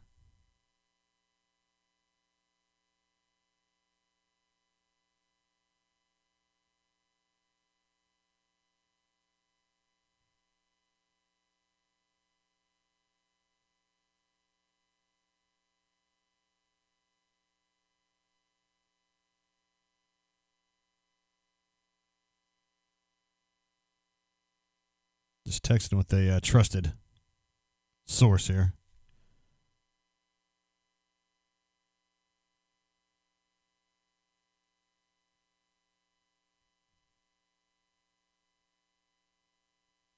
See, Leifby wants to know how much time is left. 1:13 on a counting. No, 1:13 on a dead clock here. I think A&M is short, so they're gonna. It's 4th and 1. They're like the 18 or something like that. Now they hit a field goal here, which you think they would be able to do pretty easily, and that would almost put this game out of reach for Auburn. Although they did shank a field goal really bad earlier in the game. Canoeman thinks Charlie Weiss could be a good choice. Gregory says Mike Patricia is available. Recently fired by the Lions. Oh. Super Chat came through from AF Tiger in Virginia. JG, enjoy a shot for the YouTube chat. Being as poor as Auburn was today, War Eagle anyways. Absolutely, of course. Of course. How could I not?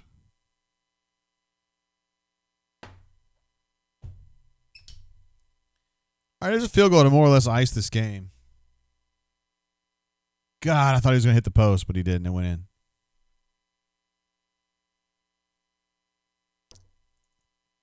(31-28). It seemed like the kicker was even surprised that went in. Or did it hit the post and go in?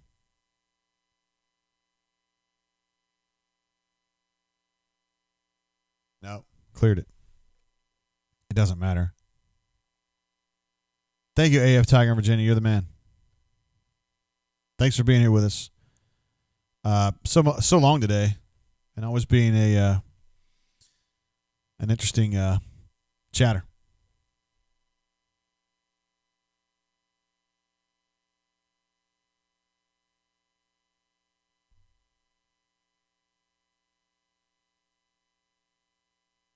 Auburn alumni says Auburn's consistent.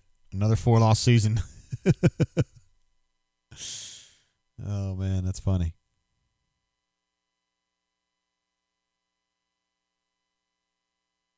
See, Biscuit says, got the over now. Need a useless TD for the cover.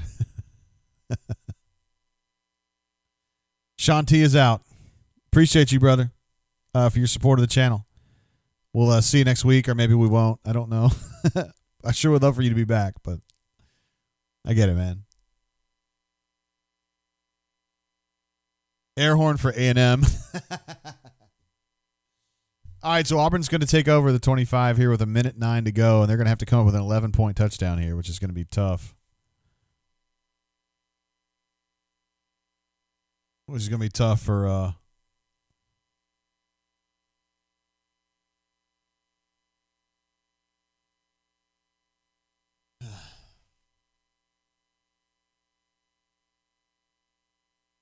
Hornatius notes that Thompson High School came back from 2 scores down in less time than this.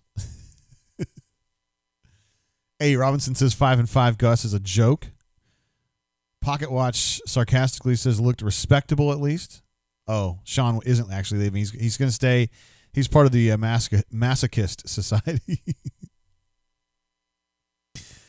Keither says, let's go ahead and get on the COVID list. No more pain and suffering, Jay. That's one way to do it. Hey, I saw Killian Zier on the sideline there. That was exciting. All right, so Auburn's trying to kind of work up the field, throwing the ball out of bounds, which I wouldn't be surprised at all if they were able to get a touchdown somehow out of this. But, oh, well, now if they're just going to drop balls like that. But let's see. Ed says JG Auburn is not built to score more than 24 points a game. Yeah, very interesting. Fat Crack, my main man. Super chat coming through. JGT, if Gus is not gone, then who on staff must take the fall, if any? Yeah, this is it's a fair question. I just don't know how to answer that right now because this is gonna the whole football world, Auburn football world, is about to go into like hyperdrive, just like it was in 2018. I know you guys like to make fun of me back then when I was doing the ADOBs, and you guys are like, you wrote about a bunch of stuff and nothing happened, and you were full of shit. You didn't know what you're talking about. Just trust me, I knew what I was talking about, and those people were very close to getting Gus pushed out at that time. And they're going to be fired up again. I don't know that they're going to be successful, but as I wrote at the time, these are people that don't lose very often. They did lose that time. They didn't get what they wanted. I would be shocked if they lost twice. But the reason in my mind, like the reasonable side of my mind is like, I don't see how this could work. I mean, I keep hearing that they've got the buyout money, but again, the buyout money is just one part of the equation. You've got to find the right guy to come in here if you want to do that, and I don't know. I don't know if there's a guy. I don't know who that is. And again, I'm not advocating that they fire Gus. I'm just going to kind of sit on the sidelines for this because I don't really have to have an opinion on it because I don't know what to do. I wouldn't know what to do. I think it's going to be a tough spot for Allen and Googe. And I know you guys are saying, well, they're not the ones that make any decisions. I know, but the decisions go through them. You know what I mean? They're a party to it. Auburn's got a 3rd and 12 here. Cattywampus jumps in, says, good show. Thank you, Cattywampus.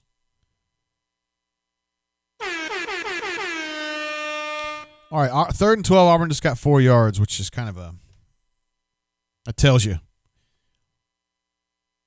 kind of what you're looking at. Yo, Malcolm says, who's available? You would think that Cristobal at Oregon would be available. You think Matt Campbell at Iowa State would be available for an SEC job? I don't know that. I don't know him. I don't know anything about him. You think Billy Napier at Louisiana Lafayette, the Raging Cajuns, would be available to an SEC team? So those would be the 3 that I think you would talk about the most, you would discuss the most.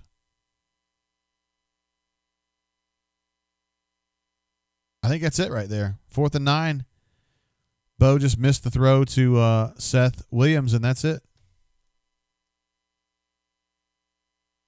16 seconds remaining in this game, and A&M takes over near midfield, and I think that's a wrap. Just absolutely amazing, man. I just can't comprehend it really. That Auburn would lose a game this way, like this method. That A&M would just run them over. It just baffles my brain. Plains Old Joel says Steve Sarkisian. If you guys, we're going to spend the next 3 hours talking about this, but I mean, we can talk about this dude and that dude and whatever else, but it's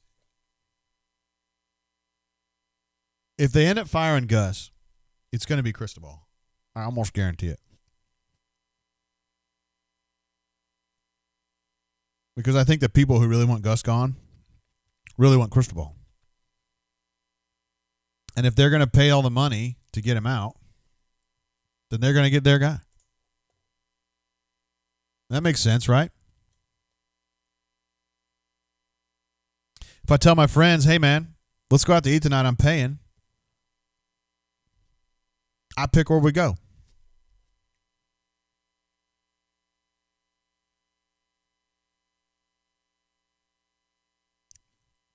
How about that, guys? Mm.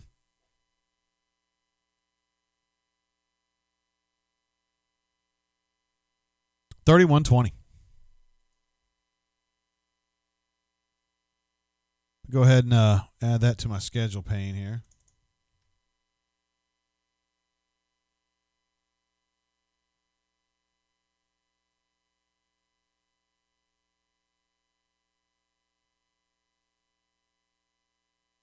Please maintain proper social distancing when talking to Coach Jimbo. God, never could have imagined in '98 when I first met Jimbo Fisher, who's an assistant here, to be thinking that he would end up being the head coach at A&M. 20 years later or whatever, 22 years later. And hell, A&M would even be in the league or whatever. Let's see. Canoe Man says, what we eating tonight, Commodore?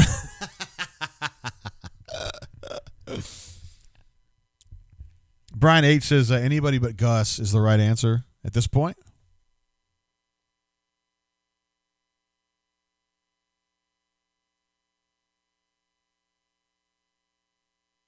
Martin says, this seems like a cockamamie thing, but he says, Mario isn't going to Auburn. Once players get paid for their likeness, which is happening soon, Oregon will rule college football due to Phil Knight and his money.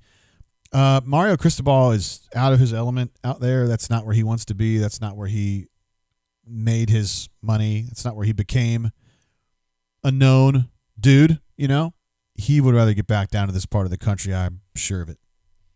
So, you talk about Oregon and paying players or whatever, everybody's going to have money. It's going to be absolutely insane. I think, when image and likeness comes out, although you do have a good point here, Martin, it's going to change college football in a way that I don't think anything's ever happened before. And I think the transfer portal is going to be insane the next 5 months. All right, I'm going to switch over to our post-game show frame over here. We'll say goodbye to our game day frame for game day 9, where the A&M Aggies were victorious 31-20, which the bunker's probably pretty happy about, honestly. And we'll switch over to our more traditional brain drain look over here. Hey now. We also got a super chat coming through from a man, Sam H., who's been with us all day long. He says he's emotionally confused after that game. I don't know why he'd be confused, bro. Let me go ahead and change the schedule here, too. Actually, I already updated it. Let me just add it to the frame here. We're going to get on with Coach Hunter here in just a second. Excuse me, I didn't mean to make it that damn big.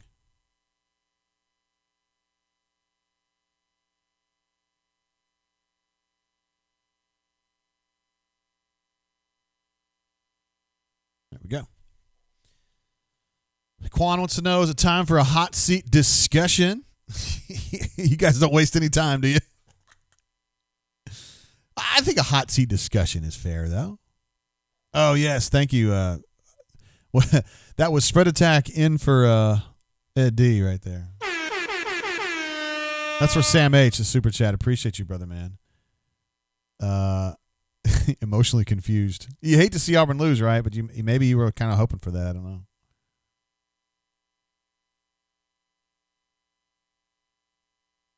So I'm going to be getting chats. I'm going to be getting texts.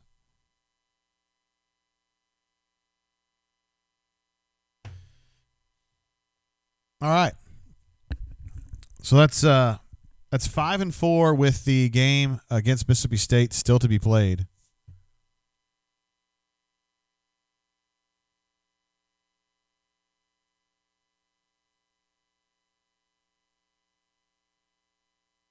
No, you were going to turn off.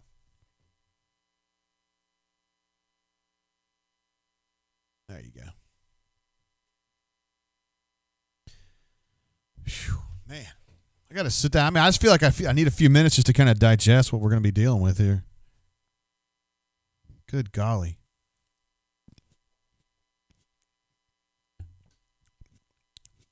Super chat coming through from an absolute beast, Ravine.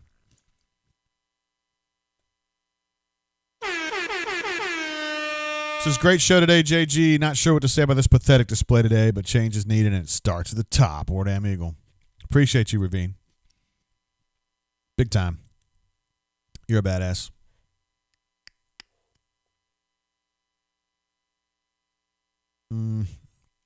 Yeah, maybe I should change that. I'll go ahead and do it right now. I mean, I know you're kind of kidding, but you're kind of not kidding, too.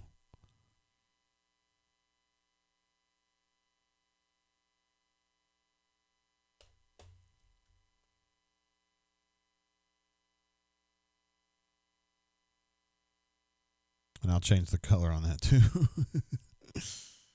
Just to be fair, man.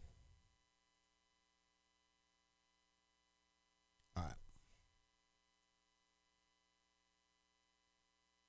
Guys, I'm updating the schedule here. Hold on.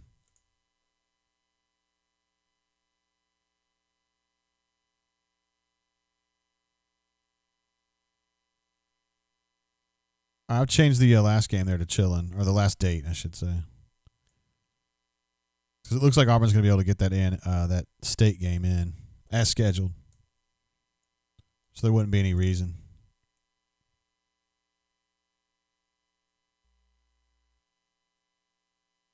All right, so that's what we're looking at right there. Just chilling.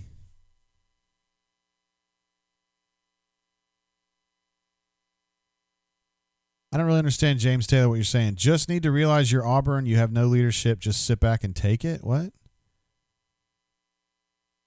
I mean, Auburn's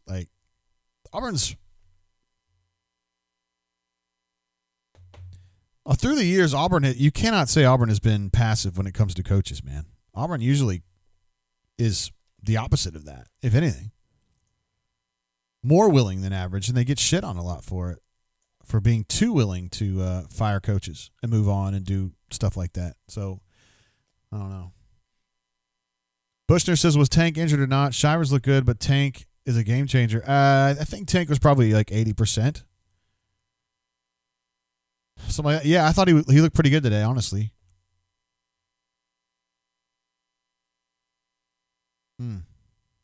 Look, man, you guys, it's like an echo chamber in here, which is cool. I'm not hating.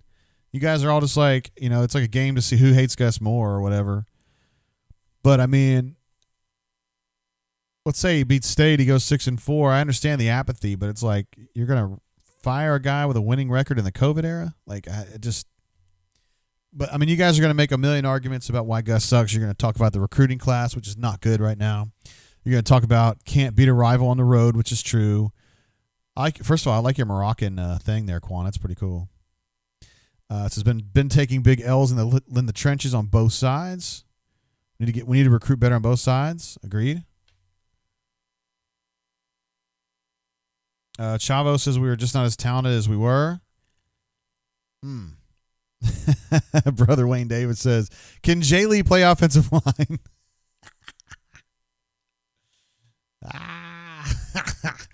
I think we need to. I think the first order of business, I think, for us is to get Coach Hunter on the phone.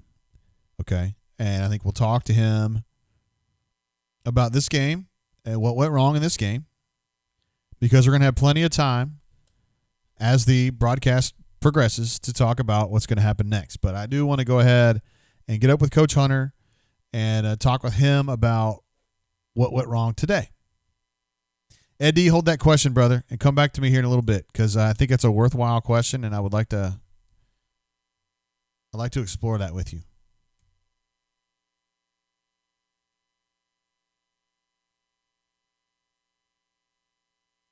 All right, let me get Coach Hunter on the horn here.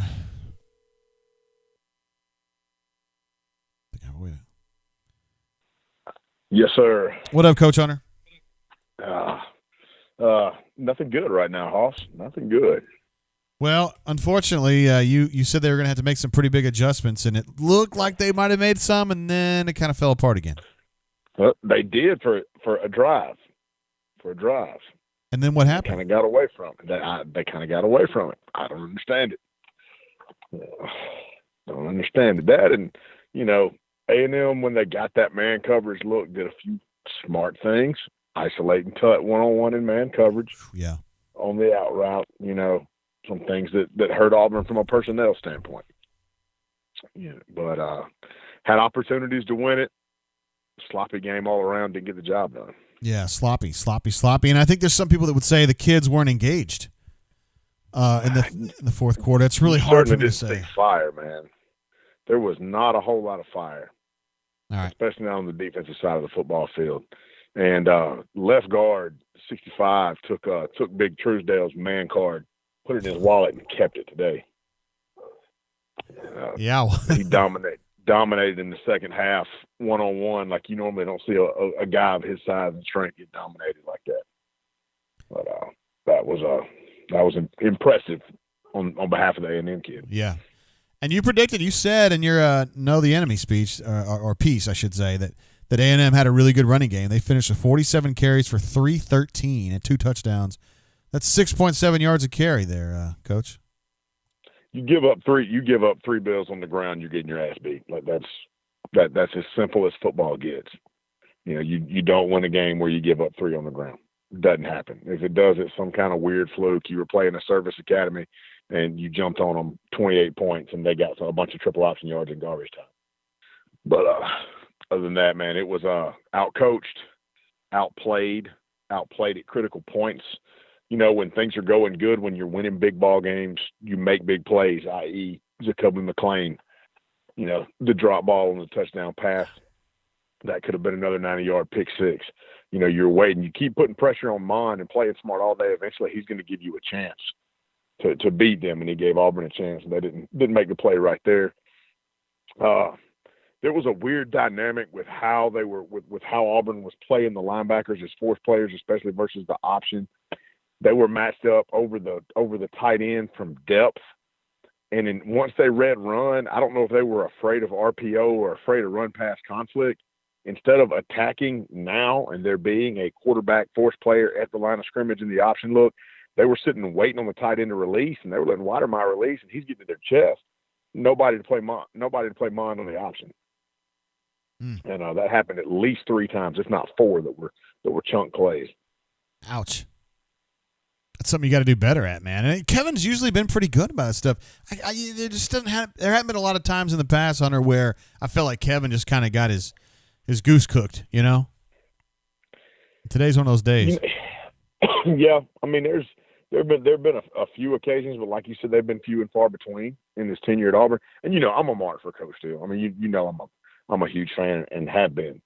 But today you look at it and it was just a mess. It was a collective mess. Everything from alignment to adjustments to player effort and execution.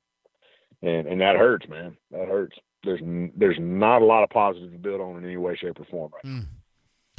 Well, what do you think's going to happen here, Hunter? I mean, they still got one game against Mississippi State. The bunker is clamoring for a change. I don't know.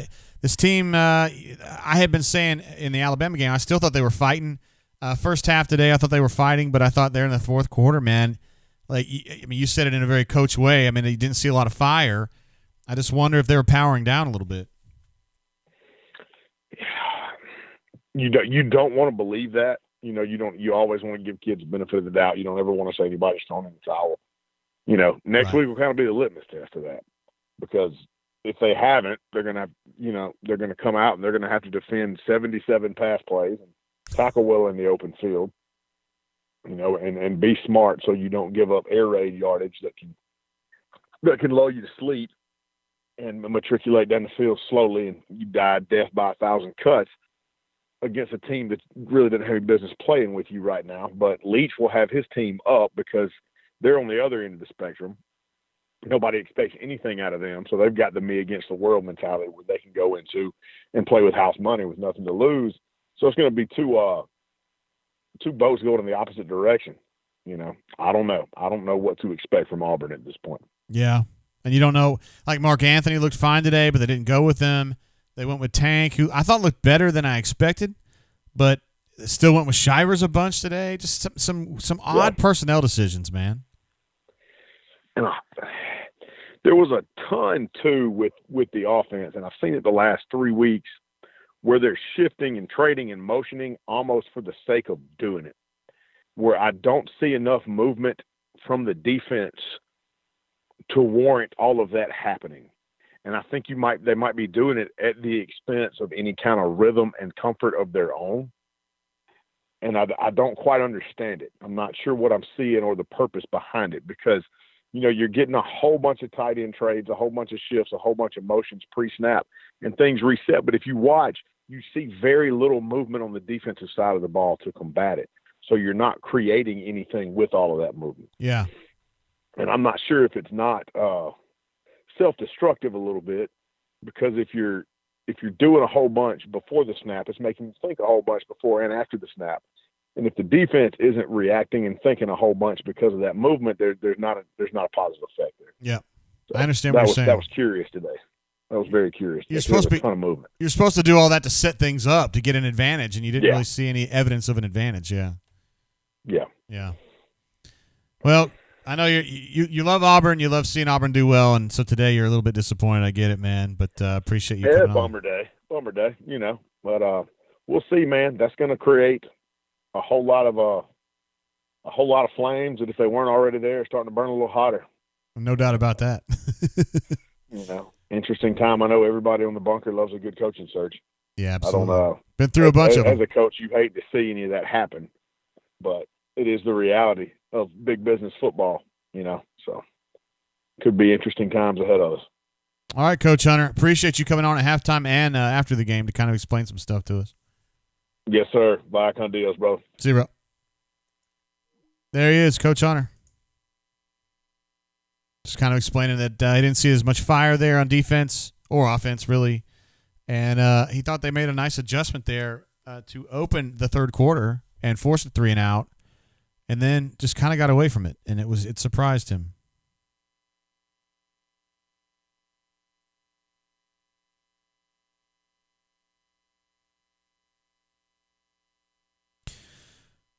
Yeah, trusted source there. Just trying to think of how I want to approach this, because we got a big. You got a lot going on right now. Let me get another sip of that Calumet Farm tenure, by the way. It's delicious. Really happy with this today. All right, let me just kind of reset where we are. We're in COVID era. Budgets have been slashed. Auburn and all the other SEC teams are $50, $60, $7 million in the red this year. And they honestly just can't afford to have another year like this. Hopefully the vaccine catches on and we're all good and we can go back to being regular people next fall. That'd be great. So in light of that, Gus is clearly embattled. As Auburn alumni has pointed out, and others have as well, he doesn't have a single win against the big three rivals. Has never won at Georgia, has never won at Alabama as a head coach, and has not won at LSU, although he's not the first Auburn coach to have that happen, but he is the most current. He's the most recent.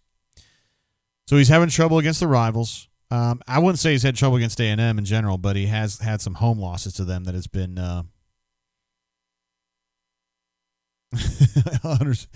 make that fat girl dance, JG.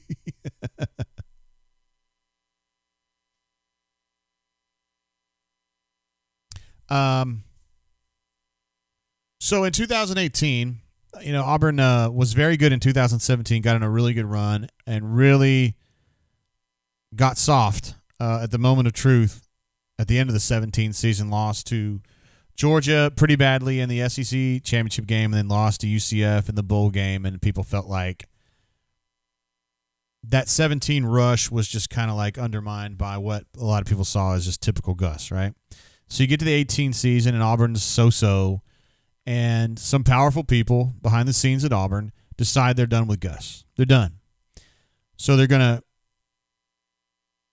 try to convince people to get on their team. It takes more than like 3 or 4 people to say, we don't like Gus, we got to get him gone. It takes more than that.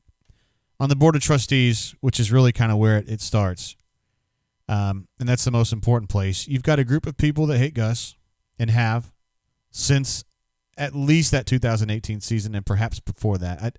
But I don't think it goes a long time before that. I think 17, when the team was rolling there in October, I think everybody was on the same page. So you got a group of people that are really down on Gus. Let's say that's 4 people, maybe 3, 4. We'll call it 4. You've got a bunch of other BOT people who are just neutral, okay? They're Auburn people. They love Auburn, clearly. They've been involved with Auburn their whole career, or their whole life, really.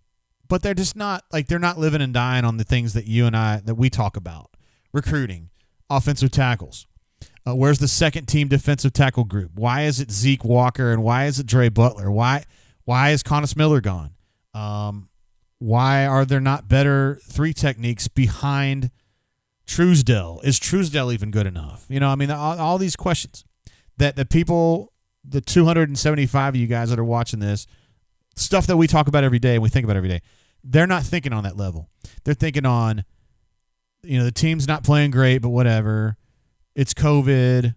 Gus is a nice guy. Like, I don't really see the pressure to make a move right now, okay? They're neutral. They're just neutral. They're not anti-Gus. They're not pro-Gus per se.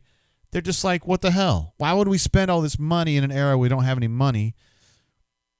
And maybe the people that hate Gus would explain that, or maybe they wouldn't. Maybe they would just shake their heads and say, let us handle football, or, you know, or whatever. I don't know. On top of that, you still have University President Jay Gouge, who I can guarantee you already, right now, without having even talked to him, he's going to be against this. Although he is not an interim president in name, he is an interim president in function, and he doesn't want to be the guy to do this. He doesn't want to be the guy to have a regime change in football because there's a lot of pressure on a regime change. You know, Auburn can't do all of this, whatever it's going to take to get rid of Gus, and then get somebody that sucks, who's worse. And I'm not trying to spook you guys out and say, well, who's better? You can't prove it. I mean, God damn. I'm going to finish this soliloquy one way or another. I'm not talking about, you know, because you hear some people in the bunker that say, well, who's you going to get that's better? I mean, like, somebody else might suck too. I'm not even talking about that argument. It's just that strictly, if you're the person who's on the hook for this decision, you can't afford to have it blow up in your face. That's all.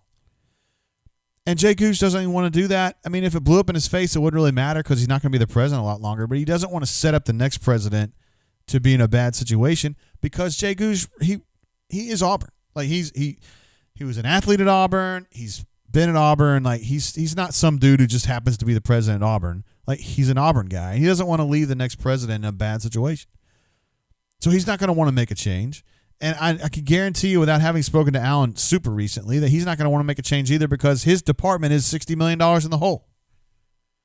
And even though I think the other people raised the money for the buyout, and I don't think it's something that Allen specifically has to worry about, once that train gets running down the tracks, it's on him. You see what I'm saying? Like, even if he's not the guy engineering the buyout and he's not the guy that's doing this, that, and the other thing behind the scenes, he is the guy who is the man of record or person of record for that decision. So if they run Gus out of town and they hire Coach Y and he sucks, that's Allen's ass, whether he had anything to do with Coach Y or not. Pocket Watch says Gouge might be the president a lot longer. I mean, how old is Jay Gouge? 75? Not the Gouge.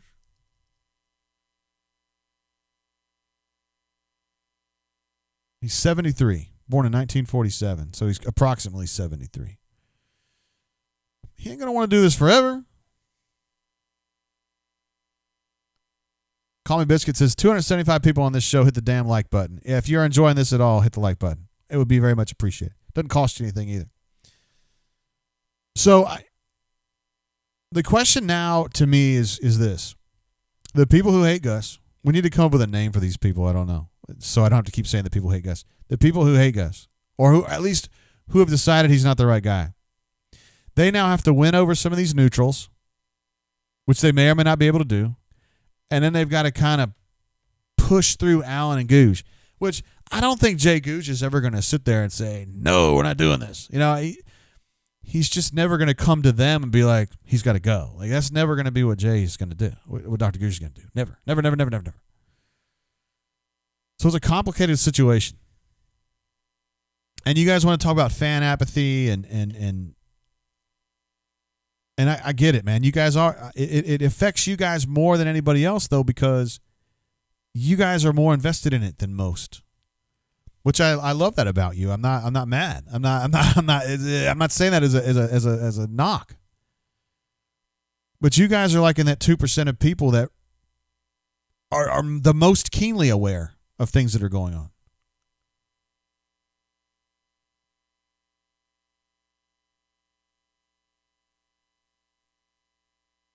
LB, I know you're kind of new to the show today, but we've been talking about those numbers all day long, and I'm glad Ed is spitting them out and they are worth taking a look at, but literally nobody has ignored the numbers, okay? Nobody. Auburn alumni was spitting those numbers out early on too. So Merrill asks a good question. He says, if we fire Gus, tell us who we could get to just compete with our rivals. Now, assuming that this could all get done, right? I don't really think money's the issue anymore. I don't think it's a money thing. I think it's more about what's the right thing to do here. Like, what's the right path? What's the winning path? What's the upgrade path? So we're talking about dudes that, I mean, who represents a clear upgrade over Malzahn? I know you guys just try to get out of your head that you hate him so much and look at it from an unbiased perspective, because Gus has been pretty good with the notable exception of having lost to Alabama, Georgia, and LSU a lot. It's a pretty big part of the job. But he wins a lot of the other games, and he's kept Auburn competitive for a long time. So you got to get somebody who can at least do that, and is probably going to go, let's say, 40% wins against those big three, right? You'd probably be aiming for 50, right? All right, so who represents somebody that you're 100% sure is going to do a lot better than that? Jeff Jones says Mario Cristobal. It is my opinion, it is my belief that Mario Cristobal is the guy that people who don't like Gus anymore want. And to me, as I mentioned earlier in the show, if you're the guy paying the bill, you're the guy choosing where you go. So if they're going to pay the bill to get rid of Gus, I would imagine the money would be on the guy, if I was picking, the guy that they want. And they want Mario Cristobal, who's the head coach at Oregon, who also was an assistant at Alabama, who also was a head coach down in South Florida, and who has ties to this part of the country. He's at Oregon right now. I don't think he wants to be at Oregon. I think Cristobal, for me, would be the number one guy. Now, I don't know as though Auburn would be his number one choice. I think that would be the first guy I'd look at. Keto says we can throw all the money we want, but they have to accept. That's a great point. I don't know for sure. Like Duliger, it says Luke Fickell for sure. Like the coach at Cincinnati, who's the former Ohio State assistant. Like, I don't know. Butch Jones was doing great at Cincinnati, and he went to Tennessee and sucked. Mark D'Antonio, he was a better situation. Brian says, if Gus can't recruit, how can he stay consistent? I think that's fair.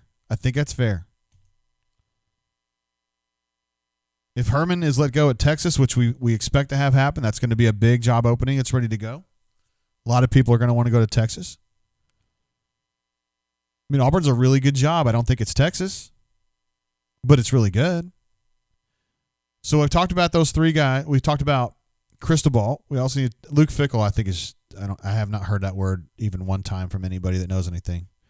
Cristobal, Matt Campbell, who's the coach at Iowa State, Billy Napier, who is I guess you would call him a Saban type guy. He's in the Saban tree, who's a Louisiana Lafayette, been really good.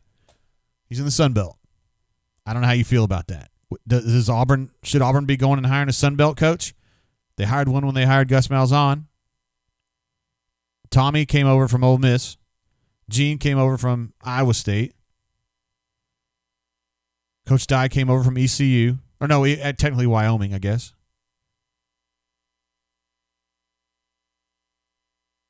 I mean, Terry Bowden, kind of a weird situation there.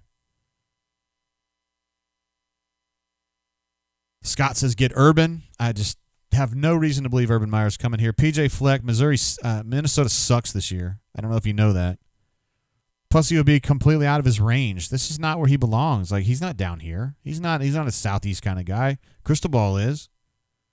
Matt Campbell doesn't really have any ties down here, but he's been good. Hugh Freeze is somebody that Farrell Honey wants to talk about. Farrell, I don't know. Hugh Freeze is an interesting case. He's at Liberty. He's been playing great. They've been playing great, outstanding. He's in a weird conference. He's obviously got one of the really good small teams in the country, and I think he can do better. But keep in mind a couple things about Hugh Freeze. He definitely comes with some baggage, and his last 2 years at Ole Miss were either average or shitty, depending on how you look at it. It ain't like everything was going great at Ole Miss until all of a sudden he was taken down by this Me Too movement type stuff. He was struggling. He was having a hard time keeping up. And you can argue it's always a hard time keeping up at Ole Miss because they face the same kinds of challenges that Auburn has, where you can't stay recruiting 5-stars all the time at Ole Miss. You can't do it at Auburn either, or you haven't. AU Taxman wants to know, why do we limit our options to CFB coaches? I guess Belichick might come down here. I don't know. Maybe. I don't know if if Mike Tomlin would be open to talking about this. I think he's undefeated with the Steelers, but maybe he thinks he could do bigger things at Auburn. I don't know.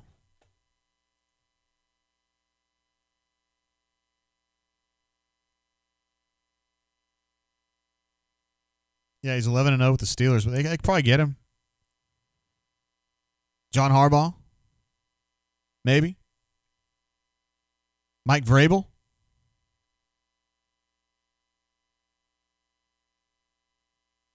I mean, Pete Carroll. He's coached in the college football before. Maybe he would come. Cliff Kingsbury, maybe he's bored out in the desert with that awesome quarterback he's got. I'm just being facetious. You know I am. Sean Payton, maybe. Ed D says, JG, I just want a coach who is willing to work, develop, and bring a modern offense to Auburn. A coach who is not too proud to make changes. A coach that is willing to evolve. Mama Doodat says he would entertain James Franklin, who is having a hell of a time at Penn State right now, although I think he's a good coach. Are there any coordinators we're overlooking, Venables or something? I mean, has Auburn ever hired a coordinator to come here? Ever? Like, ever in history? I don't even, like, you'd have to go back to, like, Shug Jordan. And I don't know what his story was before he got to Auburn. I'm sorry. But Tommy was a head coach. Gene was a head coach. Gus was a head coach. I mean, don't understate yourself. Orel, I was just kidding, man. Seriously. I was just teasing about that. About the NFL coaches. Travis says Vrabel with a Kevin Steele D coordinator would hold teams to 10 points a game but only score 7. We've seen that play out before. Kyle Crocodile says Eric Bieniemy or bust. I like Eric Bieniemy. I loved him as a player. Gary Baird says Sarkisian, who is the offensive coordinator at Alabama, who obviously has done a tremendous job. He's also recruiting and using some elite players, right, that I don't think he would have here. Brent Venables has turned down every job that's been offered to him in the last 8 years, and I don't have any reason to believe that he would go to Auburn. I don't know that he would be a good head coach. He may be one of those guys that looks at Muschamp and says, I don't want to do that. I want to be good at what I do. I don't have this aspiration to run a program myself. I'd rather be a really well-paid and decorated defensive coordinator. That's the way he's gone so far. Tony Elliott is another guy that I hear about a lot. He is a play caller and co-offensive coordinator, I believe, or maybe he's the full offensive coordinator now at Clemson. That's another name that I think we would have to have on our radar, but I don't know. Blake R. says, JG, glad you're here to be my Auburn sports therapist. I'm here for you, brother. Thank you. Let me give you the super chat on that one, the DJ super chat. Gary Baird says Gus and Gene were 1-year coaches. Gene was a 2-year coach, I believe. And then Gus was a 1-year coach. That's correct. They were still coordinators. I mean, how can you in the same sentence say they were head coaches and they were still coordinators? I don't know. Dad of 3 girls, who we trust very much around here, says Doug Barfield was an offensive coordinator at Clemson prior to taking the Auburn job. And it's not really relevant anymore, but he had some troubles at Auburn, I think it'd be fair to say. Not recruiting necessarily, but winning games. Guys, please don't start with Art Briles. Please, God, no. No, just don't. If you're talking about Kendall Briles, who's like 30 years old, that's fine, but no. Michael B says, why hire a Saban assistant when he's 14-0 against them? None of them can ever beat Saban. You might be able to crush a bunch of other people, though. I don't know. Quan says, if Kevin Steele steps down, who do we target? That's an interesting question. I'd be interested to see how that goes down. CJ Ellis says he would love to have Joe Brady, who is currently the offensive coordinator for the Carolina Panthers, who is on track to be a head coach at the next available opportunity. I don't see it happening, brother. Sark, I think that's a possibility, I guess. I mean, I think he's a possibility. I don't know if he's a possibility for Auburn. Again, at this point, like if we were doing like a pie chart, it would be like the biggest – it'd almost be like the only piece of pie left would be the one that would not be Cristobal. Now, does he end up being a play at Texas? Probably. So I don't know how that's all going to work out. William Marshall says, I have to poop. I will not be wiping either. All right, very good. Again, we're all speculating here, and nothing's happened, and I could be wrong. I mean, we could be wrong about this. Jackson C says, as Jeff Fisher retired, would he be a good pick? His kid played at Auburn, and he obviously has NFL experience and ties. He's begging for the Vanderbilt job is what I've been told. So I think that's kind of where he is. And that's not to say that Auburn could very easily come in and take a guy that is looking at Vanderbilt. Yes. But I think in his own mind, I think he belongs at Vanderbilt more than Auburn. I think you guys underestimate. Here's the thing about like somebody like Jeff Fisher, okay? And Joe Brady for that matter. What's the biggest problem with Gus? You can probably fuss and fight about what it is, but the number one thing that's wrong with Gus is recruiting's not good enough. And so why would you think that Joe Brady, who doesn't recruit, or Jeff Fisher, who has never recruited, would all of a sudden be coming here and recruit great? Well, he'll get a bunch of coaches that recruit. Gus has a bunch of coaches who recruit. He has great recruiters.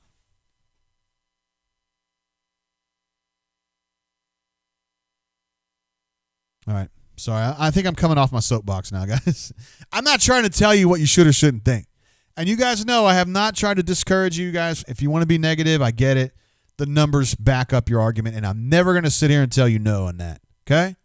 I'm just trying to explain to you. I'm trying to meld the way you guys think versus what the reality is and try to figure out what's going to actually happen because it's somewhere in between those two ends of the spectrum, I think. AU88 says Gundy equals Big 12. Did somebody actually say Gundy? Because Gundy and Gus are the same person. Gundy can win lots and lots of games against Kansas State and Iowa State and shit like that, and he can't beat Oklahoma. He's just like Gus.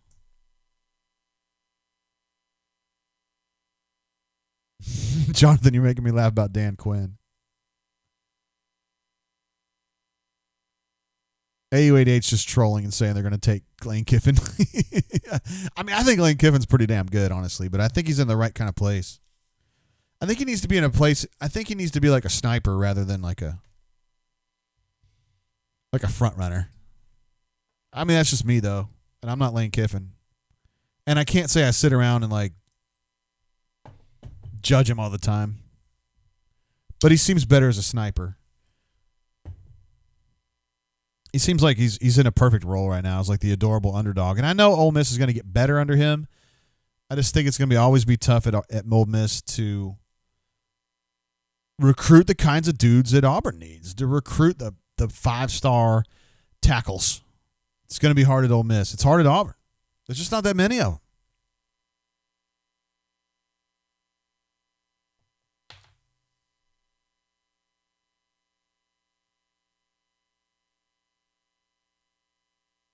Bicknell, I think that's just names that you guys are making up in your head.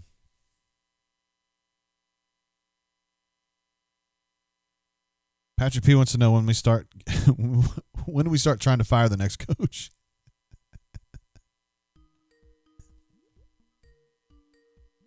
You guys absolutely crack me up with stuff. Hey, caller, welcome to the show. How you doing? I'm doing good. How you doing? What up, man? I'm glad you called because I've been running my mouth for too long. What's up? What's going on, man? This is Fat Crack. Hey, what up, bro? What's up, man? How you doing? Man, great. I'm glad to have you on the horn, man. Man, yeah. Sometimes I try to get on, but it's busy. You know, you're a popular man, JG. You're a popular man, buddy. Well, thank you for your super chats. Your super chats today, and then you're always there for us with the super chats, brother, and in the chat as well. So thanks. Yes, sir. No problem. Quick question. You know, you've heard me talking about some assistants. How much, if any blame at all, can we put on Rodney for the lack of depth and talent at the D-line? You know, I don't hear enough about that. He's a part of it. I don't think he's a huge part of it, but he tells these assistants, here's the kind of guys I need. He recruits a lot of his defensive linemen himself, but not always. Yeah, some of that's on him, man. Some of that's on him. Yeah, and he's an old school coach too, and I don't know as though everybody connects with him the way that maybe they did 20 years ago. Yeah, and we from you we hear that, and just hearing that from even the players. I know Marlon Davidson had a hard time at first, and he came around. But just watching today's game, I mean, especially up the middle, A&M was just brutal up the middle on us. Yes. And I mean, of course, an experienced line for 4 seniors. Was that what they were talking about? Watching the game a little bit. Yes. 4 seniors in there. They say their sophomore was the best talent-wise, and he's just a sophomore. But it was just demoralizing. I mean, we couldn't get off the field. I like to know how many yards they averaged per pop on the ground. And it had to be 10 plus, 11 yards a pop on the ground. No, today total it was about 7.5, which is still a hell of a lot. Yeah, that's still a lot. That lets you know how easy they were running to think it was 10 to 11 yards a pop. Yeah. Up the middle, but I mean, off the D line. I mean, even with Bo Nix today. I mean, he was sporadic.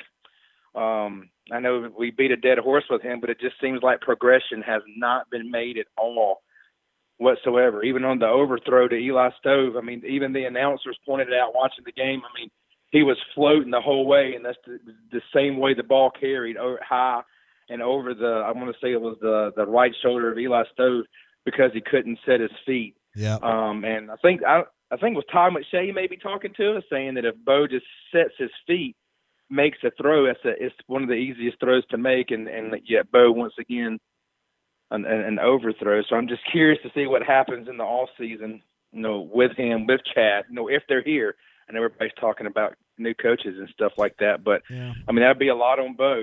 That would be his third offensive coordinator in 3 years if that were to happen. So I guess we got to look at it in that perspective too. I mean, I know we need a change, but with every change, there comes another obstacle and another waiting period. You know what I'm saying? Yeah, Bo's got to be better, and I thought he was going to be better than this by this point in the season. I feel like he's kind of slid back a little bit the second half of the year. So, and tonight he missed some really crucial throws. And I mean, one of the worst was the last throw of the game. It wasn't the most important throw of the game, but gosh, you're in the line. Just wide open. I mean, I don't know. Well, I mean, so that was Seth was wide open over the middle, a little crossing right over the middle. Yeah, real easy. Just pitch and catch. 15 yards, convert the first down. I know they weren't going to get out of that. Not like they were going to win the game, but just to see that go down, I mean, just hit him. Just throw it to him. And, I mean, Seth dropped the ball last week, but you saw Seth. I mean, the ball was short, and, I mean, Seth just drops his arms and just continued to trot off the field. He didn't even look at Bo. He just ran off the field. Yeah, that's not the guy you want. That's not the guy you want in the clutch, I don't think, He just doesn't seem emotionally invested. I don't know. No, sir. That's all I want to do, man. Just call in and chat a little bit. I know there's some other folks who want to get in. So, man, I appreciate everything you do, bud. All right, Fat Crack. Appreciate you, brother. Thank you. Yes, sir, man. All right, Matt. There he is, Fat Crack. One of our great super chatters, just an all-around badass. Keith M. says, JG, will Chad be here next season? Wow, that's a complicated answer there. If Gus is still here, yes, I think Chad would be here next year. If Gus is not here, then no. I don't think he would be. Chip says he laughed at the last pass. It was, again, not like the most important pass of the game. It wasn't. Auburn was all but assured of losing the game at that point anyway, but just such an elementary pitch and catch, and it's just wildly screwed up. Hey, caller, welcome to the show. How you doing? JG, my man. How we doing? Mama Do here. Mama Do that. What up, man? Oh, man, I'm frustrated. Yeah, I understand that, brother. I would consider myself to be more of a cautious to fire Gus than most. Yes, you are very moderate. Very moderate. Only because I truly see ourselves going down this path of hiring a mediocre coach and sending our program back 8 years. I think that is extremely likely to happen if we were. I mean, like Cristobal is the perfect example. He can't even succeed consistently in the Pac-12, which is an entirely different environment than the SEC West. And we forget within the last 2 seasons, Gus has beat him head to head. Yes, This is true. And so why we're just fawning over Cristobal is sort of crazy to me. He may or may not be a good coach, but like that's not a sure thing. I'm not firing Gus for him. And if he's sort of the hot name on the board, Franklin is intriguing because he succeeded at a place that's tough to win at, like Vandy. And Auburn's not on that level, but you sort of have to overachieve in a similar type of way, being in the same state as Alabama and having to recruit in Georgia. So that is intriguing to me based on that dynamic. But honestly, anybody outside of that, and even just the money you'd have to pay, for the sake of the program, you're better off just writing it out for the next 1 or 2 years, investing as much money as you can into a football facility. And, someone in the chat was saying that they think Bicknell is going to turn the O-line recruiting around. If that's true, I'm convinced if Gus has a good offensive line, Gus can be a great coach. I think that is the one thing that holds him back offensively. All the shit he tries to run blows up because we can't protect on stupid Statue of Liberty plays or the running plays that he likes to run. That to me is the number one thing that holds us back is a football program is offensive line.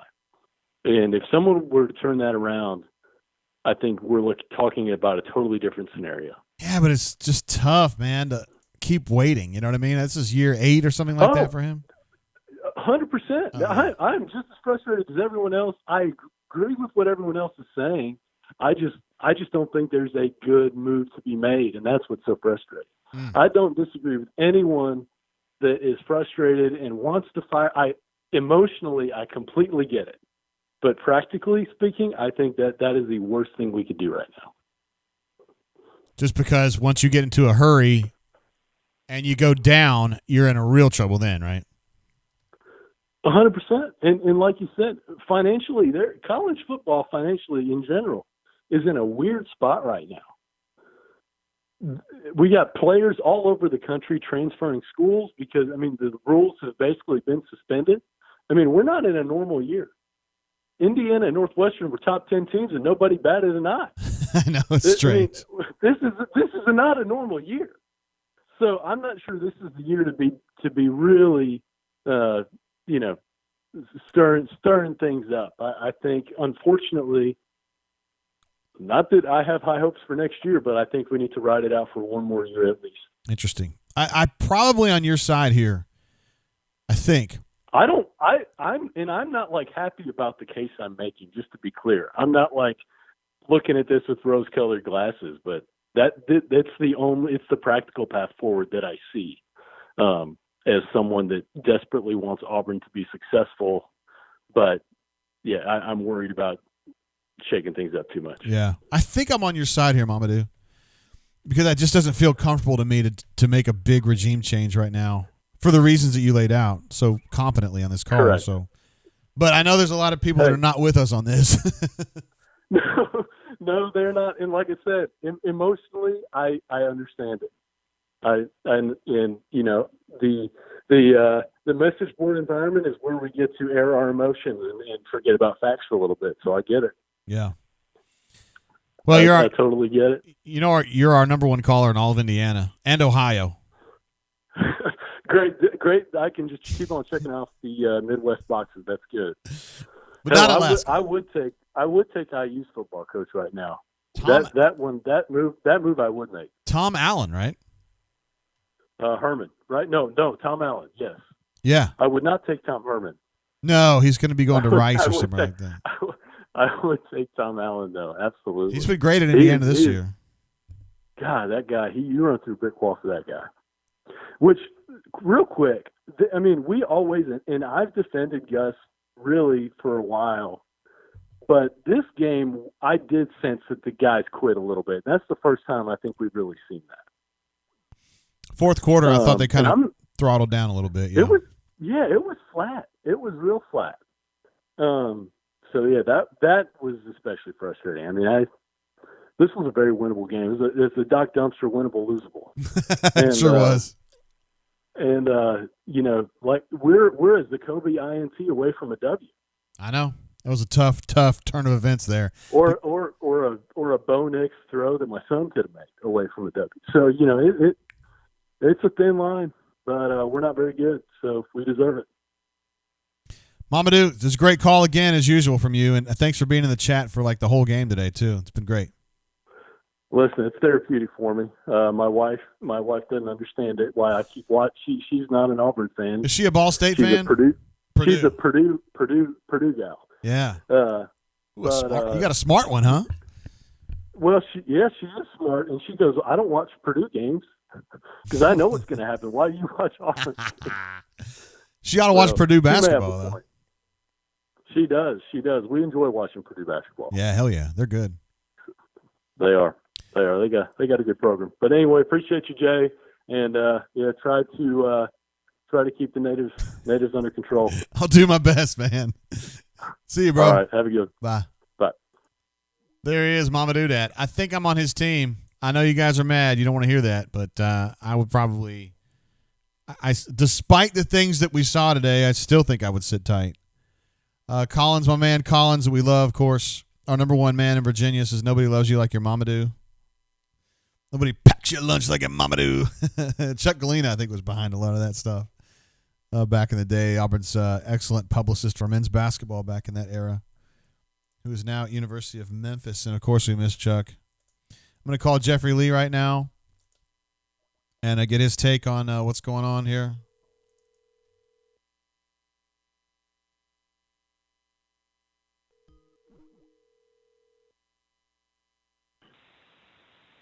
How about you? Hey, man, what's going on? Oh, it's you. Hey, Jeffrey Lee, I wonder what's going to be happening in the next couple of weeks now. Well, I think Auburn plays Mississippi State next. Yeah. And then signing day is after that. So there you go. Next 2 weeks. That's it. That's a wrap. Yeah, man. Hey. So what about that game, huh? That was not great. Well, no, but of all the games this year that Auburn's tanked, this was the defense just could not stop your boy Kellen Mond. I think he got 300 it bills. Really wasn't Mond. Yeah. Well, hell, did he really? They finished. A&M finished with 47 carries for 313. And they were like 8 yards a tote, man. Yeah. Yes. The running game. I mean, whenever they needed 5 to 8 yards, it was no problem. Yes, I know. The linebackers, from what I could tell, Owen and Jacoby, and God bless them, but they are against physical big SEC linemen. They're not very effective. No, I mean, I know Jacoby makes tackles, but those tackles are 8 to 10 yards down the field. It's not like they're stuffing these cats for no gains. They got a lot of tackles. I think the graphic said Jacoby was 6th in the SEC and Owen was 10th. Yeah, but I saw that. Those aren't those no gain tackles. Those stops is what they call them. Yeah, it was bad. The offense from, I think, the opening possession of the game, when you run 2 bubble screens, wide receiver screens back to back, and you can't even complete them. And even if you had completed them, they would have went for a 2 or 3 yard loss. It was just there was no competence in either side of the ball's game plan. In my opinion, my amateur opinion, I just didn't see. I didn't understand. I guess if Tank's not healthy, he's either healthy enough to play or he's not. I didn't understand the putting him in there for 4 or 5 carries. You could tell he was, and the announcers even made light to this after he wasn't running north and south. He tried to bust it outside on 2 back-to-back carries. You could just tell it wasn't the same dude. Yeah. Which, in my opinion, means you wasted 2 carries. You wasted those 2 carries. The defense was pathetic. Bottom line, pathetic. So Mond had 3 bills. They rushed for what? Hell, they were almost at 200 yards at halftime. No, I was saying that their rushing attack just in general was 47 carries for 313. So they rushed for about 7 yards a tote. And then your boy Kellen Mond was 18 of 23 for 196. So they were just cutting them up both ways, man. 500 yards of total offense. How many punts? I think they had one at halftime. Punts. That's not a stat I was looking up. Well, two punts twice the entire. There you go, twice 2 punts the entire game. No turnovers. So that means they were either They were either scoring, missing field goals, missing one field goal, and the rest of the time. I'm sorry, they punted twice. They missed a field goal. The rest of those drives, they're scoring, and they just ate up the clock. Auburn couldn't get defense couldn't get off the field. It was 20-10. Time of possession at halftime was 20-10. 2/3 of the time, Texas A&M had the ball. Yeah, 9 drives for Texas A&M, 4 touchdowns, a field goal, a missed field goal, 2 punts. That's it. And then they ended the game. That counted a possession too, but really 8 real possessions. Yeah. 8 possessions, and they scored on 5. They scored on 5 of them, 2 punts, and then a missed field goal. Yep. And that was a gimme. Should have been on 6 of 8. Should have been 6 of 8. Probably. I don't guess Auburn turned it over either, though, did they? Nope. No turnovers. Auburn should have created one because Jacoby had one right in his hands, and let it go, and the tight end caught it. That was the play of the game. Looking back on it, just imagine if he catches that ball. It was 21-20 at the time, if I'm not mistaken. That made it 28-20. It was 21-20, and Jacoby makes that play. Of course, when I see defenders miss plays like that, I don't know if with my coach or not, but that's why you play on defense. If you can make that catch, you play on offense. But, I thought that was the play of the game that really decided the game. Now, who's to say Auburn will be able to score or Texas A&M wouldn't score 2 more times? But sure. That's what ended it for Auburn. Yeah, you give up a touchdown instead of maybe taking that one to the house the other direction. So, yeah, but. 14 points swing, potentially. Now, I know this surprises you, but a lot of the people in the chat, a lot of people in the bunker are ready to get on from Gus. Understandable. Yeah. I mean, as we've been talking about today all day long, he doesn't have a road win against a rival, and he's just had another spit-the-bit moment here against A&M. So it's like there's a lot of pressure, I think, on Alan Green and Jay Gouge and whoever else to kind of figure out what to do here. Yeah, and as the game winded down, I thought, this is what you get, right? I mean, this is what we've come to expect from Gus Malzahn teams. This loss number 4. Auburn's 5-4. Mississippi State certainly not a gimme, in my opinion, but it should be a win. So you finish 6-4. I think as Gus had 1 year, maybe in 13, when he didn't have at least 4 losses. Yep. I believe so. Since the national championship game, I think he's had 4 losses in each of his 7 seasons since. And you can understand the frustration, the lack of a future when you look at recruiting. It's not like he's got a class full of 4 and 5 stars, the number, a top 5 class in the wings. He's not even in the top 50 right now, which obviously that will change before signing day. If all things remain the same, I think Auburn finished top 20, which is not saying a lot. You're talking top 20 in the SEC West is dead near dead last in the division.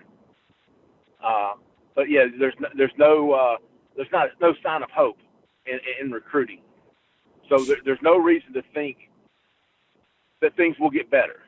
Yeah, the schedule lines up better next year. People will have more experience, and that would probably be the year that Malzahn would have a potential. Right.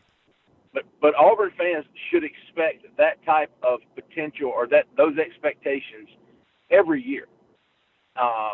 And we saw the disparity between Georgia and Alabama and Auburn this year, and that's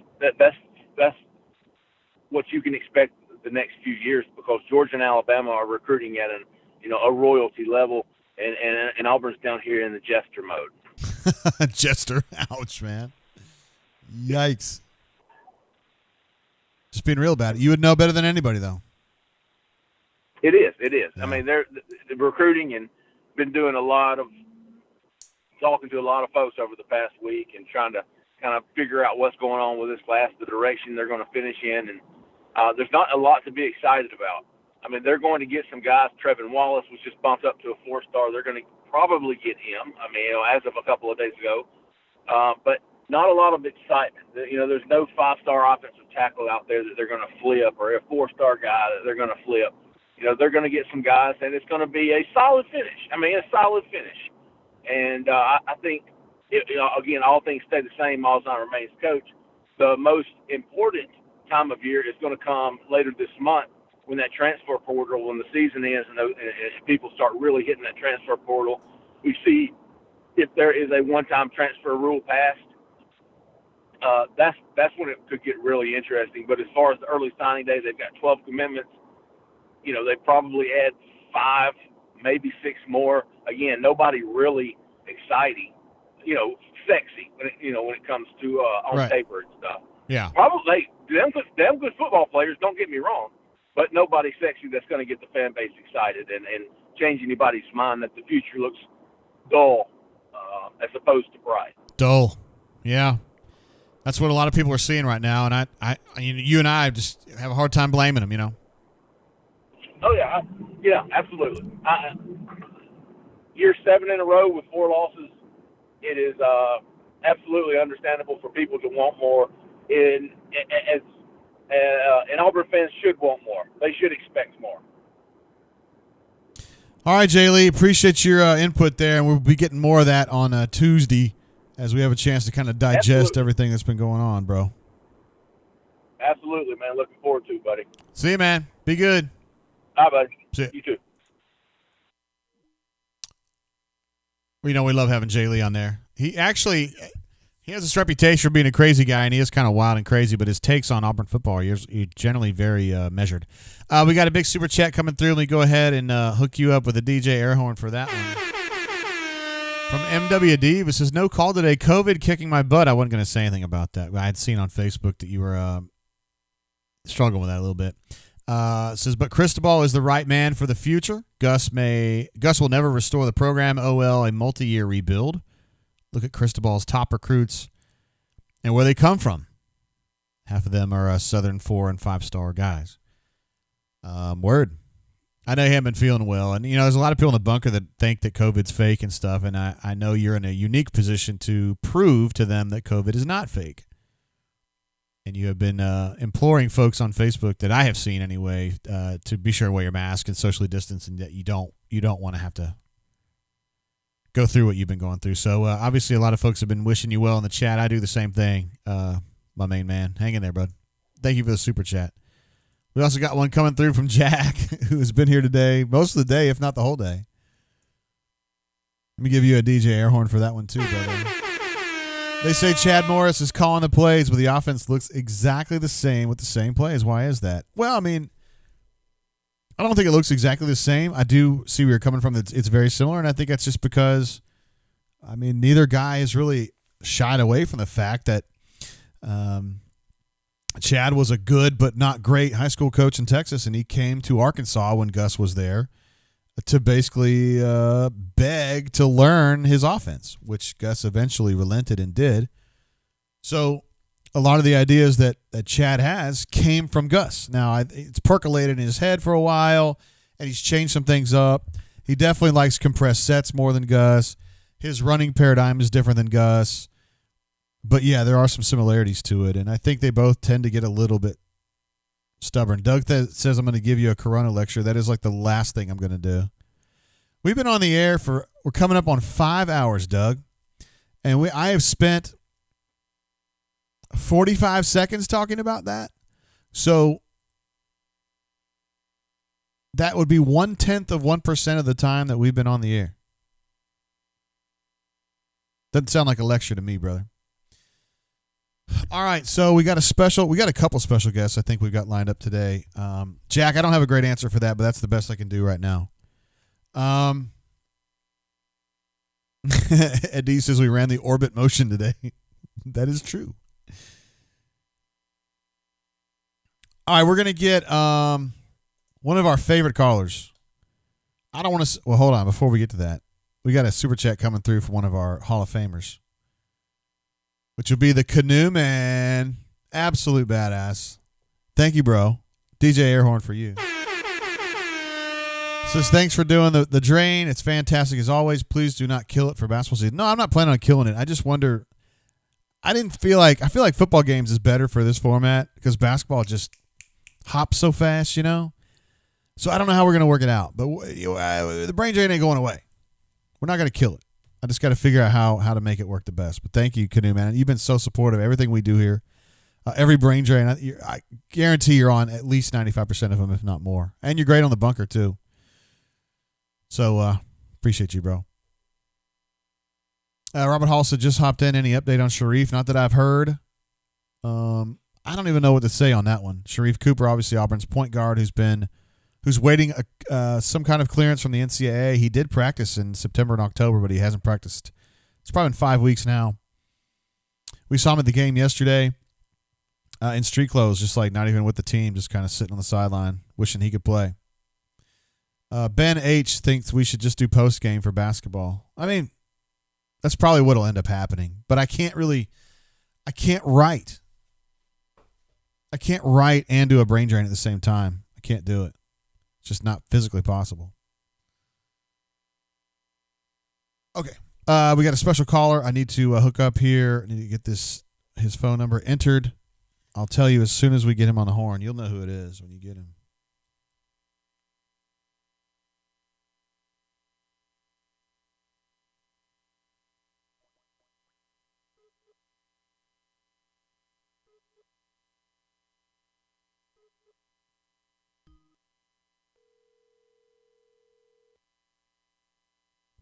My man, Jay Tate. What's going on, brother? What's up, Jay Head? How you doing, brother?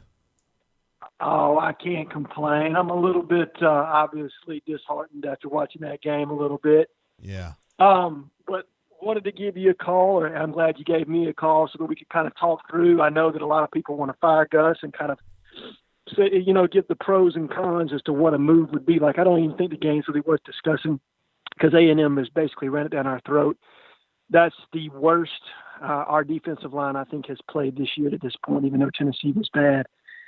But we just lacked physicality in this game. I mean, we got flat whipped up front, and that's something that's got to get fixed regardless of who the head coach is moving forward. Yeah, that's not Auburn football at all. No, it's not. And I think when you mention the people that want to fire Gus, that is the number one complaint. You know what I mean? There's not that fire there. There's not that mesh that they would feel with like a Pat Dye or something of that nature that had the ability to gain what I would consider sovereignty to get people on the same page and to play that kind of Auburn football that people want to see, that tough, hard-nosed, physical football that Gus has been able to play at times. I mean, when you think 2013 and the ability to run the football, I mean, that captivated an Auburn fan base. When you look at 2017 and the way we manhandled Alabama and Georgia, that's Auburn football. And people are tired of seeing a team that looks at times soft. And as somebody who was a huge proponent of this team moving into this year, to kind of see how things have gone is a little bit disheartening. But I thought that we could get into kind of, what are the pros of keeping Gus, the cons, and what are, the pros of moving on and the cons of moving on to somebody else.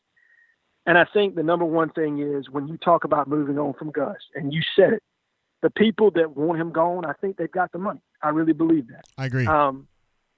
But it's, do they have the guy that's going to be transcendent, that's going to raise the level of Auburn? So if you look at a situation like Georgia, when they identified that Kirby Smart was going to go to South Carolina, they had a 10-win Mark Richt, but they decided, you know what, we have to make a change within our program because we're not going to be the upper echelon if we don't. It took some stones to make the move. It took some money to make the move, but it was the right move. But they had Kirby identified as that next guy. Right.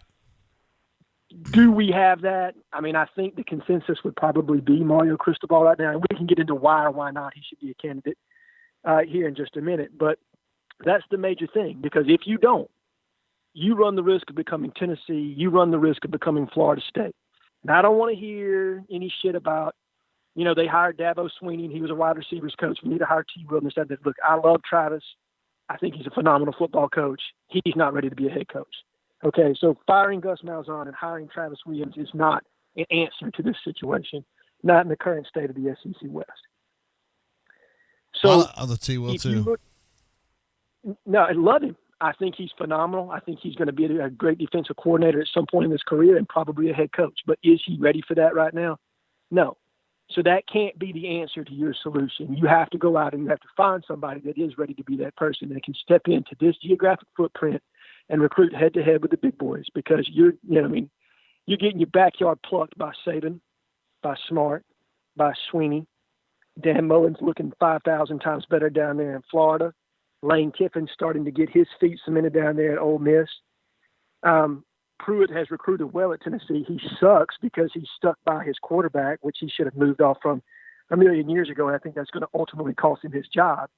But he's been able to recruit at a higher level than Tennessee's been capable of in the past. So you have to pick somebody that's going to be able to come into this geographic footprint and be able to put a statement that Auburn is Auburn football, and they're going to remain Auburn football, and they're going to put that blue-collar physical footprint out there on the field. But like I said, if you move on to the wrong guy, you become Florida State. You become Tennessee, you become irrelevant. And you look at what those programs have become, and they're not even close to what they used to be. So you better be unified on who you're going to get, and you better know, that this person that you're going to sink this money into and you're going to invest in has the ability to get Auburn on the same page, because that's what's fractured these schools is you get different power brokers that want different guys, and then you get somebody in there that can't sell them on one unified vision. That's what made Pat Dye great, okay? He was able to get Bobby Louder to convince everybody else, sell out to me, sell out to my vision, sell out to what's going to make us, are equal to the other side of the state. Give me what I need, and I will make it happen, and he delivered. You have to have a coach that can obtain that level of sovereignty, be able to sell his vision, and to get all the power brokers on the same page so that we're unified. Because right now we're not. No. We're divided behind the scenes to a degree. I would say that Gus is divided behind the scenes just with his own staff right now, honestly. I would completely agree with that. You don't have that sovereignty within the football complex. You don't have that sovereignty outside the complex. And that is the biggest deterrent probably to keeping Gus right now, is because of that lack of being able to be unified. Because if you're not all pulling in the same direction, it splinters, and you see it right now. And look, people talk about total control. Not every coach gets it. Dabo Swinney didn't even have that, okay? Not up until recently. All right, what he had was extreme sovereignty, though, where he would have the ability to get people on the same page. You know what I mean? You have to have that persuasive ability, that ability to fundraise, that ability to maneuver behind the scenes. Tuberville had that ability. Now, he didn't always have it. You know what I mean? He didn't have that supreme sovereignty, obviously, in 2003. Right. But he was able to obtain it. And Tommy had the ability to work behind the scenes with the people that he needed to work with. Sure. Had he not alienated one or two, you know what I mean? I think it could have been significantly different for him. But those are the reasons why you would keep Gus, is because right now he is competitive. He's not winning all the games, specifically against our rivals, that he needs to win. He's not winning the bowl games that we need to win. But he is winning, and you're right, he does beat the people that he is supposed to beat, with the exception of one or two every couple of years, like a South Carolina or a Tennessee. Yeah. Which, if you win South Carolina this year, you're 7-3 more than likely. And think about how much different that feels. A whole world of difference. But you could also argue the Arkansas game could have gone the other way. The Ole Miss game could have gone the other way. So it's a tough call. No question. It really is, Jay. It's a very, very tough call. But let's say you do make the decision. Everybody gets on the same page. They do fire. Okay, so the number one name that you got tossed out there was Mario Cristobal, and that's who I absolutely believe would be identified as probably the number one target. The people that say Gus beat him. Okay, all right, let's dive through this minutia a little bit. Gus did beat him head to head. Did he make some boneheaded calls in that game? Yes, he did. Was he in year 2 and Gus was in year 7? Yes. Okay, so you're talking year 2 of a guy getting his players into the system. Year 2 of a guy that was putting his thumbprint on that team and still building, you know what I mean, to have that type of mentality that he wanted to have, versus a coach that was in year 7 that had put his thumbprint, that had his players, you know what I mean, and knew what he wanted to do. Now you can say one had Bo Nix, one had Justin Herbert, yes. But once again, it goes into, you know what I mean, everybody has to have some adversity within a football season, and how do they react to that? Well, Oregon had their adversity at the very beginning of the season. They overcame that to win the Pac-12 and to go to a Rose Bowl. All right? How did we react to it? We beat Alabama, and then we choked to P.J. Flett, in a bowl game. You can say whatever you want in that situation, but Mario is, without a question, a top 5 recruiting head coach. He has had top 5 or top 10 recruiting classes in the last 3 years. There's no question he can come in if Auburn will give him the money to build a staff, and I have no reason to believe that they wouldn't because they've done it for Gus, to build a staff of top 5 recruiters and good coordinators. And he could walk right into the door and put Auburn in a better position on the recruiting footprint than we currently stand right now. It seems that way, yes. And that's merely, when you talk about Matt Campbell is a hell of a football coach. I mean, he does more with less than anybody in the country, and I firmly believe that. I mean, you're talking about the same Iowa State that Mean Gene Sisek was, 2 and whatever and 3 and whatever. Matt Campbell's going 9-2 there. He's either, 8-3 or whatever they're going to go this year. I mean, with supremely less talent than everybody else in the Big 12. Schematically, he doesn't do much. I mean, he does some different things from what we do, but we have personnel that can fit his system. I think he brings a mental and physical toughness, and I've once heard him say, I beat 5-star players with 5-star mentality and 5-star culture. Okay, if you're the kind of guy that loves that blue-collar mentality, Matt Campbell's your guy. But the problem with him is you're talking about a guy that's traditionally from the Midwest. He's recruited the Midwest extremely hard. He's got some ties down to the state of Florida and Texas, but not really anything to this point that would make you salivate over what he could do. And he would have to hire some assistants with, Southeastern Conference ties. Would have to. I think the other guys that you've mentioned are Billy Napier, Tony Elliott, Hugh Freeze. Maybe Hugh Freeze, yeah. Look, listen, Freeze is a big name. He's a hell of a football coach. I think I said that on your show that I thought he was a better coach than Lane Kiffin. And I think he showed that this year at Liberty. I think the problem with Hugh is it is too close right now to everything that happened at Ole Miss. I don't know that you could get enough people on the same page to hire him with what happened in his background there. With that said, can he come in and win next year? Yeah, I believe so. I think he's that talented football coach, but I just think there's some warts there that are going to prevent him from being able to get this job. That's fair. I wonder. Tony is a hell of a football coach. Tony Elliott from Clemson. Recruiter. Yeah. Yep, you got it. When you look at his background, and probably the recruiting model that he would bring from Clemson, which I'm in favor of, and I think will work at a place like Auburn. And he's watched a mentor of his in Dabo be able to take a place that's like Clemson that is very, very, very similar from an alumni base, from a booster base, everything, and be able to kind of move that and be the transcendentary piece to move them into a championship level team. I think Tony probably brings that, and the offensive philosophy is not very different from what we have. In fact, he worked for Chad and still runs a lot of what Chad does on offense. Is that a minus or a plus? Well, I think it's a plus from continuity, and I don't think necessarily that everything, schematically speaking, is what's wrong. I thought that Chad put us in a position to succeed today. We didn't capitalize. I mean, you could look at the overthrow to Stove in the corner of the end zone. Now, that was a surefire 7, and we ended up with 3. Yes. I think there were other times that we didn't take advantage. So, by making simple checkdowns or other reads, with the football. So I don't think that everything Chad doing schematically is all that bad. I do think that personnel on the offensive line has limited us as well as to what we can do. If you have a better, more athletic offensive line, I think our pass sets would be much better, and maybe we would have a better pass game. But be that as it may, I think he's adapted to what he's got, which is 5 guards on the offensive line. Yeah. And we ran the football effectively against the number 1 rush defense in the SEC. I mean, I think we put up over 200 yards rushing, correct? Yeah.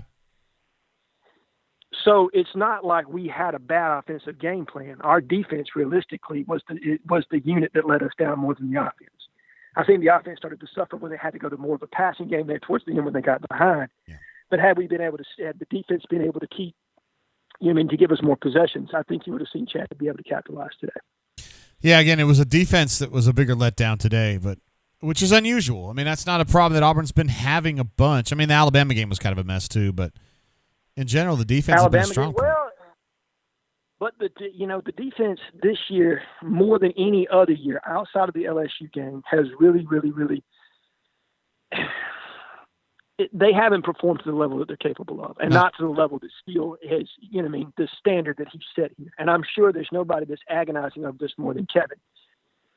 He's got great kids, but the lack of playmakers on the defensive line and the lack of size that we have in our linebacker unit, even though we have guys that are athletic, fast, and physical, has really hurt us this year. I felt like the secondary has probably been a step forward from last year, to be completely honest.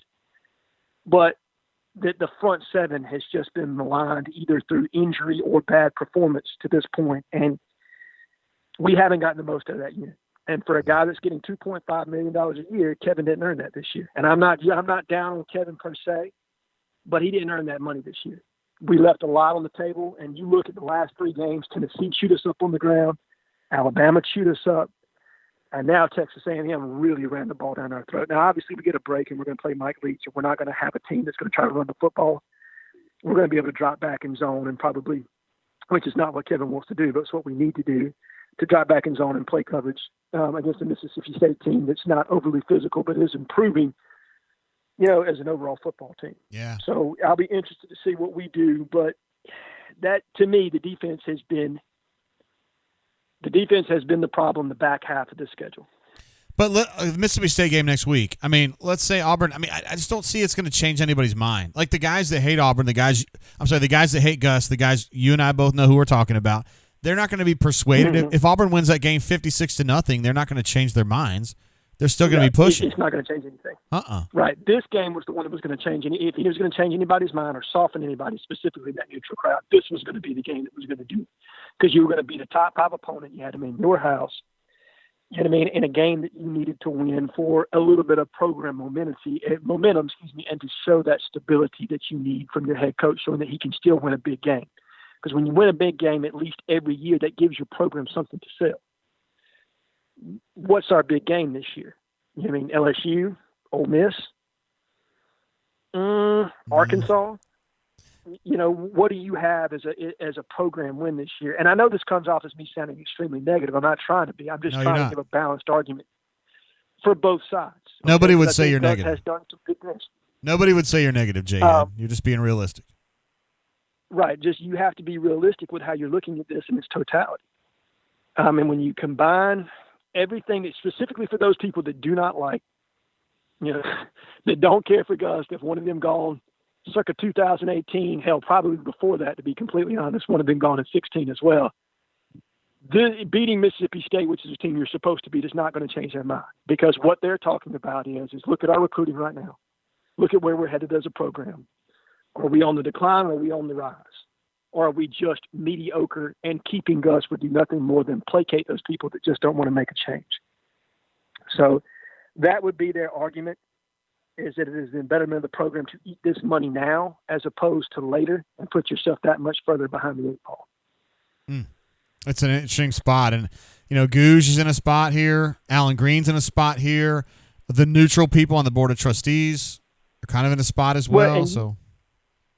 You said it. Jay Gouge is not going to be here forever. And the kind of money. All right, so the optics of this are bad. Firing a football coach right now during a time period where you've lost $50 million already. You've got hiring freezes across the board, is not a good look for Auburn University. No. Now, is it as bad a look as it would have been 3 weeks ago when South Carolina fired their head coach? No, because teams are starting to show, look, we'll make that money up next year because fan attendance is going to be that much better. The ability to raise money is going to be that much better with a new coach. And you always, just like I do, that when you bring in a new coach, the enthusiasm for the program and the ability to generate revenue is at an all-time high. So you do have that bounce back capability, but the optics of firing a guy, and you're going to have to pay him $11 million within 30 days of firing him, and then $2.5 million a year over the next 4 years for him to go away. And I don't know if Sexton was smart enough to get it structured where we don't have to, his pay doesn't have to be offset by any future employment. But my guess is the way, Leaf was doing things, he took his ass to the woodshed, man, and probably has we're going to pay him $2.5 million, irregardless of what he does. No, that would be bad news, brother.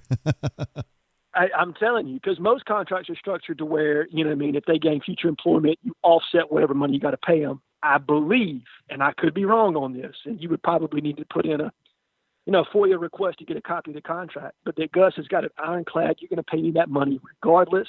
Doesn't matter if I secure future employment or not. That money is owed to me. Well, dude, Auburn took Sexton's first offer on this. Like, they just willingly accepted it. Well, that's what happens when you don't have an athletic director. And look, for all of his faults, I fully believe this, that Jay Jacobs would have never, ever signed off on that contract, period. Hey, brother, and I wouldn't have done that. Yeah. I know you're not good, but are you satisfied? Look, as big an idiot as he was, and some of the mistakes that Jay made, there's no way he would have ever thought that was a good idea to accept that contract. So Leith hung Auburn University with that deal, and everybody else, the other three power brokers that were involved in it, they just made a colossal mistake in the negotiations. They really did. Yeah. I mean, and look, people that want to bash Malzahn for taking that deal, you're crazy, okay? Because if I'm Gus Malzahn, I'm taking that deal. If you're going to offer me that kind of money, that's not me taking advantage of you. You offered it.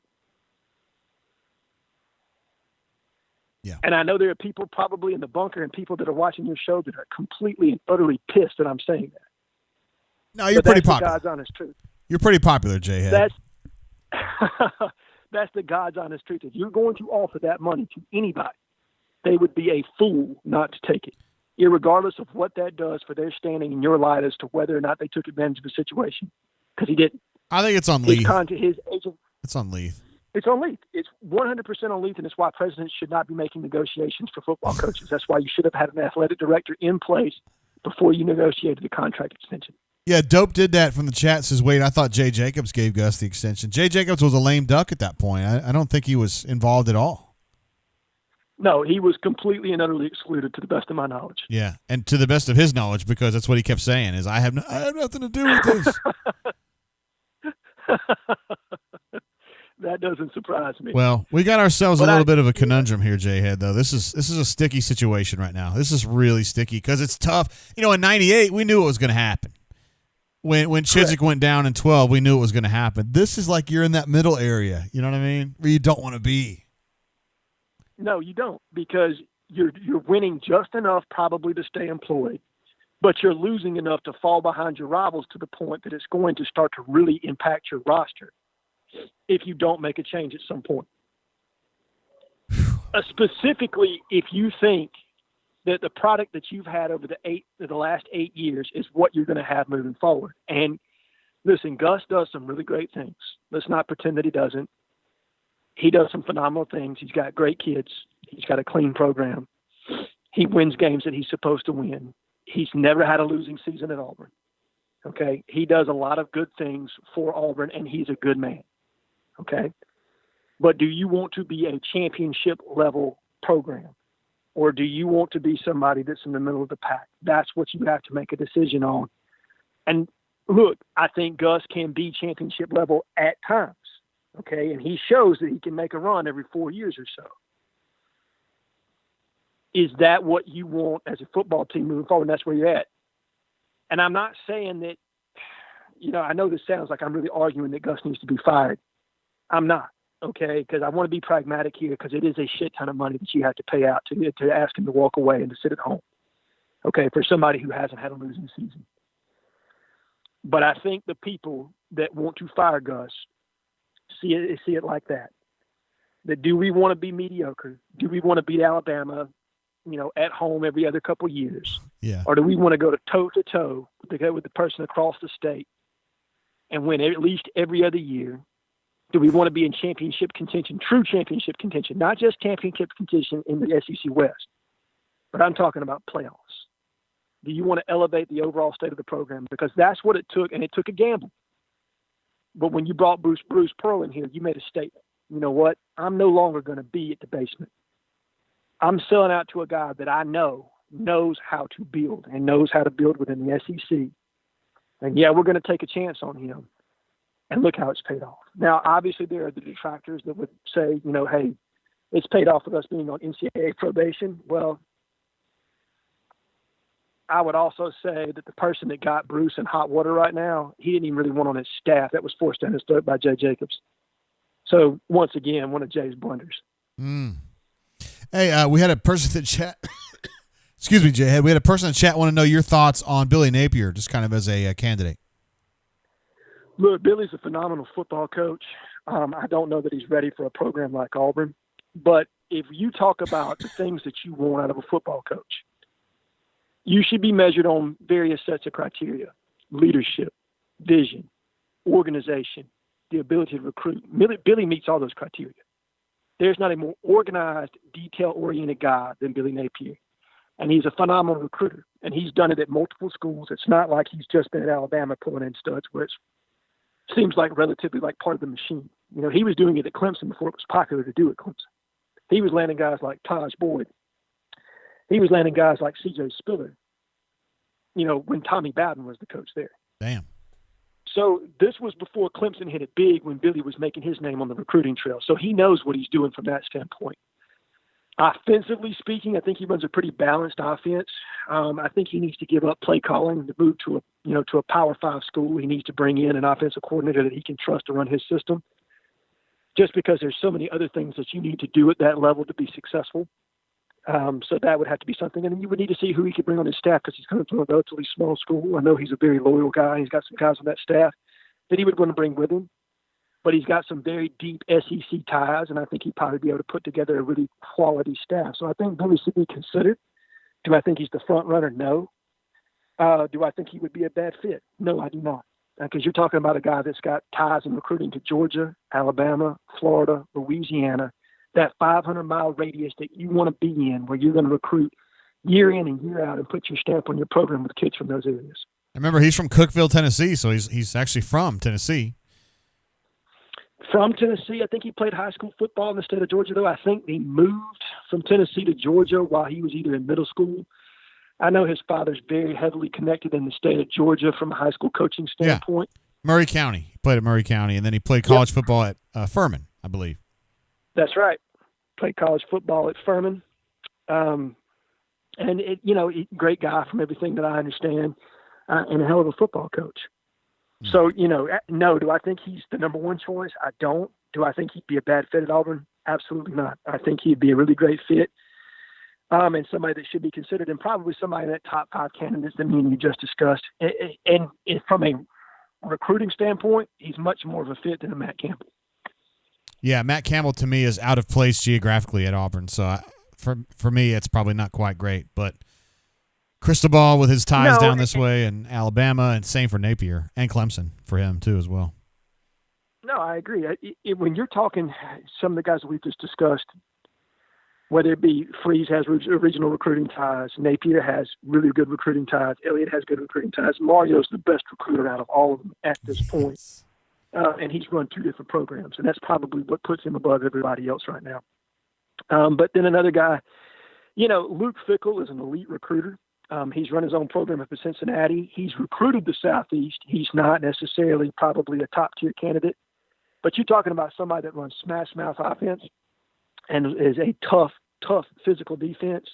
If there's going to be somebody that's going to come outside the footprint that you're going to bring in as a head coach, I think it'd be Luke Fickell more so than it would be Matt Campbell. Campbell's just a name that I have heard, and I know you've heard, is probably a potential solution there at Auburn. Yeah. There's some good options out there, though. I mean, the more I think about it, Cristobal's, come on, he's been an awesome recruiter down here, and same for Napier, so those are 2 guys. But again, and you spent the first 20 minutes of your call explaining this is not a slam dunk. The guys that dislike Gus are going to have to get a lot of people swayed to their side, and I just don't know if those people care. Not necessarily they don't care, but they don't see – they look at this team and they go, this team's not on fire. This team's not ruined. This program doesn't stink. Like, we remember 98, and this is nothing like 98. This is nothing like 2012. What's the deal? And they're going to have to convince them. They're going to have to convince them. They are. They're going to have to sell them. And they're going to have to let them know that the apathy that's starting to instill within the program is going to permeate, and it's going to cause a downturn like 2012. So why not jump in front of the curve when you can and make a move now, as it might be more advantageous since you've still got some talent in your program. That would be the argument that they're going to have to make. But once again, you're making that argument to non-football people. So will it take? That's what you don't know. I don't think those guys would be extremely expensive either. You have to pay Cristobal a pretty good amount, but not more than Gus. Gus gets paid a ton of money. No, you could easily give him Gus's contract, or probably even a little bit less. And from what I understand, he wants out of the Pac-12. I mean, it's a lose-lose situation out there. That conference is losing money big time. Mario's only being paid, I think, $2.6 million a year. His staff gets significantly less. And even though Oregon is one of the, more financially stable programs there on the West Coast, and they have phenomenal facilities, they don't have SEC level money. And he knows it. Now the question is, does Texas come up and then do they pursue him? Does he feel like Auburn is committed enough to football to give him what he needs to be ultimately championship, level competitive? Those are the things that you don't know. And those are the things that the people, if you do make that decision, you better sell out. J-Head, this has been an incredible call, man. Do you have anything on basketball you want to mention before you go? Because I don't want to keep you all day. No, you're perfectly fine, man. Basketball, I think we have a really young team. I think we have a lot of great young talent on this team. Don't be surprised if we lose a few more games that we should probably win just on talent alone, just because of the level of experience and the fact that we're not playing with a proven point guard. Look, I love what Justin Powell has done. And if we could move him off the ball to the 2 or let him combo, it would make us so much better. And then you could continuously play Flanagan and Devin at the 3 as opposed to having them moonlight at the 2. So I think this team will get a lot of experience this year. I hate that we are going to have to go through what we're going through from an NCAA standpoint, but it is better to eat it now. And listen, people need not get frustrated over this. I think everybody knew once the sanctions came down against Oklahoma State, Auburn was going to have to end up doing something similar. I think the thought process leading into that was, okay, we sat 2 guys, we paid some recruiting penalties. We forfeited what we need to forfeit at this standpoint.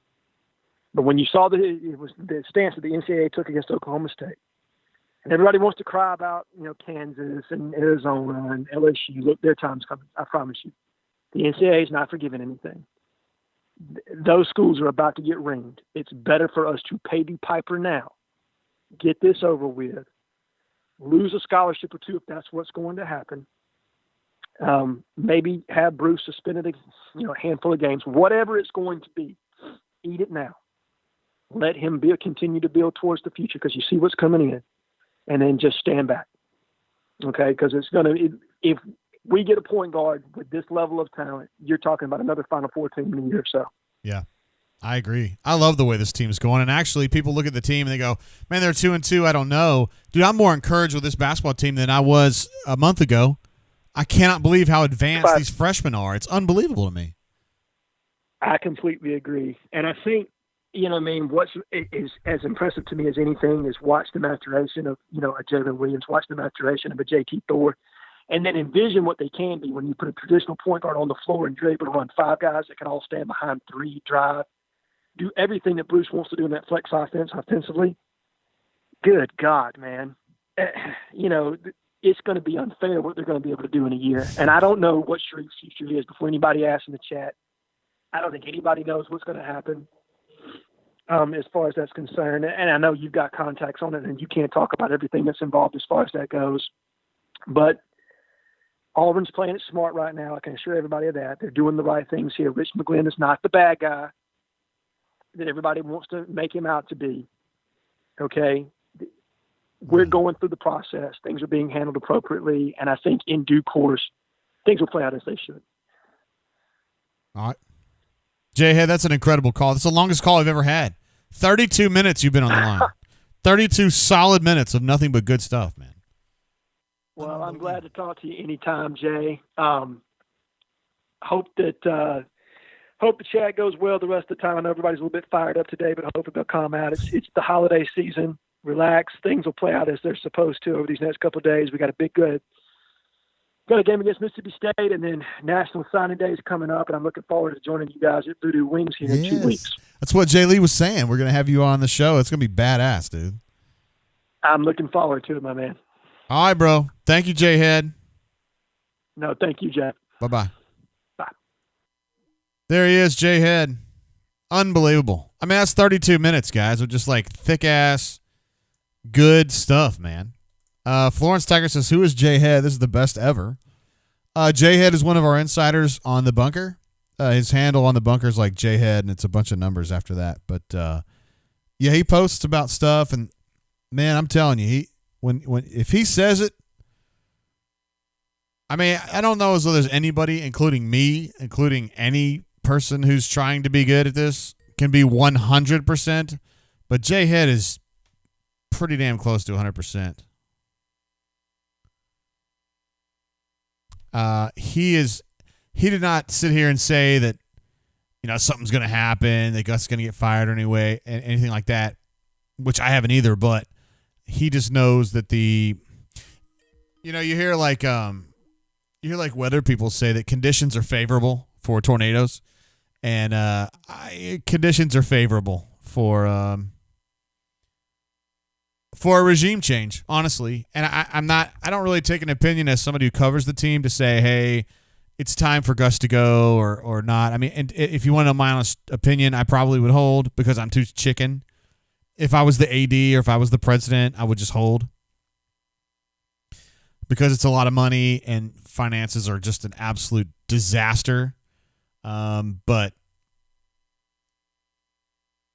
I've also been covering Auburn long enough to know I got down here in 98, so it's been a while, 22 years, to know that you don't, for better or for worse, you don't necessarily use logic at Auburn. You don't use logic at Auburn, and I've spent the last 3 or 4 years. How long has Allen been here? A couple years now? I've talked to him a bunch, and I try to understand kind of where he's coming from, and because he is a very rational human being in a world, Auburn is kind of an irrational place in the athletic side, has been. And so I try to figure out how those two truths kind of coexist. And it's going to be an interesting time. I'll just say that. I would be too chicken to make a move myself, but I don't know as though these people are. Robert Hall says, what's the opinion? First of all, thank you guys very much for hanging out today. We got a bunch of folks who have been here the whole way through, and it's appreciated. Florence Tiger says, I mean, who is he, or does he need to stay anonymous? Well, let's just let him be who he is. I'll just leave it at that. If you're enjoying this stream, you're enjoying the chat, you're enjoying the calls, you like my tie. This is probably the last time I wear it because I think I got a stain on it today. Give me a thumbs up. It doesn't cost you anything, and it helps me. It helps YouTube realize that our stream and our shows here are pretty badass, and then they move me up in line when it comes time to get my videos broken down or whatever. When I upload them, you kind of get in a line, you get in a queue as to when they're going to encode them, and more thumbs up and stuff like that on the videos actually helps me encode more quickly, which would be awesome. Yeah, lots of good feedback. Bourbon Bowl he thinks Jay Head was doing great. Dude, there were like 25 people that chatted and said, this is unbelievable. I love this call. I mean, Jay Head's as good as it gets. But if I was if you were going to tell me that Gus had to bounce, Jay Head hit the two guys that Cristobal, I think, is going to be the number one guy, and I think Napier would be the number 2 guy. Both of them have ties to Saban, which I find interesting. Cristobal is a guy who has been an absolute elite recruiter, but Billy Napier was a big-time recruiter as well, and it has been and is. So both of those guys kind of have. I mean, I think you got to be, if you're going to be the Auburn coach, you got to be a great recruiter. You've got to have some tangible tie to what I would say a great coach. Saban certainly would fit that bill, so that would be good. And I think also some familiarity directly with Saban, which both of those guys have, I think would be huge. But I do think it would be Cristobal at this point. I'm just saying. I'm not advocating for anything. I don't want anybody to put words in my mouth and saying JG said that Gus has got to go. I didn't say that. I actually said me and Mama Doodad are kind of on the same page with this, where I think I would be too chicken to make a move pending the Mississippi State game. If they lost that one, I don't know. Maybe at that point it would be different. But just one man's opinion. Dope did that. I'm so stoked to see you back in the chat, bro. I was wondering all year long if you were going to be coming back. And then when you came back today, I was really fired up about it. Hey, caller, how you doing? Welcome to the show. What's going on, Jay? Oh, God, I know this name. I know this voice. I'm sorry, who I got? This is Against the Spread. Fuck. That would have been my second guess. It was AU Stormer Against the Spread. But what up, bro? How you been? I'm doing good, man. I actually may set the record for shortest call. I got the 4-month-old here that's about to explode, but just want to call in, drop you a line real quick as long as she'll let me. Dude, I haven't played Warzone with you lately, right? I know. I actually just got the new game, Cold War. Just booted that up last week. I've been playing a little bit. So I'm looking forward to getting back into Warzone soon. Word, okay. And your thoughts on this game? Sucked, right? So I just had a rules clarification question for you. Sure. I don't know how, if you're a football rules expert, but they kept throwing the ball to a guy who was like lined up like right next to the tackle, and he was like running downfield. I think it's like tight end is what they call them. And I didn't know if that was legal. No.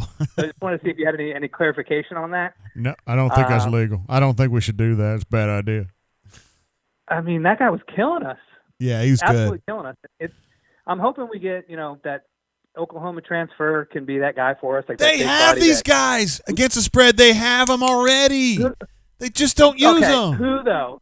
Who's the guy? Like Schenker's not that guy. Pegues is not that guy who's going to pick you up a big body over the middle. Brandon Frazier. Brandon Frazier is an absolutely elite pass catching tight end. He's as good as Lutz as a pass catcher. I'm telling you, the kid is awesome. I promise. I don't doubt you. I just need to see it. Again, I'm questioning whether or not it's even a legal forward pass play at this point. But I need to see it. And I'm hoping that, that Calcaterra guy may be good. I don't know. It seems like we're trying to stockpile these guys, but we're also not investing in trying to develop that position. So it just seems a little strange to me.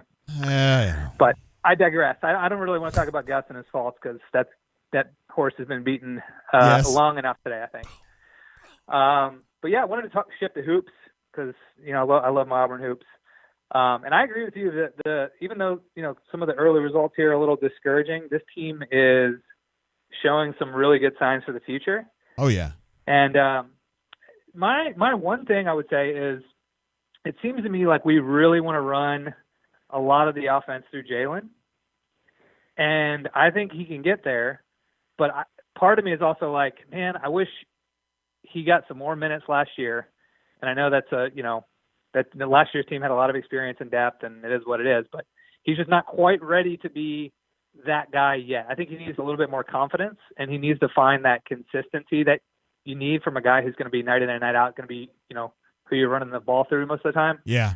But I love some of these pieces. Powell is like a diamond in the rough. I mean, he is going to be a player and probably a guy who's around for, 3 or 4 years.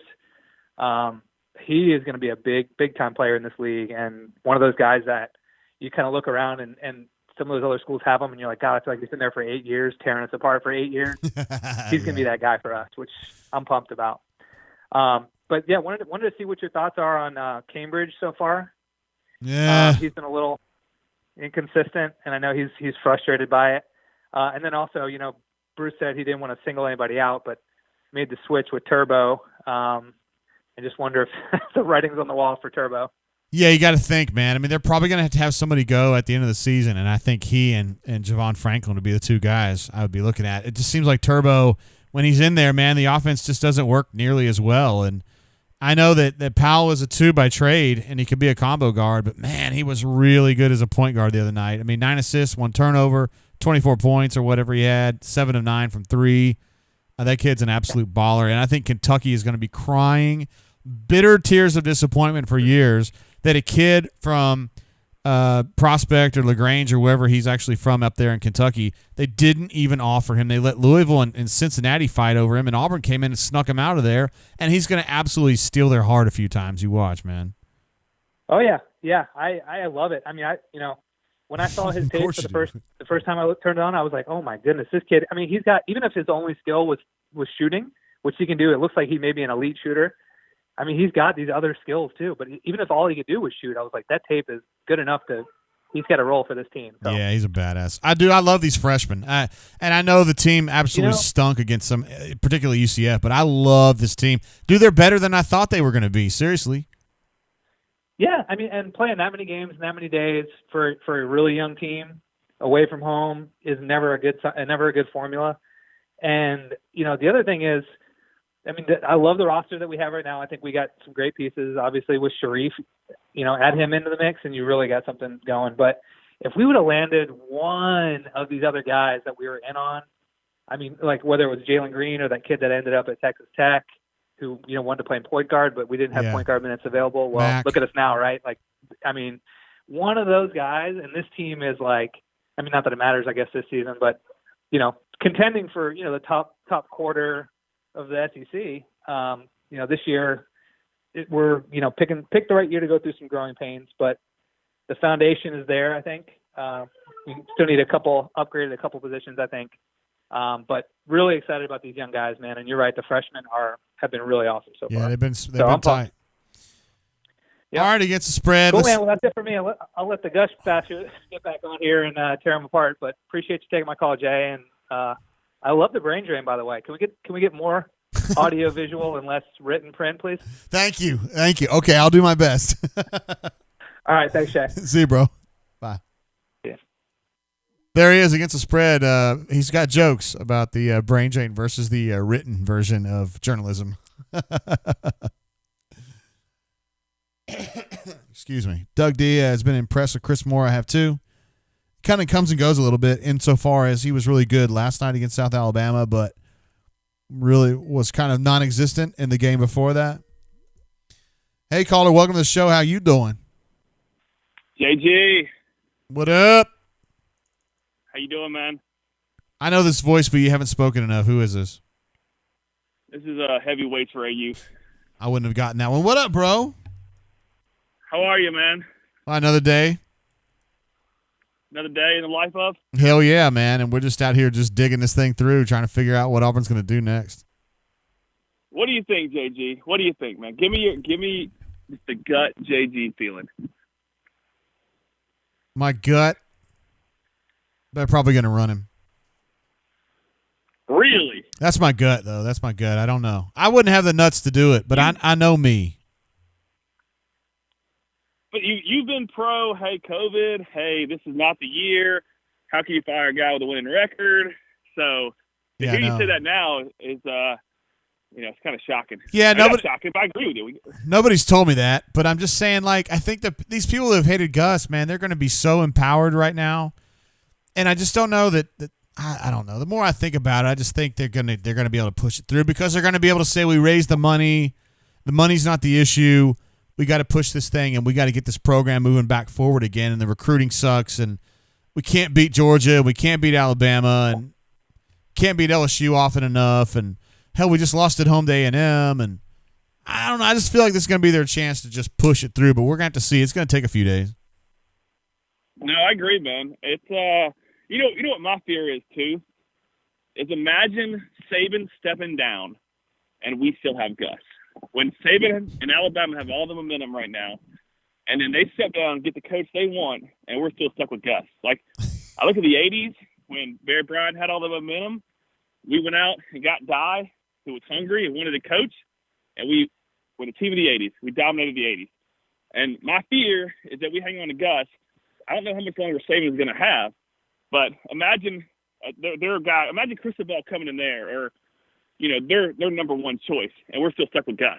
I mean, what do you think about that? Yeah, that would be a bad situation right there. I mean, if they were able to get like Dabo or somebody like that and just continue that surge, Auburn would need to get somebody in there that could get going for that to happen. You know what I mean? Auburn could be at peak speed by the time that Saban decides to hang it up and really kind of capitalize on the moment. Yeah, I get it.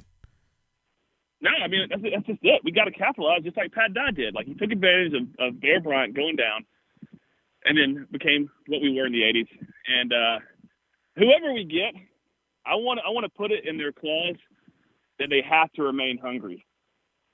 How would you negotiate that? I mean, all right, JT, you ever been hungry before? Hell yeah. From a metaphorical standpoint? Hell yeah. No, from a metaphorical, like, hey, man, if I don't get this article in, I may not have a job. Or, hey, if I don't make this sale or I don't get this job, I may not be able to provide for my family, you know? Yeah. I don't feel like Gus is hungry. And my dad has a theory that all of these Auburn coaches, they sign this big contract, buy a house in Lake Martin, and just become lazy. Oh, wow. Interesting. I mean, it's true, though. Look at it. Like, every guy there has a house on Lake Martin, and it's become lazy. Like, you know, Tuberville came in, was hungry, went out and got Jason Campbell, went out and got Cadillac, went out and got Ronnie Brown. I remember being like, there's hope in this program. Chiswick came in, got Cam, got Mike Dyer, got Sean Coleman. And we're like, dude, we got some momentum here. I have no hope in our program right now. Do you? Not as much. No, I think the recruiting's been bad, but I think it just takes a couple adjustments for them to get straightened out. But I don't really want to go into what I mean by that. They need to probably cheat more. Well, exactly. Do whatever you have to do, man. Like, Alabama got tired of losing and said, we'll do whatever it takes and be a football program. And I don't know. Do you think Auburn has the kahunas to do that? I think some people do, and I think they're going to get so loud and so boisterous that they're going to be able to push this through is my guess. But I don't know that. And nothing's happened today that makes me think that, oh, yeah, they're going to be successful. But these are the same people that I thought were going to be successful in 18, and they got cut down at the last second, and I just don't think they'll do it again. They'll say it's too important. Well, I don't know, man. I just right now, I mean, and I agree with you. You said we're probably a tackle, a couple tackles away, and an edge rusher away from being a contender. But right now, we are just praying that the transfer portal opens up and we get these players. Yeah. Other than that, we're going to have the same thing we did this year. And that you have a positive. Are they going to get that much better? You've also got to have a positive transfer portal experience, meaning you don't lose dudes that you don't want to lose. Like, is Mark Anthony going to bounce? I mean, I wouldn't blame him if he did. Yeah. They can't afford to lose him. So, yeah, I'm sure Auburn will get some dudes off the transfer portal, but you got to make sure you're not losing a bunch of really important players either. So, yeah, I got questions about that. But that's a whole different thing. I don't know. Well, that's why we need momentum. I mean, we got to have some hope, man. Yeah, but and like, dude, signing day is like 10 days away, though. Dude, Vanderbilt has a better recruiting class than we do right now, and then we have a coach.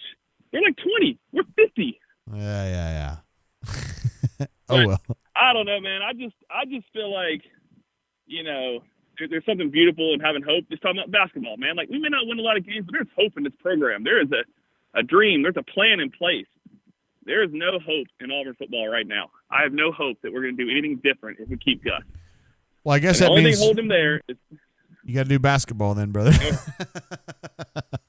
man, we're a basketball school. We're a basketball school for sure. But I don't know. I just see some of these kids. Like, I see a Broderick. What's that guy up in Georgia? The guy I was supposed to get last year.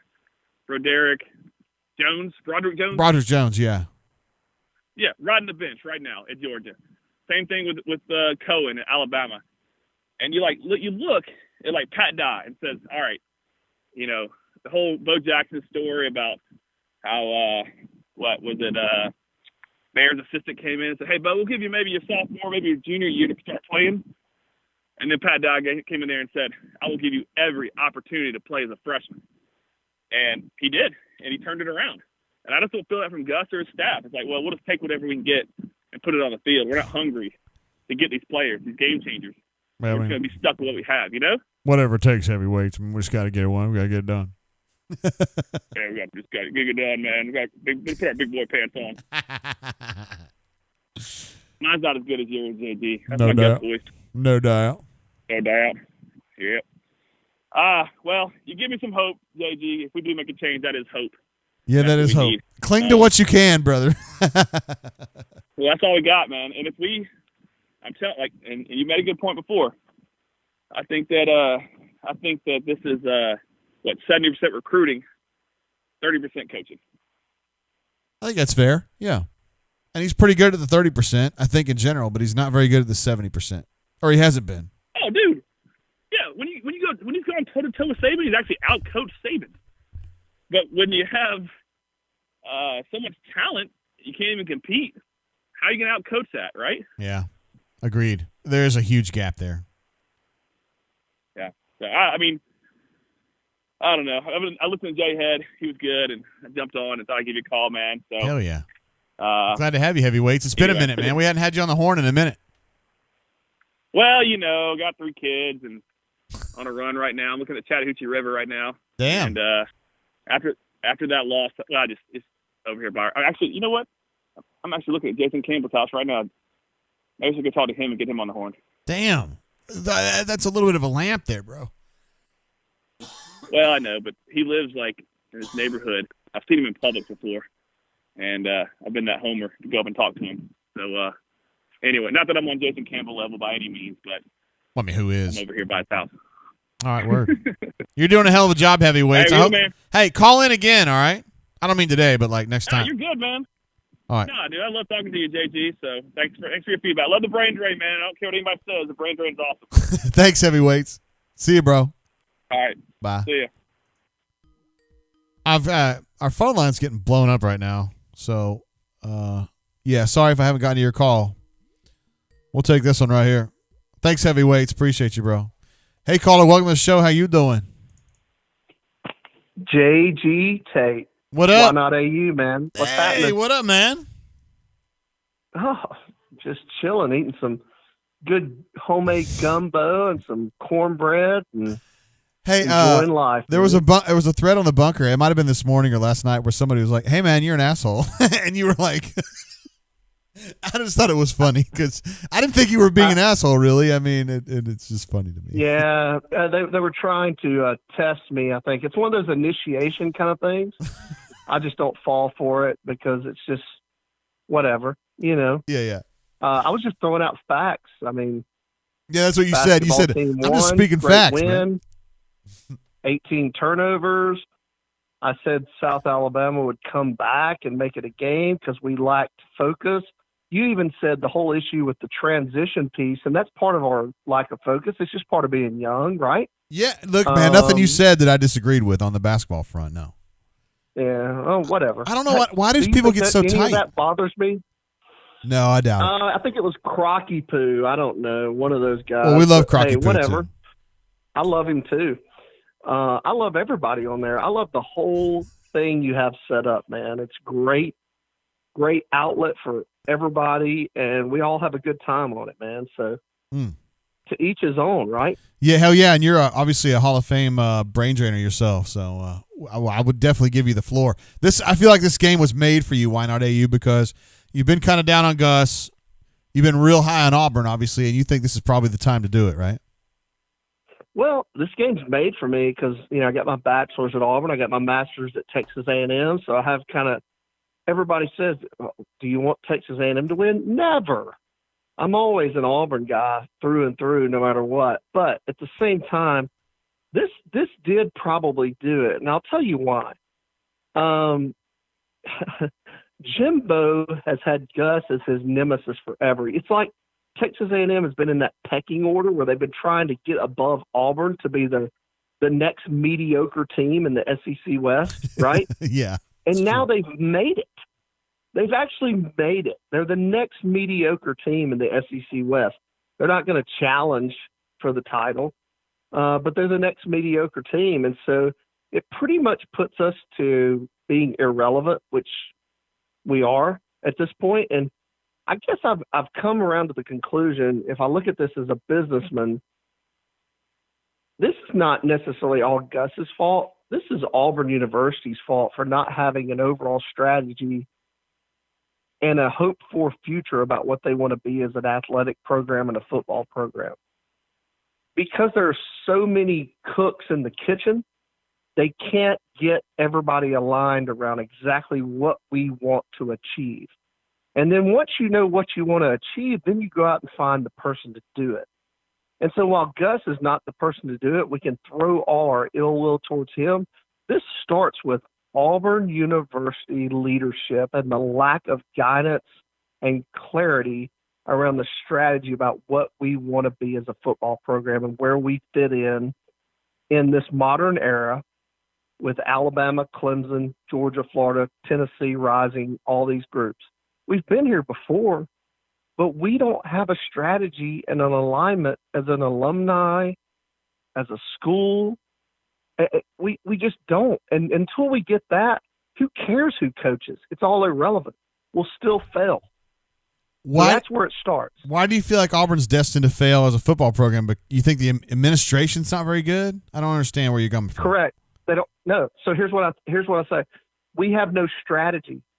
We have no alignment. But like the alumni have nothing to get around. Like we're not built around anything about football. About what are our expectations realistically? What do we want to achieve? How are we going to achieve it?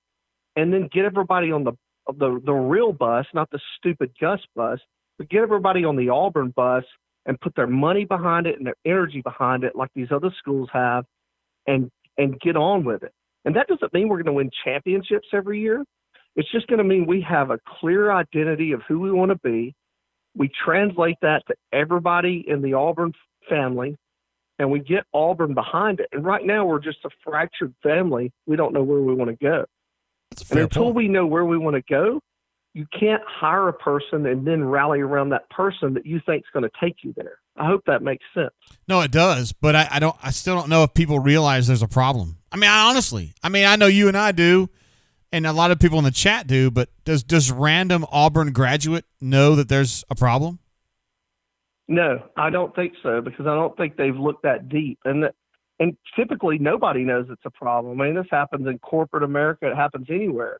You don't understand that the organization's actually really the one that's holding you back from a lack of clarity.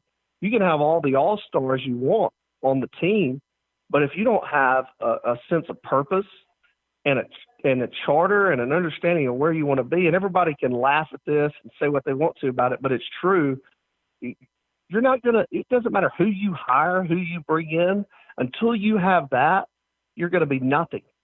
You need to get that first, and then you need to hire the person that can take you there. And when you have that strategy and understanding, then you'll hire the right person. We don't have it. This call's getting kind of meta. Why not AU? Honestly. You're going 10,000 feet up, man. Well, I know. I mean, but that's where we have to get if we want to correct this. This is not about just hiring a coach. I mean, I can tell you, if you can go out and get Cristobal or all these lists on the bunker that we all make and we all love to think about, none of it's going to matter if the organization's not aligned and has a strategy to say, Mario Cristobal, this is what we want to achieve. We think you're the guy to achieve it, and we're going to rally behind you. Never going to happen. You're just going to continue to be like a feather in the wind and just do what we do. Yeah. DWWD, as we've seen many times. Yeah. Yeah. I mean, maybe I'm wrong. Hey, whatever. But this is one man's opinion, and I firmly believe it. And I also think that this is part of the reason that Gus is here. We never really did have a firm strategy. You go back and look. I love the rundown last week when Jeffrey Lee and you guys said, in 1 year, Saban changed the game and lit Tuberville and his staff up in 2008. And basically that year was the total change. That one recruiting year, Auburn got completely shut out. Absolutely. They got complacent. They had no strategy.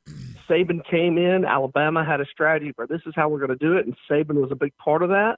He came in and he changed the game, and we've been trying to recover ever since. And everybody can say, oh, we won in 2010, we won in 2013. Those are just blips on a radar screen. That's not consistency. That's not consistency. And I'm not saying we should be Alabama. I'm not saying we should be Clemson or Ohio State, but we got to figure out, where do we want to fit in? What is our expectation? and we haven't done that. Until you get there, you don't know what you want to do. You don't know what the right decision is because you don't even know how to judge these guys, the coaches that you could hire. Exactly. Yeah. Exactly. But so that's they can get that figured out pretty quick, though. I think so, but I think we do need to get that figured out before we jump out and get rid of Gus and hire somebody else. And Gus, I mean, if there are 10 out of 100 people that you randomly chose out of the Auburn alumni, family, fans, whatever, that believe Gus was the answer, I'd be shocked. Maybe 2 or 3 out of 100. Mm-hmm. But I think doesn't mean we're. I think there's more neutral people. Jesse. I think there's more neutral people out there than you and I both realize. Like, not that they are like have their head in the sand per se, but they don't even process it that way. Like, they're not sitting around thinking, "Oh, Gus, he sucks at. He runs his head into the wall and he runs the ball 17 times in a row at LSU and he can't sign good offensive tackles." I don't even think they go that deep. You and I do. And the people in this chat do, and the people in the bunker do, but I don't know what percentage of the actual Auburn population do we comprise? 2%, 1%? I don't know, man. I just know that here's what I see: top 15 all-time football program, and we're paying a guy. What is Gus? Is he 5th, 6th on the list of top-paid coaches? Yes. What are we as far as coaching staffs? Let's look at the staff. It's pretty high up as well. Absolutely, paying the defense coordinator $2.5 million a year. Yeah, and so I think you have to question. Despite Georgia, Alabama, all these excuses about how great they are, I mean, are we really getting value out of this? And it's not just the value of wins and losses; it's the value of the sense of competition, and that we're going in and we're putting a product on the field that's entertaining and that people love and people rally around. Yeah, it's not happening. This is a business. Yeah, this is a business, man. I don't care what anybody says about it. And this business model's failing. This business model with what we're paying and what we're getting, not just in wins and losses, it just doesn't make sense, man. So you got to make a move, but I think you have to have that strategy and alignment first before you make the move. They better get working. I want to make a move I want to make a move just like everybody else, but I think if we make a move too fast, we're just going to end up in the same place. Why not AU taking the 10,000 feet up look? But it's one we needed, I think, after we were talking so much about this, that, and the other thing. You're giving us a little bit of a wider idea on that. That's good stuff. I don't know. Why not AU is completely discouraged, but at the same time, I love Auburn more than anything in the world. Great university. I wouldn't be where I am without it in my career, et cetera. But this football program needs a new look, and we'll get there, man. But we really got a lot of work to do. It's not as simple as getting rid of one guy and putting in the next. That's all I want to make a point of. All right, point made. Why not AU? You're a badass. Right. Appreciate you calling in, brother. Hey, JG, thanks for all you guys do. You do a great job giving us this outlet that we can do our thing in, and Crocky Poo and others can fire shots, and I can fire shots back, and it's fun, man. We have a good time. So thank you. All right, brother. See you, man. Later. Bye. There he is. Why not AU? I haven't even had a chance because we had the phone lines been blowing up, but Elite Gus super chatted us a little while ago. He's become like a friend of mine, actually. I want to give him a DJ air horn. I play Warzone with him quite a bit. He's out in Texas, but he's from this way. And he says $20 to whoever can name the most players out of AU's senior day pick without using Google. Not sure anyone can get more than 5. I'm going to take one of these calls. I mean, our phone line's just blowing up. Thank you, Elite Gus. Hey, caller, welcome to the show. How you doing? I'm good, JT. How are you doing? What up? Who this? This is Stoop Up 74. Hey, what's up, Stoop Up? How you been? I've been better. I've been better. Yeah.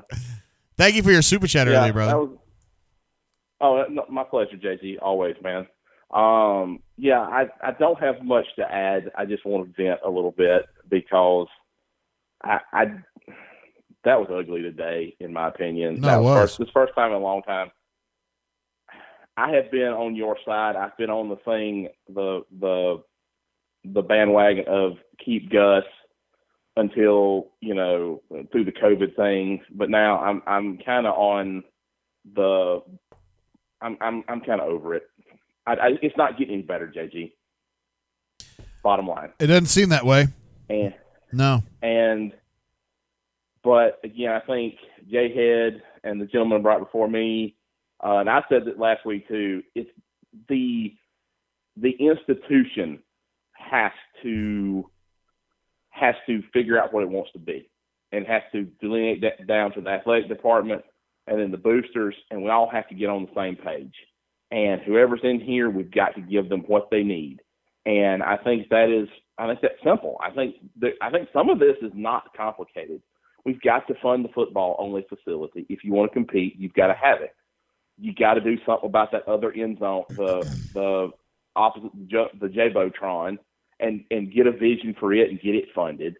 And then give whoever you have, get behind that person and let them be the coach and give them what they need. And Auburn University is not doing that. And I don't know why they don't do that, or why it seems like we've not been on that. We've not had that vision in this university for all these years. It baffles my mind, and I'm frustrated by it. I at least want to see there's got to be some changes, especially how we recruit offensive and defensive linemen. Oh yeah, because that was embarrassing today. We just absolutely got whipped up front, and it's got to change, and it's not going to change with just a fly-by-night hire. It's got to be done through you've really there's a core rot in the program, and it's got to get cleansed. You got to go in there and do the surgery and get it out, and that may mean the head coach, that may mean the assistants, that may mean a lot of different things. But to get it better, you're gonna have to do what everybody what's it? You're gonna have to get on board and get the big money to do it. And unfortunately, I don't have that money, or I'd be spending it. Yeah, I understand completely. We just got a huge super chat from Patrick D, a.k.a. Why Not AU. That's all. I'm sorry. I was losing my mind over that. I love the idea of more important than I am, JG. No, you're not. You're an absolute badass, Stu Pup. I understand what you're saying. You got to kind of go in there and excise that little malignancy. You know what I mean? That's kind of what you were mentioning. Yeah. I think the thing is, it's not because Alabama. I don't want people. You're narrowing it you're defining the scope of the problem too narrowly. If people are like, well, we want to beat Alabama in Tuscaloosa once in a while. Auburn can be more than that. What you got to define is how do you compete for championships, and then that's how you get that athlete in there that then allows you to go into Tuscaloosa and go into Athens and beat them. And that's how it trickles down. And I don't want people narrow. I don't want this next hire or this next decision be based on, we just want to beat Alabama and Tuscaloosa, or we want to beat Georgia, or just because Gus has this record against this team and that team. We need to identify the challenge. You have to take a true look at this football program, identify our challenges. I think the coach, whoever the coach is, they have facility issues. They have some stadium issues. Quite frankly, you have a state issue where you have, I would say, over half the state and 40% of the high school coaches actively work against your program and actually would rather send kids out of state than go play for Auburn. There's people in the state that don't see playing football at Auburn as a viable alternative. And we've got to somehow start changing those minds. And until we do that, we've got to start doing better in the state of Alabama. And then, like Jay Head said, in that 500-mile radius, we've got to start doing a better job there and start changing minds there. That, to me, is the three biggest problems we've got to fix. And whoever the coach is, that's the first three questions I'm answering. Well, what's your vision? What do you want? What do you need from me from a facility standpoint? And how are you going to recruit? How are you going to recruit within the 500-mile radius against Saban, against these sharks in the SEC? You make a great point, Stu. Whoever it is, I don't care. Whoever that's your core problem. Who are you going? That's the first question I'm asking. How you gonna beat Nick Saban and Kirby Smart in the recruiting trail? How do you present in the living room? Tell me what your plan is. And if I like that plan, that's my guy. I don't care what your name is. I don't care if you lost to Oregon State one year because of a fluke or whatever. Do you do the most? Do you utilize your resources to the highest degree? And how are you going to recruit against these sharks in the SEC? And then what do you need from me to help you? And then whoever gives me the best opportunity, that's the person I'm hiring. So that's what I believe. That's what I think we need to start doing. That's where this thing needs to start. So I've rambled on enough, JJ. Go ahead, man. Administrative assistant was asking me a few weeks ago. She was like, why does Alabama get all these kids? They just like Saban more. And I was like, I think that's part of it, but I think another part of it is that they put so many kids in the NFL at every position that they can say, I can prove to you that we can put, no matter where that kid plays, nickel, offensive guard, quarterback, we've got these 3 guys in the NFL. We got these 8 guys in the NFL. And Auburn can't do that. And Auburn's got to get to a point where they could tell every kid at every position, I've got 5 kids in the NFL from your position. They're making $6 million each or whatever. They made a total of $20 million or whatever. That can be you. Alabama can do that right now. Auburn cannot. I think that's part of it too. But I also think there has to be some type of relationship built in state and in Georgia and Alabama especially. That's true. With high school coaches.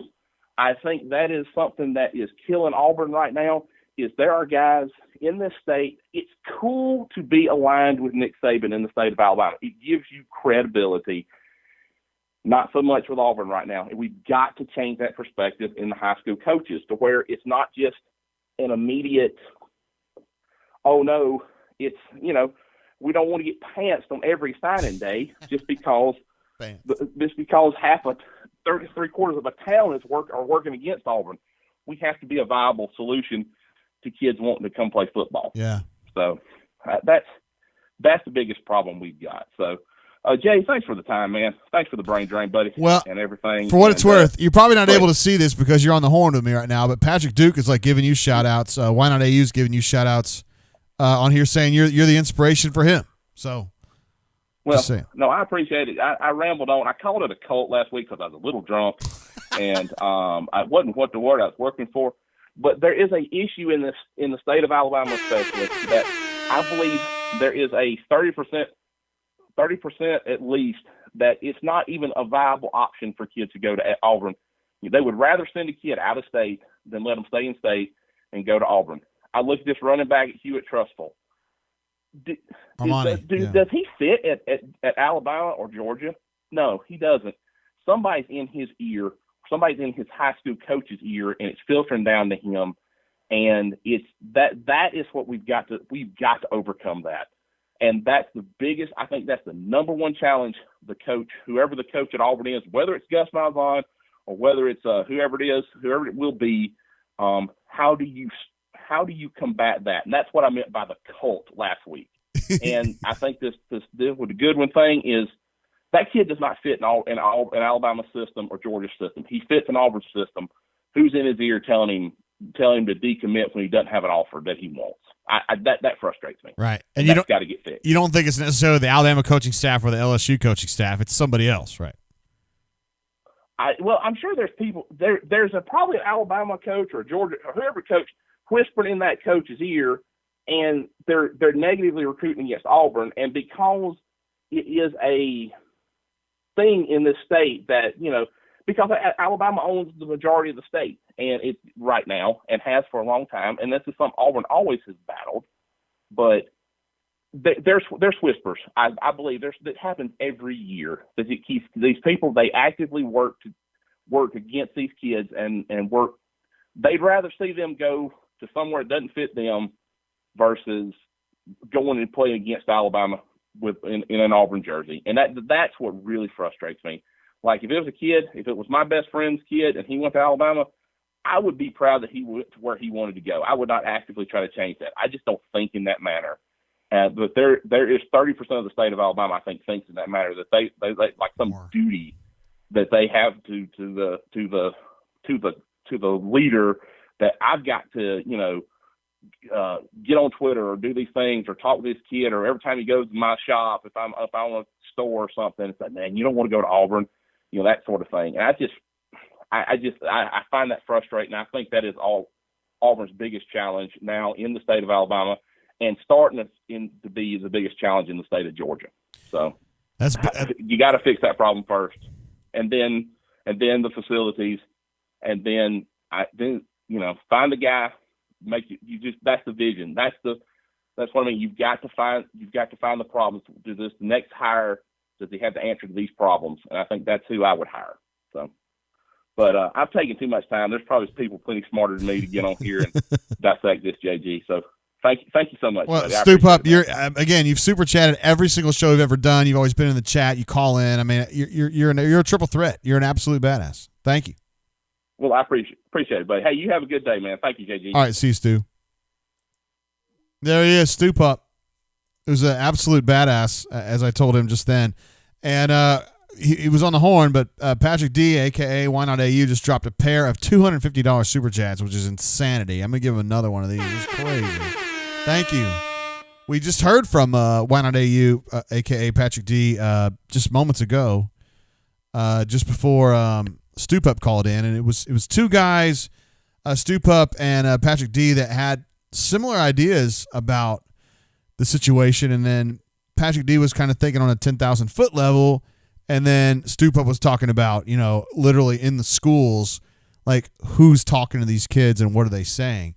And it's interesting to kind of see that because both guys are right, and both guys are just looking at it from slightly different vantage points. So two really good points. Stu was talking about specifically, and I think his number was low. He was saying he thinks 30% of the people in this state actively work against Auburn from a recruiting perspective. And I would argue that number's higher. I mean, there's definitely Auburn people out there, no doubt about it. But it seems like the general person that you meet out there, and I say this as a sports writer, I used to talk to recruits, and less now, but when I was at the Advertiser, you generally were Alabama. That was like my assumption. Hey, caller, welcome to the show. How you doing? Fire guess. Yeah. We're doing it, man. Who this? I hope so. It's Alpha Tiger. Oh, you were doing it. You were trying to disguise your voice. I got you. Yeah, I'm sorry. I just woke up from a nap not too long ago. So I'm literally at a point now. I fell asleep in the fourth quarter in a close game. Like, that's where I am right now. That's sad. It is. It's kind of demoralizing. And part of it was because I was really hungover from last night. But the game sure wasn't helping much. No. You're obviously you've been on, like, you joke about fire Gus, but I mean you really have kind of thought that Gus was detrimental to the program's vitality for a while now, and now you're 100% convinced, right? I mean, I've known that Gus isn't the answer for a long time. Yes. I've gone back and forth as to whether or not I thought this year was a possibility of making a change. I'm hoping that it is a possibility. There's nothing Gus could do at this point that would ever get me back on his bus, I guess, so to speak. Well, yeah, I mean, the bus is pretty light right now, right? The bus is on fire on the side of 85 in Lee County right now. But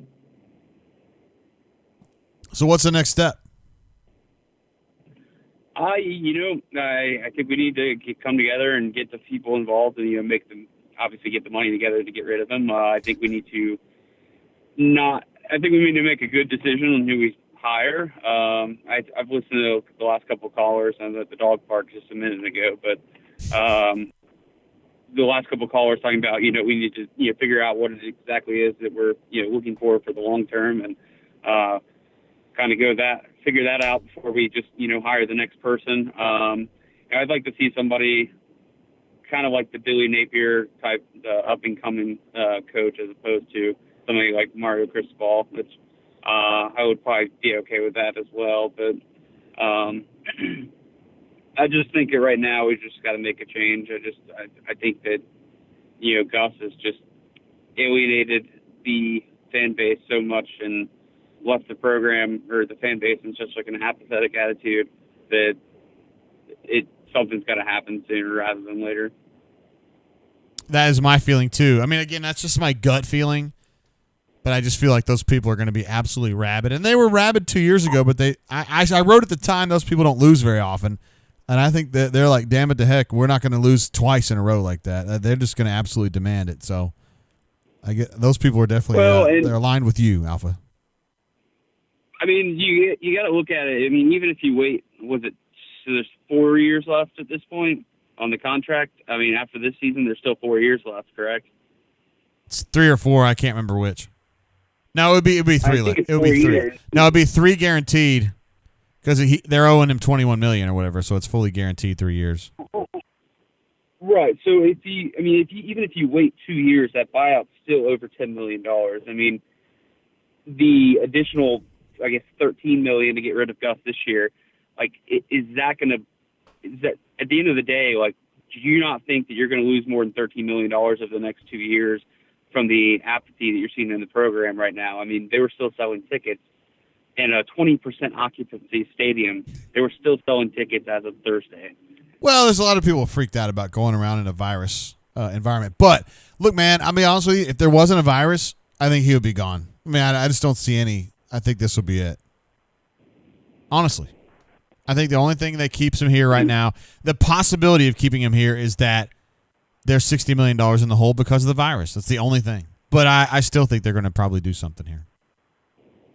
I mean, obviously the buyout money wouldn't be coming out of the athletic budget. It would be coming from, big money boosters. And, at the end of the day, if you were to come up with the money to get rid of Gus and you hire a new coach like a Billy Napier or even that's cheaper, then technically, wouldn't you be having less money be coming out of the athletic budget for the next coach's contract? Well, Billy Napier, Napier knows what Gus is making, so he's not going to be like, I'll just take $3 million less of him, no problem. I mean, I think they're going to be pushing for that money, whether it's him or Cristobal or whoever. When Gus came to Auburn, he was only making $4 or $5 million when Auburn signed him to his original contract. So I mean, he's not going to come to Auburn and make $7 million his first year. He may make decent money, and he's not going to come to Auburn for $3 million. I get that, but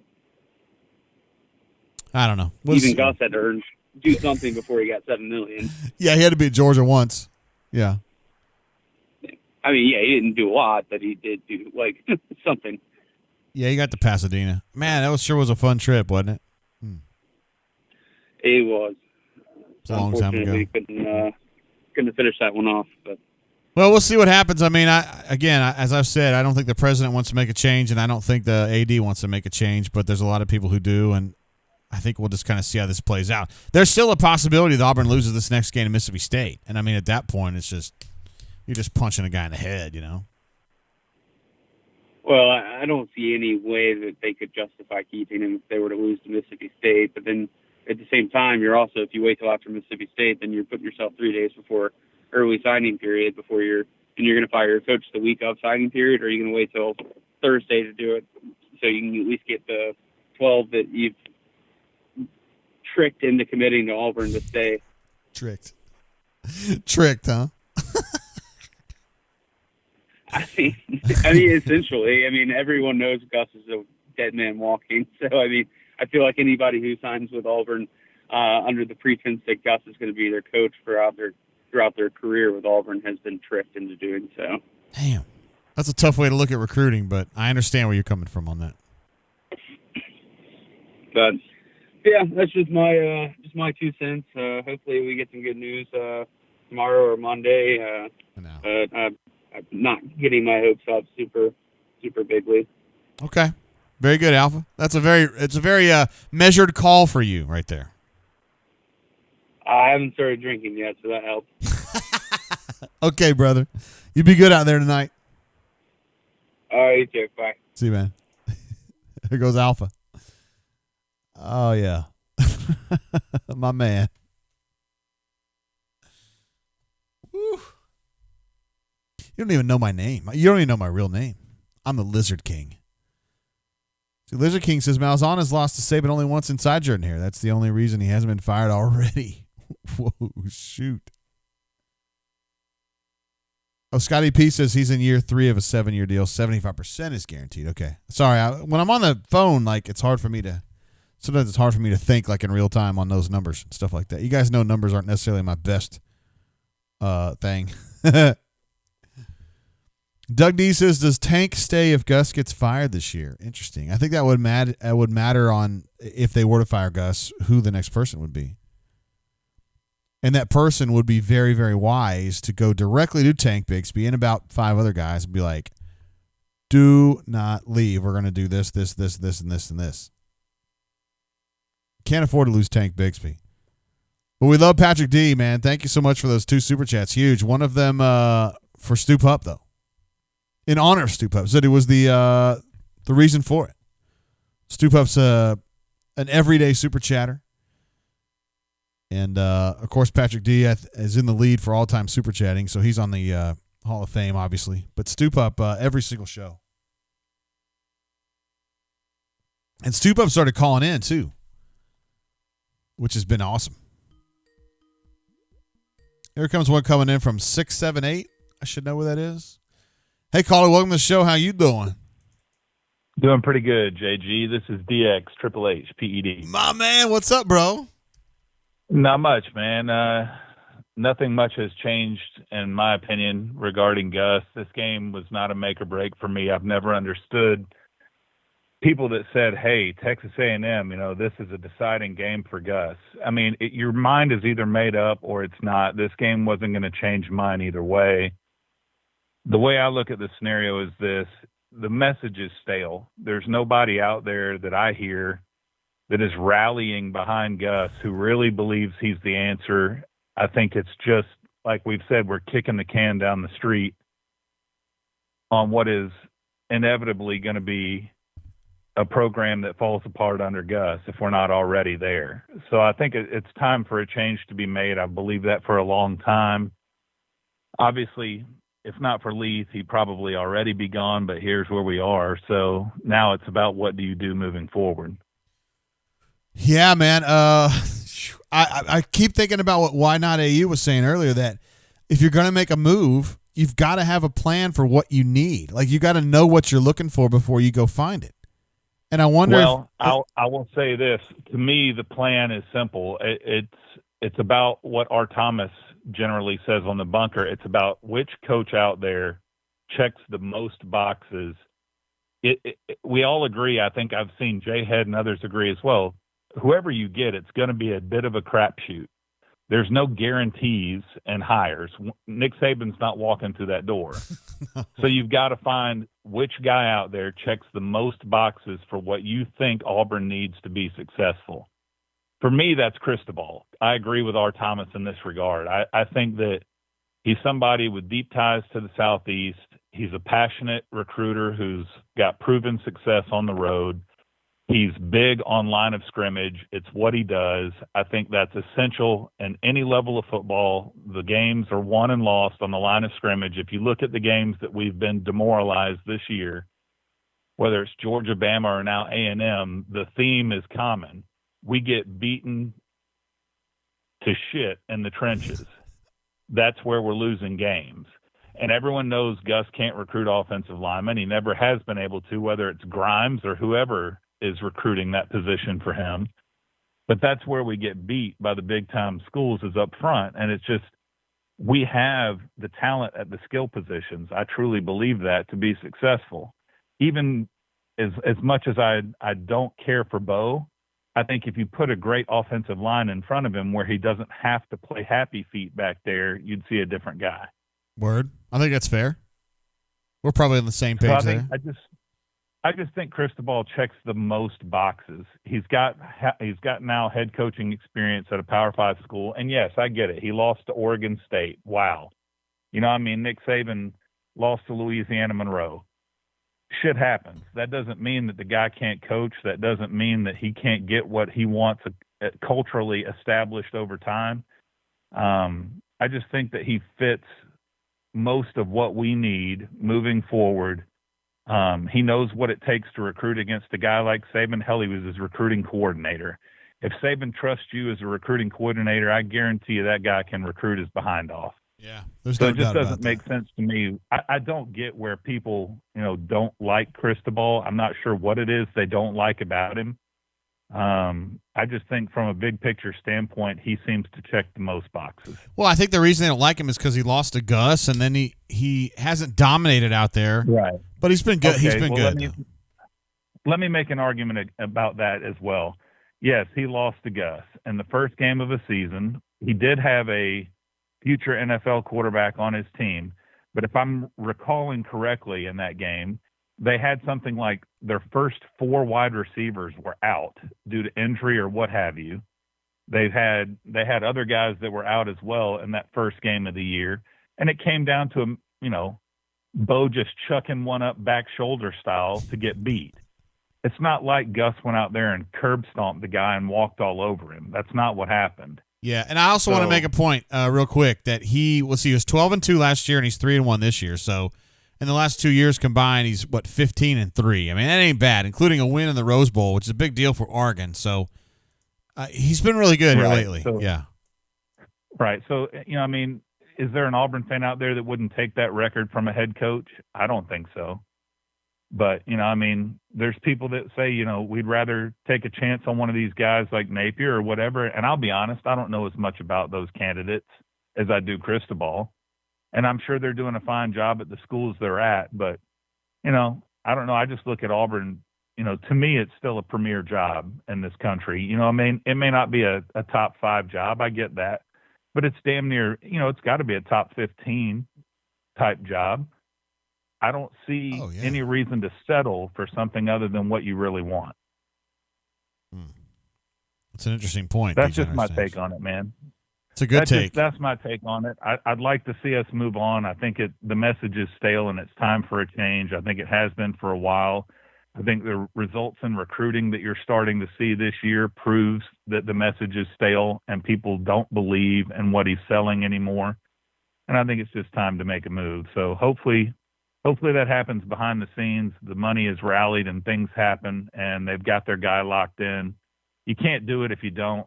You can't just, shit can Gus and then I say, well, let's do the best we can. That can't be the answer. So I hope they've got it all figured out if they're going to make a move and it's ready to go. Hey, I got a non-football question for you. Your call is always the best sounding call. Do you call from a landline or what? Where are you calling from?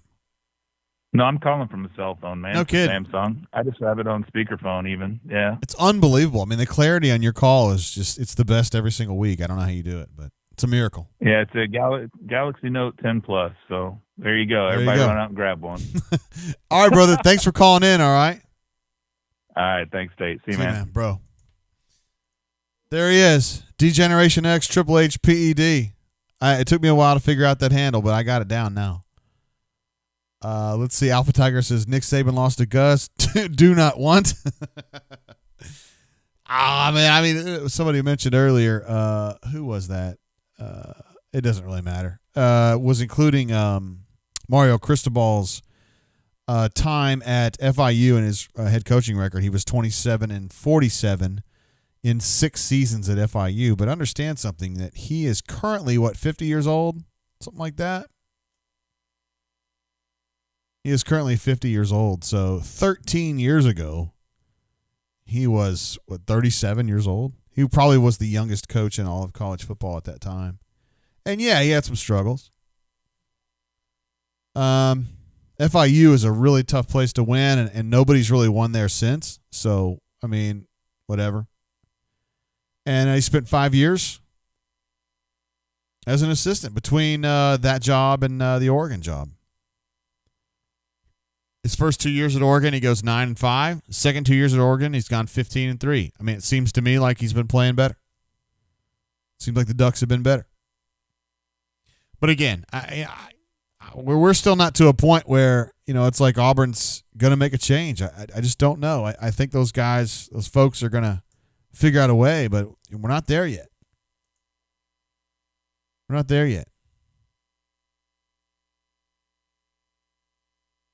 Somebody must have asked if he checked some certain boxes. Yeah. Patrick D's asking, how are these boxes defined? What gaps exist? What's our capability to fill these boxes? What even are the boxes? Talk about all these boxes need to be ticked. Which one?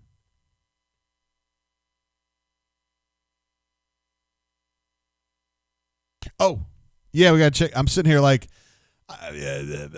Why Not AU got me thinking, and Degeneration X got me thinking, and now I'm sitting here thinking on the air, and that doesn't help at all. So we're going to get B-Matt on the horn right now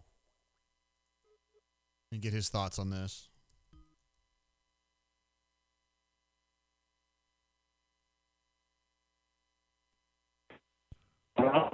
What up, B-Matt? I'm doing a little math. Well, I'm not. Where are you at? I'm at home. I'm just trying to add up all the losses and all the L's and all the consecutive seasons of 4 or more losses. It's getting to be a pretty big number. Damn. JG. Yeah, did you ask him that after the game? You're pretty bad. I bet it's your biggest rivals. No, I didn't manage to get that question in, but it was brought up to an extent. This is the 7th consecutive season, by the way, of Auburn losing 4 more games. So congratulations to Gus and his program here. You sound a little bit. Are you a little bit agitated? No, not really. Maybe a little bit. I think the thing that rustled me the most about this game was Auburn got there. They got to the fourth quarter with a chance to beat the number 5 team in the country at home. They had the lead, and they completely fell to pieces. I mean, they just totally crapped the bed. You know, I mean, it was just, and it wasn't like it's all Gus's fault, it's all Bo's fault, it's all Kevin Steele's fault. It was everybody, right? I mean, there was nothing good about the fourth quarter from Auburn's perspective. No. The Terrible. offense was terrible. The defense was terrible. I mean, it was just a total collapse. And, I think that's just really disappointing for a program, that's had a pretty rough season. Knew it had this great opportunity. This is what you do. You bust your tail in the off season and do preseason practice to get to this point at home, and then to just fall to pieces like that. That's just not good. It's disappointing. Yeah, I'm disappointed for the players. They didn't mean to. They didn't try to fail. They just got their butts beat. Yeah. Okay, so I haven't been able to listen to the press conference. You were there. You were listening. Did he say something about 6-4? He did. He was asked. I guess he's asked. He said last week, their big goal was to finish 7-3, get the momentum for recruiting and going into next year, et cetera, right? And then he was asked about that. What are your goals now?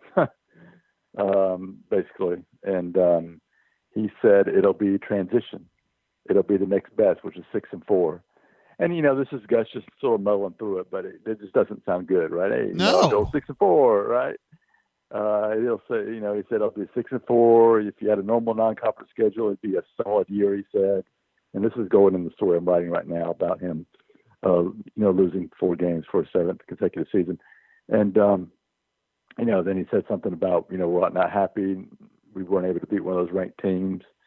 I think we played number 1, number 5, and number 2 or 3 on the road, and we weren't able to win those games. Wait. So, I think he recognizes that they, failed against the big teams, which they did. He thinks 6-4 is okay? Is that what he said? He said it would be a solid season? He called it a solid year if you had a normal non-conference schedule. That's what he said. So, that's going to really rustle some Auburn folks. And, you can't blame them, but Gus is always going to try to find the bright side of things. He's never going to be that coach that gets on there and says, this is unacceptable. This is not, that type of coach, You can't talk like that. You can't talk like that, B-Matt. You talking about him talking about being that losing being a solid year? Yeah. 6-4 a solid year. I know. What? It definitely rustles the Jimmys for sure.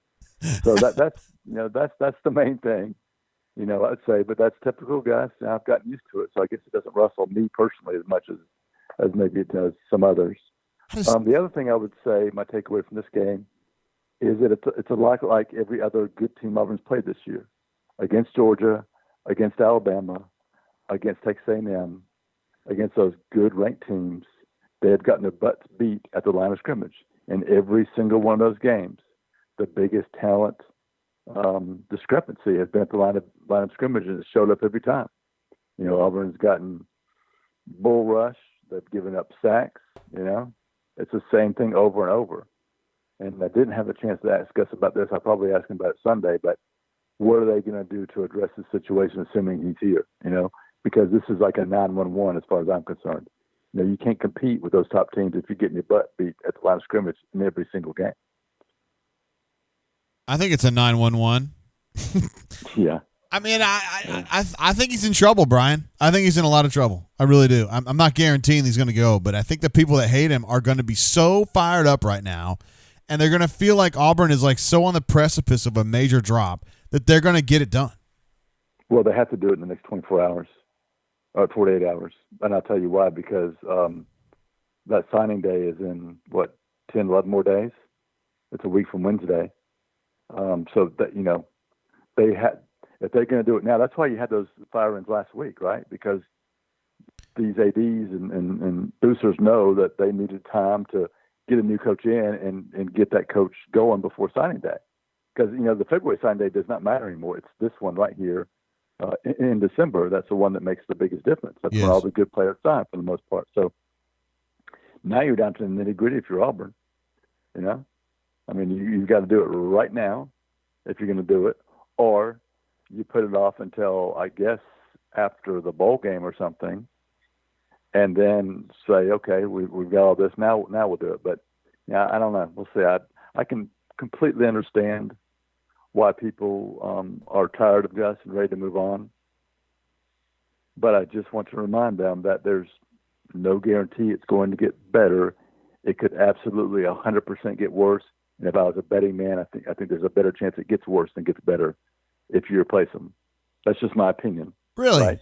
Like, so you think Cristobal or Billy Napier would be the likelihood would be that they would take it down a little bit or half a step or whatever? Tom Herman, James Franklin were home run hires. Harbaugh at Michigan, home run hire.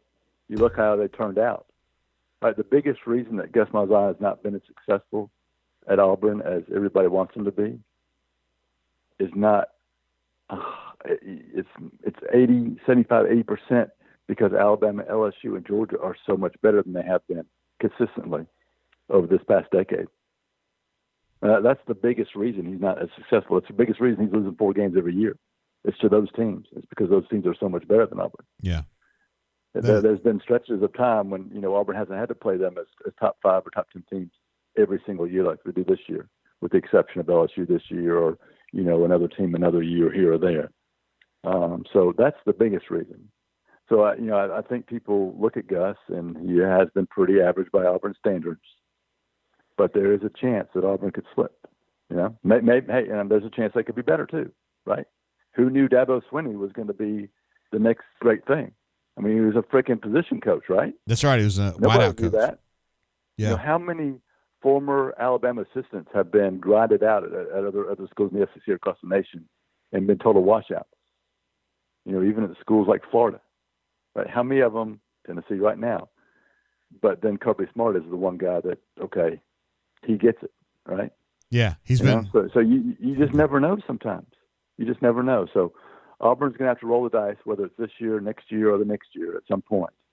But, you need to understand that it is definitely a roll of the dice in many ways. I don't think they have to do it the next 24 hours, though, because they still got a game left, and there's no reason to, take him out. There's nothing – it's not like the situation is so malignant that they have to go right away. But I would think within – So you think after the season then?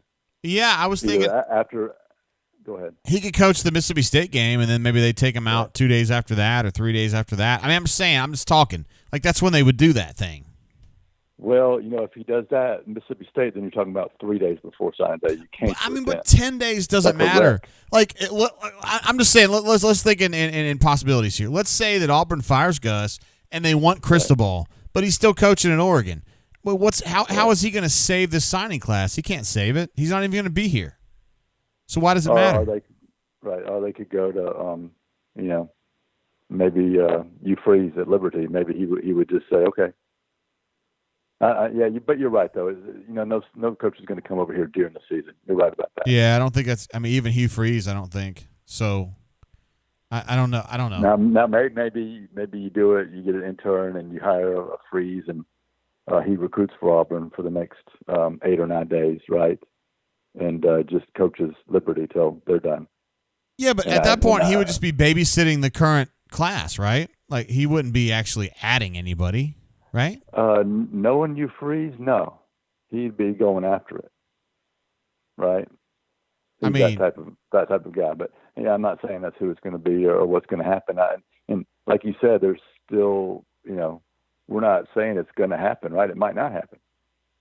6-4 in this year when we're fortunate to have football at all, and Auburn is, looking at a $50 million or so deficit. I don't know the exact number, and he still has a $21.5 million buyout.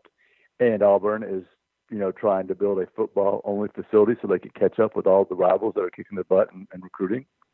It is a tough sell for the people who run the athletic department and have to balance the book, so to speak.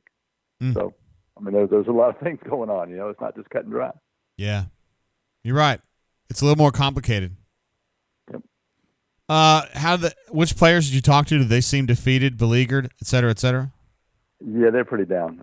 Let's see. Offensively, it was Bo and Broderius Ham actually talked, and Sean Shivers talked, and then I think it was Jordan Peters and Big Cat Bryant on defense. Nothing really stood out. Bo Nix had a really long answer to that same question about. Wait, what? Basically talked about. Bo Nix talked about. It was, basically this team was not experienced compared to other schools, right? And not having the preseason like they normally have, not having the spring, might have been more detrimental to Auburn than other teams that are more experienced, which,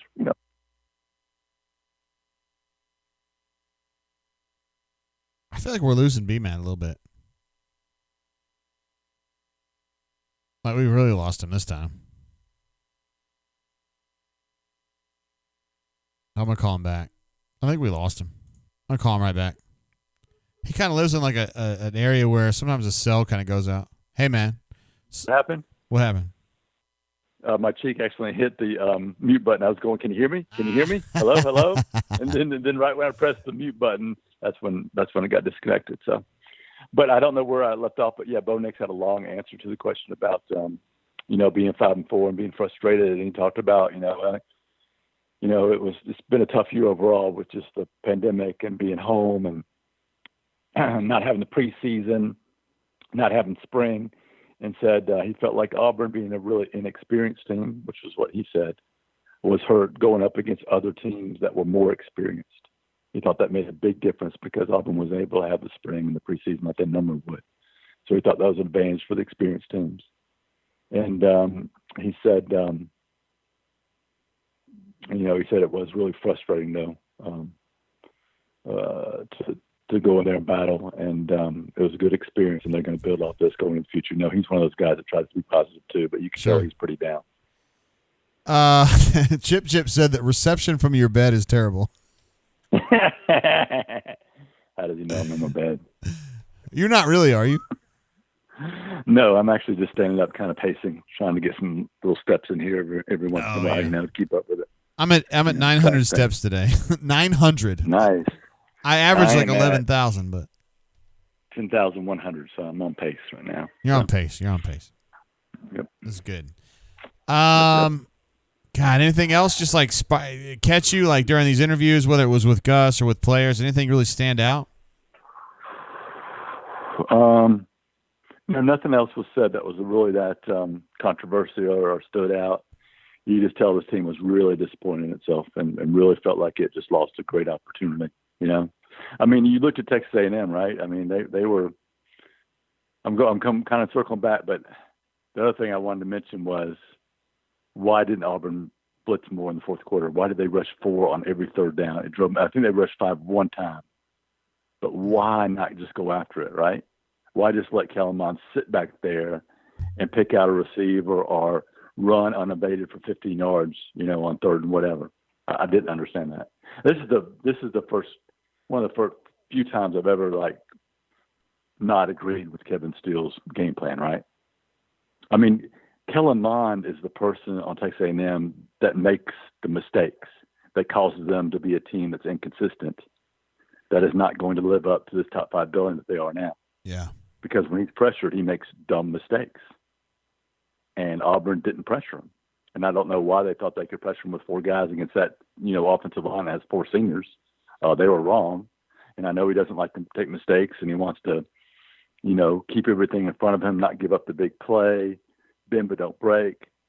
But when, you're giving up 8 or 9 yards, 7 yards every time they run the ball, it ain't bend but don't break, it's break. You got to take some chances. Yeah. And that was one of the biggest things I was disappointed in from a coaching standpoint. And did Gus seem beleaguered at all, or was he just like, "Hey, man, we might be 6-4, so it's all good"? No. He was very down about it. Very down. Talked about the seniors and being really disappointed for them. Yeah, no. He was not like, "Oh yeah, we're 6-4, we're good." No. This was him. This was unhappy Gus, just trying to find a way to answer some questions so he get the hell out of there and figure out what's going on. That's just, you've seen this guy before. Yeah. There's no doubt. Yeah. That's a pretty big loss right there. I mean, A&M's pretty good, but we got to win it. I imagine Sunday's press conference is going to be kind of short. Yeah, it was real short last week. Yeah, it's going to be real short this week. Maybe this isn't the time for me to start texting Gus questions, huh? No, probably not. Yeah. All right, brother. Appreciate you jumping on with us, B-Matt. And I think I speak for everyone when I hope that you don't get winded tonight, whatever you're doing. I'll try not to. We're going to have a good dinner here. The wife's making chicken fajitas, so I'm excited about that. Yvonne's always getting it done in the kitchen, so to speak. She always hits a home run. She doesn't throw any interceptions. So. Yeah, I'm a fan of your wife. She's a cool chick. I like her. Yeah. Take the dog for a walk, so everything's good. All right, bro. See you, B-Man. Peace out, man. Bye. All right, y'all give me like 25 seconds. Hold on. I got to check on something real quick.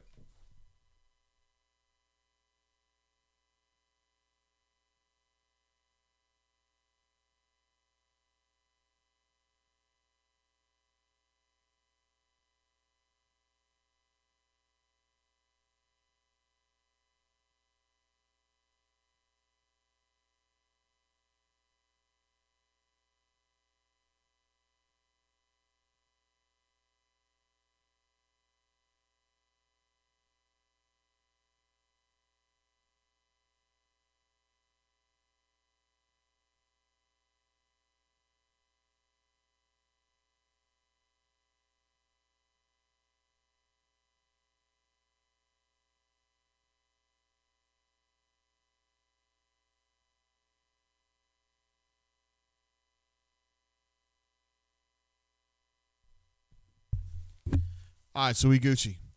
Good stuff from B-Matt there, talking about he said Gus was a little forlorn and that players were down, which you would expect after having lost a game that they probably should have won. Although, whatever. It was I should say they should have won it. It was an opportunity that they could have taken advantage of, and they didn't. Greg M says that, quote, got to check on something equals got to pee. Shane E says, drinking just doesn't drown my Auburn sorrows anymore. Any suggestions on what hard drugs? Hey, no, we don't do the hard drugs thing. Don't do hard drugs. Just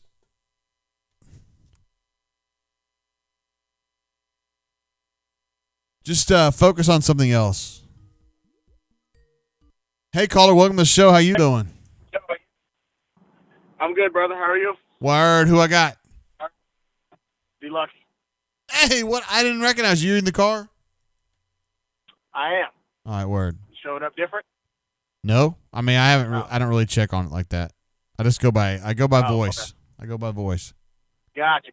Yeah, I'm in the car. So what up, man? I didn't watch any of the game, so I have no commentary whatsoever on the game itself. But the program and Gus, we're at a point where it's an investment decision, and we are arguing about sunk costs. It's as simple as that. We're going to have to pay the buyout, whether it's this year or next year or the year after. So that's not an issue. We're going to have to pay it at some point. So scratch that off the list. Trying to find his replacement and being concerned about who we can get and whether they're better than him, that to me is almost like arguing about, leaving an abusive husband, or wife. We're not going to get any different results from the one we got. So we absolutely need to go ahead and get started on trying to find their replacement. And we might not pick the right one when we go to picking and dating, but we got to get started on finding whoever the right one is. That's just kind of where I am with it. BMAC gave some good points about, how, we don't know if it's going to be better or not, but we also don't know what the situation is going to be like when we get rid of him. So right now, I would think we're one of the premier jobs out there if we go this year. That's just my gut. Now, what if Orgeron screws up next year and Harbaugh manages to stay this year, but he loses his next year, and who knows who else loses their jobs, and we're going against LSU and Michigan and some other top-tier program for our coach. Do you think our chances are better of finding the right person when all the other hot chicks are looking for somebody? So, to me, it's time to go ahead, pull the cord, make the move, and then we just got to eat whatever it is that the investment is that we've decided to go with. And we got a football-only facility coming. Even the whatever about this recruiting class, it's not even part of the discussion. This recruiting class is not a difference maker. We don't have anybody in this class that we feel like is going to change the program that we got to save. So saving this particular recruiting class doesn't help us get to the next point that we're trying to get to anyway. Fair point. Greg M. says to summarize your point of view, it's get busy living or get busy dying. That's what it sounds like. That is 100% one of my favorite quotes, and that is exactly where I'm at. It's not even, like I said, it's not even a decision. The decision's already been made. We're just arguing about the timing. We all know he's not the right person. He's not going to change. He's not going to miraculously not lose 4 games a year. He's going to be the same guy he's been the whole time he's here, unless somehow some star falls from the sky and a quarterback that can change his fortunes. And if we're all going to sit around and wait for that, we're all nuts. Man, you are the true speaker of the world, man. It's just I try to distill it down to the bare facts, man. Sometimes it takes me a little longer because I'm a little bit more patient about some stuff. But once I make a call's done, and that's where I'm at with this. Now, yeah, you've given Gus some leeway prior to this, but you said you didn't watch the game, but you've heard enough, right? I heard enough. Just from I was at a basketball game, but other Auburn fans that I know were coming in and out, and just their general comments about what they saw and the fact that we were up and we gave the game away in the fourth quarter. We had 3 and outs, and so just hearing their expressions, I was like, okay, well, more people are getting to where I'm at. I felt fortunate I didn't have to watch it. I'm sorry, because if the boys are playing, I'm watching. If the boys are playing, I'm typically watching. But my own boy was playing, so I was watching him. So Understood. All right. Anything else jumping out at you here? Basketball. Oh, hell yeah. Let's talk about it. Yeah. Very, very interesting, dichotomy of the 2 games back to back. Couldn't throw it in the ocean in one game, and they were on fire last night. So I think we'll see a lot of Jekyll and Hyde with them throughout the season. But I like what I saw. The move of putting whatever you want to call him, Vanilla Bryce or Vanilla Killer, whatever. Moving him to point. Yeah, moving him to point was a notable difference. I mean, Turbo, God bless him, but the ball just stops. The flow of the ball just stops when Turbo's in the game. So. Sure. Yeah, JP, what do you have? 26 points, 9 assists, 1 turnover in 31 minutes yesterday. And, I mean, it seemed like he had control of the offense. And you mentioned when Turbo was in there, it just seemed like he was another shooting guard and nobody else was really in control. I think they're going to have to go with JP. They have to. Turbo likes to, as I coach, my youth teams, he likes to dribble the air out of the ball. So he is going to pound it into the ground. over and over again, and that's just not what happened with JP. The ball was being swung from side to side. They were getting wide open looks when JP was running point. And when Turbo gets the ball, I mean, he was dribbling out 8, 10, 12 seconds off the shot clock. The ball hadn't gone anywhere. And nobody's moving. It's just a completely different offense when he's running. But, we had a lot of scorers, a lot of folks who were getting involved. I think the defense has got to get better. Not a lot of help defense, for my opinion, but, it was South Alabama, so I'll take it. Yeah. And we got Memphis coming up a week from today, so that's going to be another, litmus test game for them. It will be, and the thing that I'm looking to see is how much more we develop, and whether someone puts ball pressure on JP. That's going to be the thing. If he can avoid the pressure enough that it doesn't impact the offensive side of his game, because I think the Gonzaga game, it was a little bit different. That when he was on the ball, he couldn't get in the offensive flow because he was so worried about bringing it up. Yeah. So I think that's going to be one of the weaknesses is just that part of it. So, but I noticed they had Thor helping him bring it up a little bit when they were on ball pressure. So they made adjustments. Bruce made adjustments. Yeah. Not surprised. And he'll get the defense. He'll get the defense straightened out a little bit. I don't know if he can fix it in 1 week, but I bet they'll be better on the help side, like you said. Yeah. It'll take a little while. That's the thing about a Bruce team. You know that the weaknesses are going to be addressed, which kind of bouncing back to the Gus discussion. We've been having the same conversations for years about the weaknesses of the team, and they continue to not be addressed. Developing quarterbacks, offensive and defensive line play has been an issue, and finding an edge rusher has been the problems with this team for 3-4 years minimum. And they're not going to be addressed this year, and maybe not next year either. Unless there's a new coach? Unless there's a new coach. Then we get started. All right. Like I said, we ain't got to find our next husband, JG. Just got to find a good dude. All right. Just somebody to treat us better than the one we got. That's a great point, D-Lucky. All right, brother. Thank you. I'm sorry you missed the game, but you've made the show by calling in, so we appreciate that. Man, I appreciate y'all. Stay with it, boys. See you, D-Lucky. We'll get through it. See you, bro. Peace. So we're not looking for a husband, just looking for an all right guy. My wife would have loved that one. She would have loved that one. Sounds like something she would have said. Stoked to have D-Lucky on the show, man. He's the man. I'm tempted to finish it right there on that note. We've been live 7 hours. 7 hours. We started at 10:20 a.m. It's now 5:21 p.m. It's crazy. We would go that long. There's been that much interest. Yeah, we'll probably wrap it up. Honestly, do we need to do Gals We Adore? Do we need to do that? Ed D's with me on this. I'm still incredulous. Ed D says that Malzahn comment is bad. 7-5, 8-4 is solid. Let me see if I've got the quotes actually sitting here. Because Auburn will send the quotes eventually. I don't know if they've had enough time, so I can actually see them in front of me. I've got the opening comments. Nah, it wasn't enough.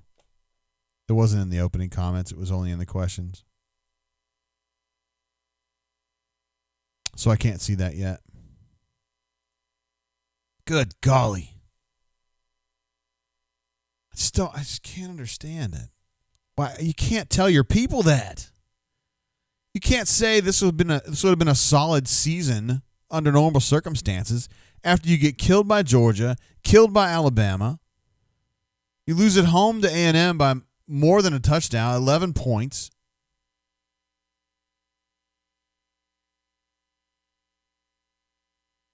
I mean, they beat LSU and they did what they had to do against LSU, but my goodness.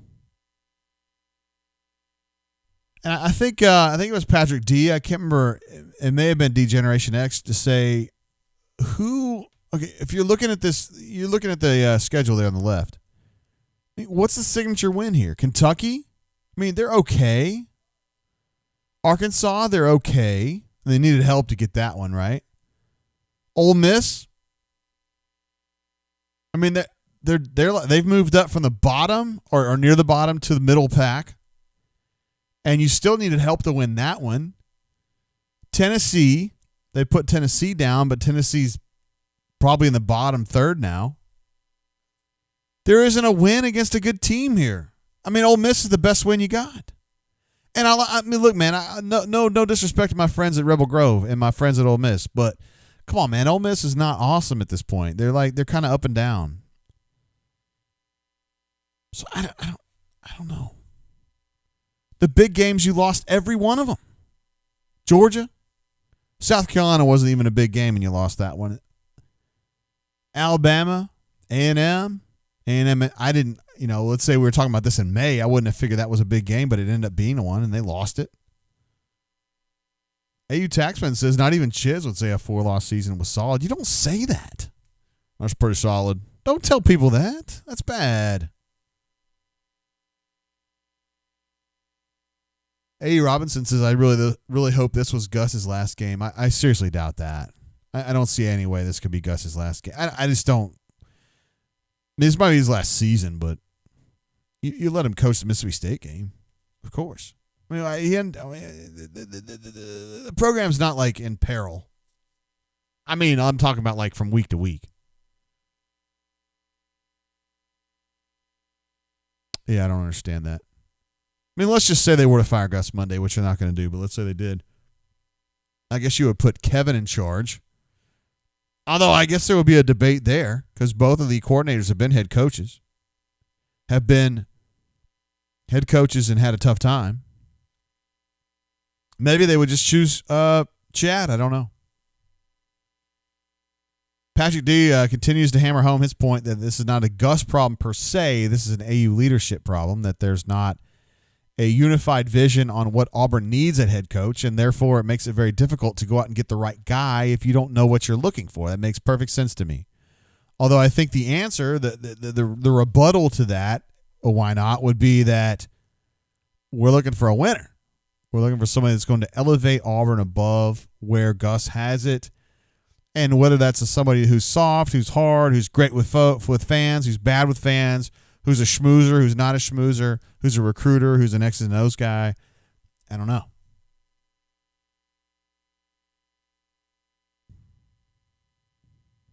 Canoe Man says it was extremely tone deaf. Pocket Watch has been saying that as well.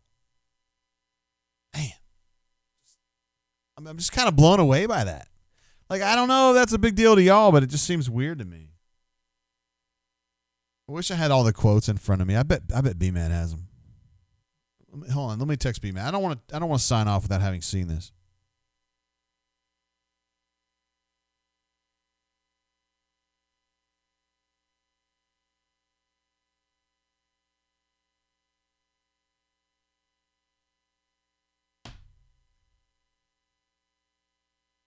Yeah, sorry, I'm just trying to get with B-Matt. I want to get these quotes because this is a big deal to me.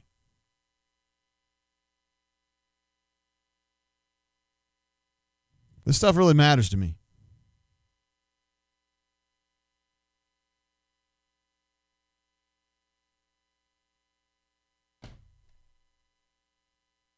Chris P asks, where is Alan Green in all this? That's a good question too. I feel like to this point I've been Alan Green's stan. I've been standing for him the whole way. And I think a lot of Alan Green.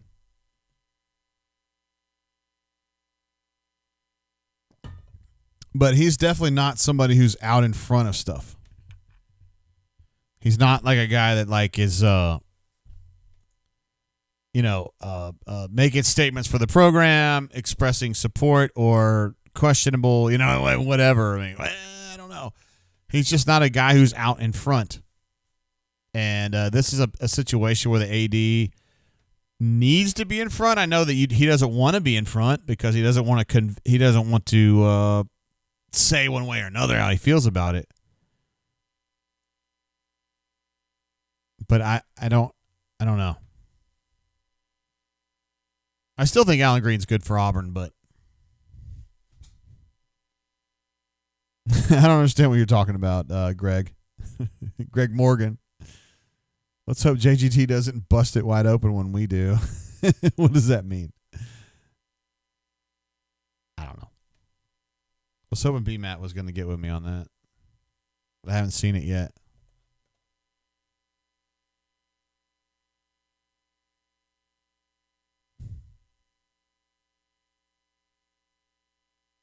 Yeah, I still don't see it. I just want to read that for myself. You cannot normalize 6-4. You just can't do it. You can't do it. I mean, at the, like Pocket Watch was saying, at the absolute worst, or Canoe Man, it might have been whichever one, it's tone deaf. At the absolute best case scenario, it's tone deaf. Worst case scenario, it's like telling everybody, hey, man, 500 is good enough. And this is not Mississippi State.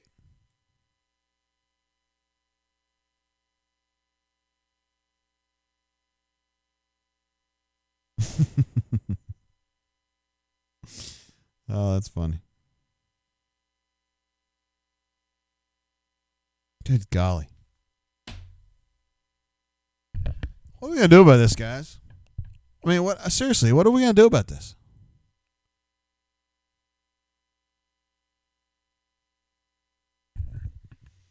I just really wanted to read these quotes. Maybe I can't. I don't know. Let's see, we got them on the front page. Maybe we have them in the bunker or whatever.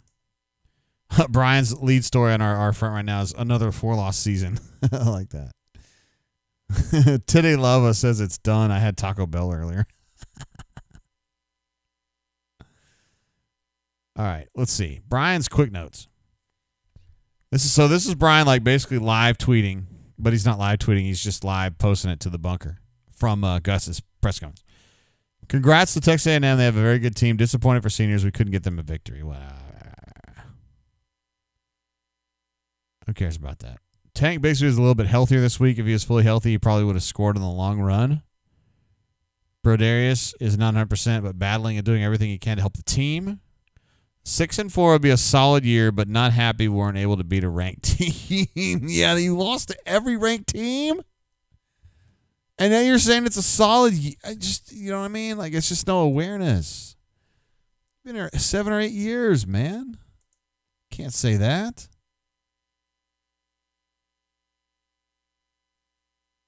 I don't know what to say about that.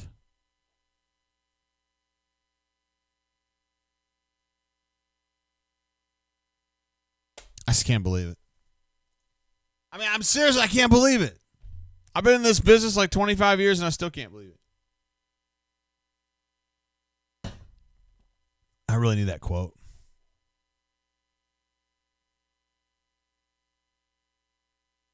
Let's see. Greg Morgan says, did anyone else see Gus's boom when Texas A&M missed the field goal? Yes, we did. We were like, what the hell? He was like, boom. You're like, he just missed a field goal. You didn't even affect that. That was just like good luck landing in your lap. I don't know. I'm going to put this one to Canoe Man and or Pocket Watch or either one of you guys. Do we need to do Gals We Adore? Do we need that? If we do, we're going to do it. If we're not, we're not. It's that simple. So I'm just going to wait on that answer. Yeah, BP. Canoe Man says, BP is going to facepalm when he reads or hears the Gus 6-4 is a solid quote. I mean, good golly. BP would never say that, man. He would word that differently, but maybe that's just a function of. It could just be a function of Gus being clumsy with the things that he says versus BP, who's not clumsy with the things that he says. Here's the quote. Ed D says, "It'll be transition. It'll be the next best, the 6-4. That's what it'll be, 6-4. And if you had a normal non-conference schedule, it'd be a solid year." What in the world is that? First of all, that is like the ultimate billboard material for Mississippi State. What, you're just assuming a 6th win? That's what it'll be, 6-4? I have never in my life heard a head coach say that. Now, I'm not saying Mississippi State's like, going to crush Auburn or anything, but what in the world are you doing? You're 5-4. Have you ever heard of a football coach assuming a win? Have you ever? Dude, Auburn, the BP will play like Coastal A&M State for the deaf, and he wouldn't say that.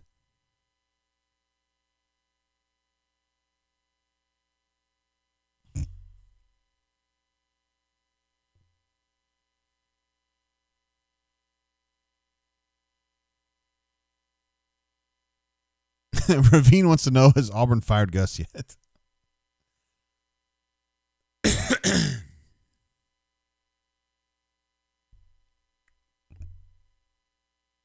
I don't know what else needs to be said. I mean, I really don't. We've been going like more than 7 hours, and I feel like we've covered it all. I mean, I have no idea.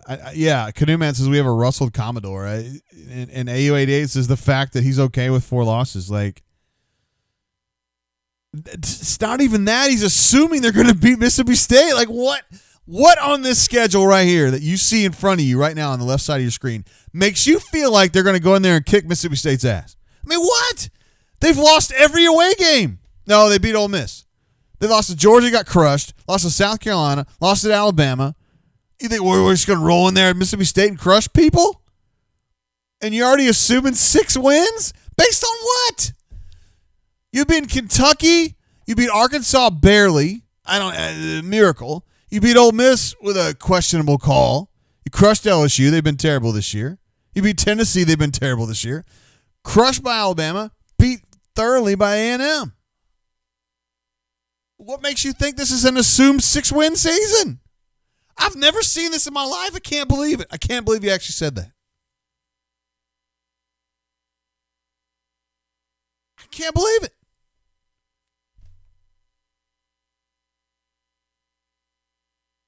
Doug D says there's no way they're going to fire him 10 days away from signing day and $28 million. The thing is, it's not 28. I think he's just flipped over to 21. He's just flipped down to 21. I mean, it's going to be 21. It's still a lot, though. I mean, it's still a hell of a lot of money. I'm not arguing that. I'm not taking it lightly. Believe me.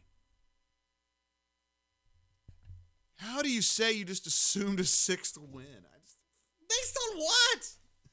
Based on what?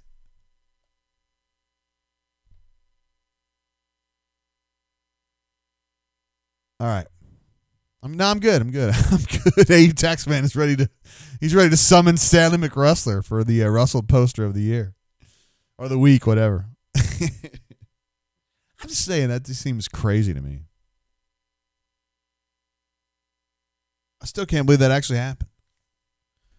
To normalize a 4-loss season and a 10-game season. Well, 6-4 is pretty good. And then you're going to assume the 6th win? There's no way.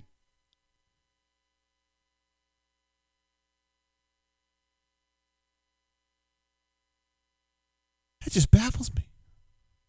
I'm just absolutely aghast. Well, we're going to win 6. That was a quote, was it not, Ed D?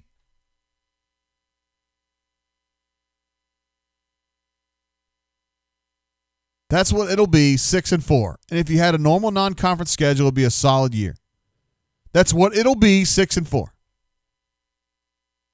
Do you see 6 wins? Because I don't. I see 5.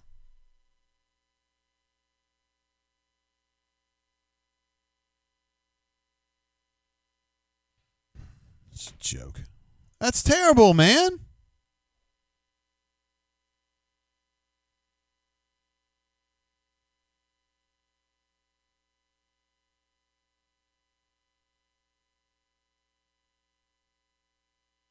All right. Eddie, our quarterback showed a lot of guts. I think we played really well. What? Are you making that up? That's the thing. I need BMAT to give me the quotes, and I just haven't been able to catch him yet.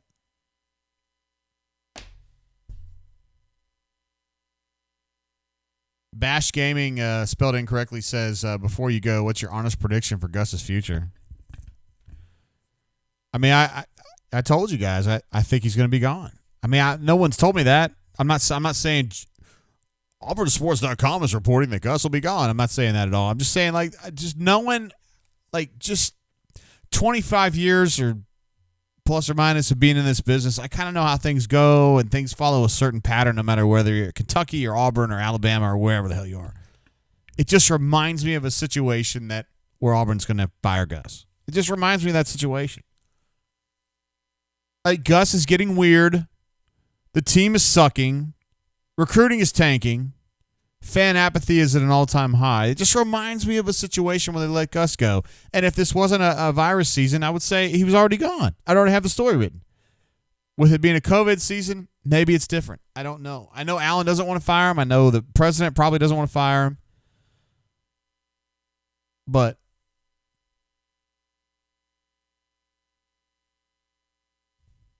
I don't get it. I just don't understand. I still can't believe it. My friend KG just texted me right now. 6-4, that it will be. If we had a normal non-conference schedule, that's a solid year. Obviously, we're not happy with that. We're not happy that we weren't able to beat one of these ranked teams. Not one?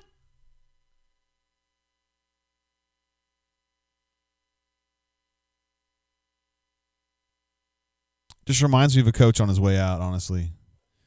Hey, you Storm, I turned off the calls, dude. I just couldn't take it anymore. I was trying to finish the show, bro. And then I started getting, like, rustled. And I'm surprised. I'm surprising myself that I'm rustled. I've never been rustled on this show like this before. I don't know what happened. I see the 6-4 thing, and you don't have 6 wins. I don't have any reason to believe that you're going to get 6 wins. I mean, Auburn can win the game. But to assume, you're not in a position to assume shit. That's crazy to me.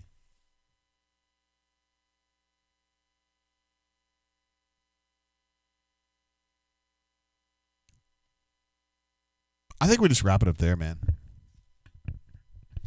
I do want to give a shout out to all of our callers. 148, Fat Crack Mamadou. My main man in Illinois, Indiana, and Ohio, the whole group. Jeffrey Lee, J-Head, who had a 32-minute call. Unbelievable. He had an unbelievable call today. We're going to put that up on YouTube, by the way, for those of you who might have missed it, and we'll check that out later because everybody loves that. Against the Spread was in the house for a very short period of time. Heavyweights for AU. WAITES, of course. Why Not AU called in, and he super chatted like a badass that he is. He's like on the Mount Rushmore of the brain drain, and we appreciate you, bro. Thank you. Also, StewPup74 had a really nice call as well, talking about Auburn needed to kind of, I hate to use the phrase, but turn the tide in the state a little bit. Alpha Tiger called in. A little more brevity than we're used to with him, but we still love him. D-Generation X, Triple H, PED called in. Beautiful sound on his call. Brian Matthews and D. Lucky. I mean, unbelievable. I mean, it's been a crazy night of calls. The super chats have been insanity.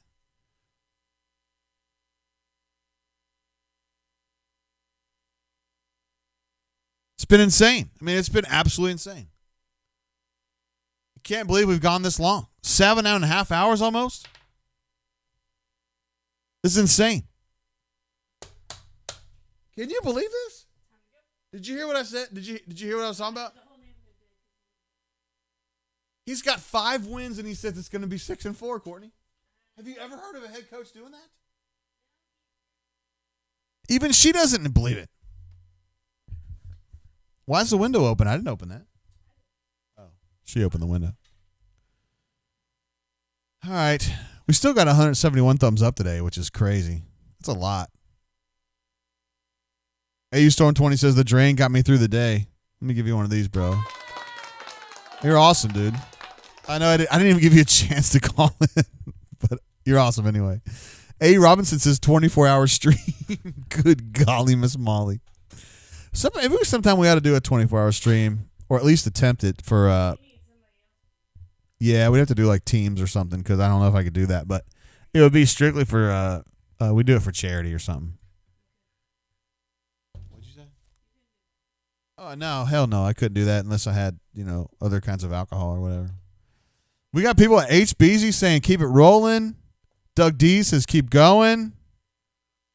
Florence Tiger says plus you called out one of my spots. I wasn't trying to call you out, bro. You're probably right on the money. I was just saying. Oh, you give me the wrap it up sign. I need the wrap it up. I need an official wrap it up light. I bet somebody on the internet on Etsy is making that. Yeah. No, I don't want that. What have you got downstairs?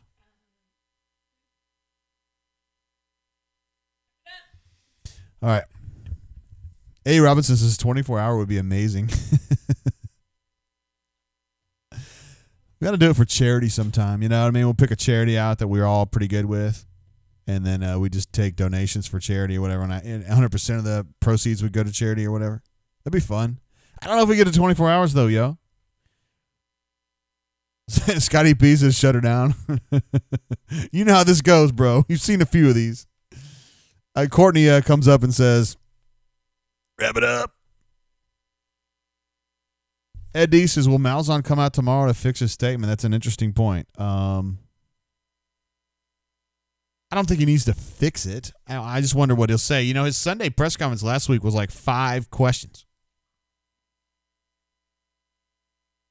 I had a technical issue, and I didn't even realize the show had started. I didn't even realize that the interview had started. I was actually on the call, and I didn't realize it. I didn't hear it. And then I flipped over to it and was like, it's over. What the hell? D. Lucky says, wrap it up, B. I bet you somewhere on Etsy somebody is making a little sign that says wrap it up, just like on a spell show. Let's see. AU Civil says, settle down, big boy. It was in response to a question about his goal since he lost today, transitions to 6-4, meaning he had said 7-3 was the goal.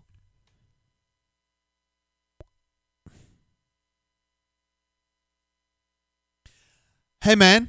AU Civil. Listen, man. I love you as a poster. I'm not trying to hate on you, okay? But look at this schedule over here. Tell me where the 6th win is. I've only got 5. Kentucky, Arkansas, Ole Miss, LSU, and Tennessee, with a game against Mississippi State to go. Since when does a head coach assume a win over anybody? I don't care if they were playing Trancy, who hasn't even fielded a team since 44. You don't say you're going to get 6 wins. That's stupid.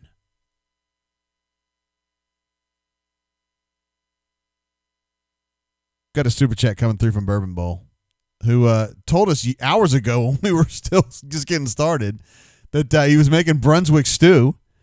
And he says, best part of my day is brain drain in my Brunswick stew. Love you, JGT. Thanks, Bourbon Bowl. I wish I had some of that in front of me. Sounds delicious. In my house, we do the show from upstairs in my house. I actually live downstairs, or like that's where my area is, but I'm up here for the show. And my daughter's up here too. She loves it cold for whatever reason. It's freezing up here. I actually have to wear socks because my feet are so cold up here. I don't know what the deal is. HBZ wants to talk some more basketball. Dude, we've talked enough basketball. We talked about it. Scotty P says, true false, if I show up in Hampstead with bourbon, do I get some charcuterie? It depends on where you show up in Hampstead, brother. I'm thinking about going over to the tipping point, finishing this day off, man. Good God. It's 6 o'clock already almost. Alpha Tiger said he said the goal is now 6-4. I don't like having to defend Gus, but he didn't say we are 6-4 going to be 6-4. Okay, fair enough. That's a shitty goal, though. I know you would agree with me on that.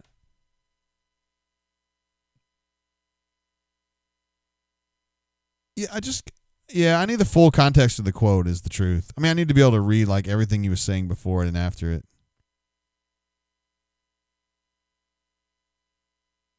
I mean, if he's saying the goal is 6-4, that's not as bad as I was saying, but it's still horrible. Like against this schedule?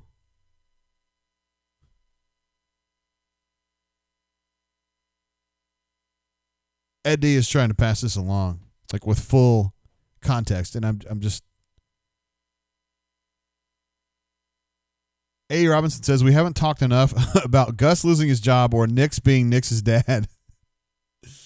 Melee wants to know, are we behind Boom or Drinkowitz?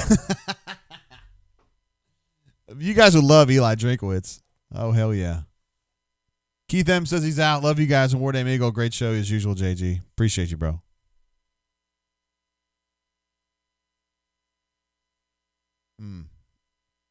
War Eggle. Is this War Beggle? War Beggle? Gun to the head, who would you hire? Man, I've already gone that. I've already gone that route.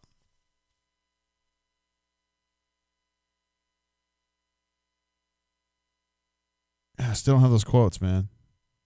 I feel they would have come in by now. You guys have had 90 minutes. Nah, I'm just being facetious.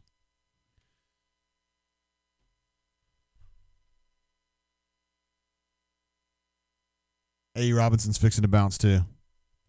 Appreciate you, brother. We'll be back next week, so hopefully you're going to be back in for the Mississippi State. Hopefully that'd be the 6th win, right? Be a solid season. I mean, there is some truth to that. In that, let's say they go 3-1 in their non-conference games in a normal season, they would end up having 9 wins. They go 9-5 or whatever. Oh, Tubville says first brain drain. This is amateur level stupid, really awful. All right, man. Probably need to click off this one then, bud. We've only been going 7.5 hours. The game ended like 3.5 hours ago.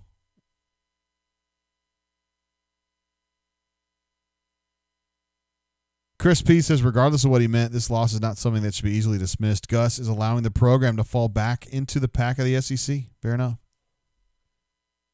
AU Taxman says, still 171 folks online.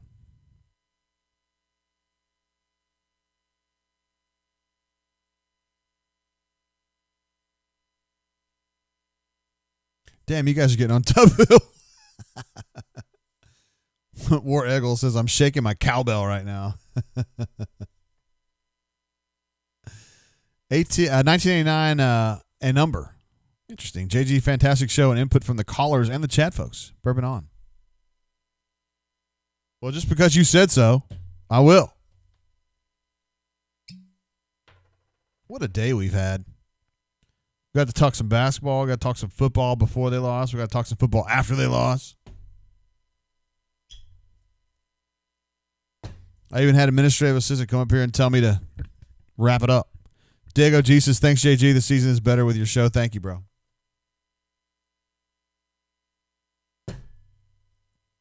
Ben H says, why doesn't Gus get pissed off? Because he doesn't.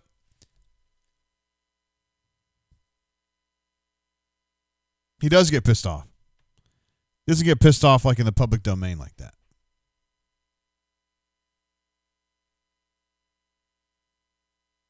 He does get pissed off, though. AU Taxman says Squiggy died, like the former supermodel. That's terrible.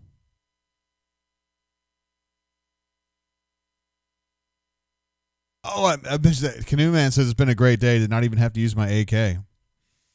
I was thinking D Lucky earlier. I didn't even mean to do this, I think, but he said something about front and back, and I kept thinking about I got front and back and side to side. Then I'll let the Alpine play. Pumping new shit by NWA. It was Gangsta at the top of the list. Got me thinking of NWA. That was happy. That made me happy. I got a super chat. Let's see, from Nacho Hombre, who's been around a bunch this season. Says wanted to slide this in, before you closed it down. Oh, okay. Thank you, Nacho Hombre. You're a badass. Thanks for being here throughout the season. Melee says, JGT, have you always drank bourbon like that? Not judging, but I'm a sipper. I'm just going to be honest with you, dude. Bourbon doesn't taste right for me unless it's just straight out of the bottle. Like all these, and I'm not, if you guys listen, if you guys drink it with ice or whatever, no, you're not getting any hate from me, okay? I'm just not going to do it. The last time I had bourbon on the ice, I was flying to Missouri to cover that game about 4 years ago. I was in first class. It was a really fluky deal. Believe me, I'm not a first class flyer, but I was in first class, and they offered me drinks, so I was getting Woodford Reserve. And I said I wanted it neat. And she goes, I don't understand what you mean. Hold on. I don't understand what you mean. I was like, I just want it like straight in the bottle, nothing else in it. Okay, so you don't want a mixer? Correct. I don't want anything in it. Like just pour it into the cup, you know. And she comes back and it's in a cup with an ice cube. And I'm not that guy, you know, because I'm a coach flyer myself. So I was like, thank you, ma'am. And I just drank it. But I hated every second of it.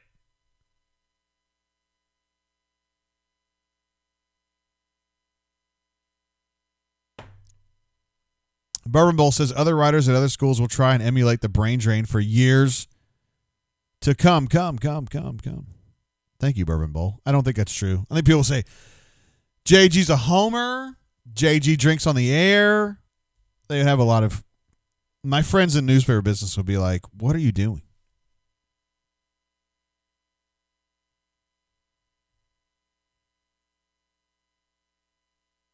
Ben H says, I think how many guys will play in the bowl game and stay for next year. Tell us how they feel about Gus. Interesting. I do think Gus is reasonably popular among players, though. I don't think there's like this, we don't like Gus, he's a bad guy. Like, I think everybody's either neutral on him or like him. He's not tough on players. He's not like a dick or anything. Greg M says, quote, I was in first class and I got ice in my bourbon. Look, man, I did not send it back or anything like that. I did not send a tersely worded email or message to the boss or anything like that. I just simply took it and continued to listen to the asshole next to me talk about his job or whatever. I don't care. Why couldn't it have been a hot chick? It was just some guy.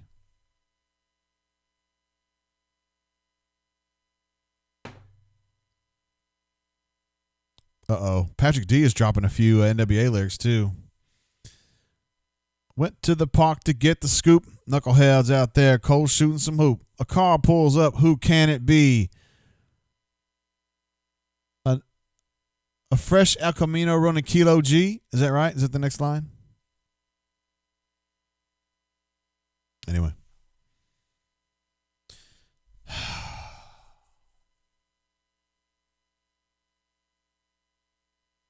I don't know where else to go, guys.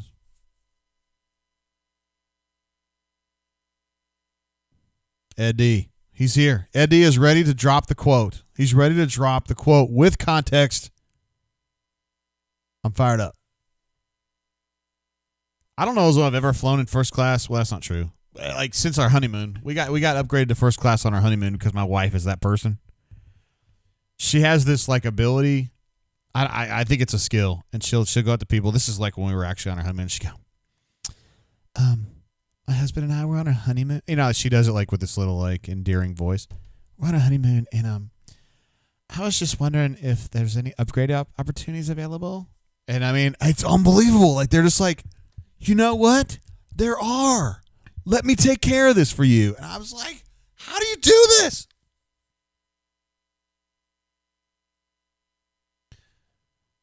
So she did it. Bailey wants to know, can we resume basketball brain drain at least post game? We're going to figure something out, dude. I think conference games are a little bit different. But like these pre-conference games or whatever, like, you know, Memphis and Texas Southern and whoever else. I mean, South Alabama.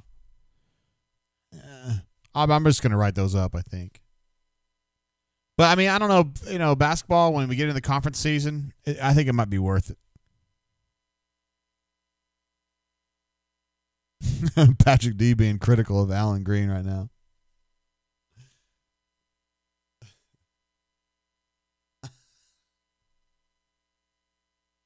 Oracle, that's pretty funny right there. It reminds me of Game of Thrones. Talking about like, are you having to type all this out, aren't you, Ed D? I don't know how you do this. The question is, Gus, you mentioned earlier in the week the goal is now to go 7-3 and get redemption against a top 5 team. Now that those are out of the question, what's the message to the team entering the final week? And he's going to say it transitions to 6-4. Yeah, I got you. That's important, Ed. Thank you for doing that, bro. Pocket Watch says basketball works better post game because it's not fair for you to compete with Coach Sonny. No one's been a bigger fan of Sonny than me. I listen to him myself. Like, seriously.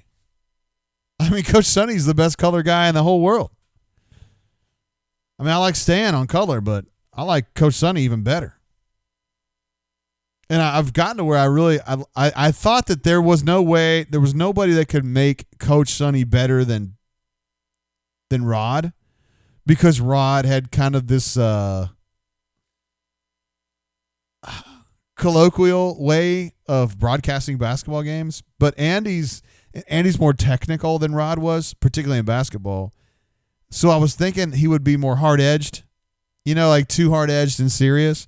But he actually kind of peels it back a little bit and lets Sonny be Sonny. It's brilliant. I listened to Sonny call the game yesterday. Unfortunately, he tries the I failed math in 3 states thing. Like he goes to that well a little too much, but it's still pretty funny. His delivery is, right. You guys think Pocket Watch thinks Sonny's a national treasure? I think we all do. Extremely funny. Canoe Man says he's going to be in rare form next week with B Law. I don't know who B Law is. Thank you, Canoe Man. He very quickly corrected himself. Says not Andy. I guess next week's going to be tough because they got a football game and a basketball game on the same day. Diego G says, JG, how many times do you pee in a day? Damn, you're committed to your craft. Great job. I've gone twice today on the show. So we've gone 7 hours and 41 minutes. It would be kind of cool to go 8. But I don't have 40 minutes of content left. I don't think. Thank you for correcting yourself, though, Canoe Man. Brad Law is known as not Andy in these parts, okay? Canoe Man says it took Andy a season. Beginning of last season was rough with Sonny breaking him in. Andy gets him now and is just epic. Well, if you want to know my opinion, this is just my opinion. I'm not an expert on this, but I felt like Andy's basketball calls have been awesome from the start. He is a basketball play-by-play guy by trade. That's what he is. Like, he has called 5 million basketball games and like 25 football games, or maybe 50 or 100 or 150 or whatever. Whatever number it is, it's like 1/10 of how many basketball games he's called. And I'm a basketball guy myself, so when I listen to him, I can hear it. It's just, it's next level basketball stuff. I have not heard Andy call a football game, though, in about a year, because once we started doing the brain drain, which was starting with the Oregon game last year, I haven't been able to listen to Andy on football. But I listened to him the first year, and I could tell he was getting better the first year. Or was I listening? That must have been the Oregon game I did listen to Andy on. Can't remember how we were doing that. Were we just doing post game? I bet we were just doing post games back then. That's what it was. We were just doing post game football brain drains. Now we do like pregame, current game, and then after game.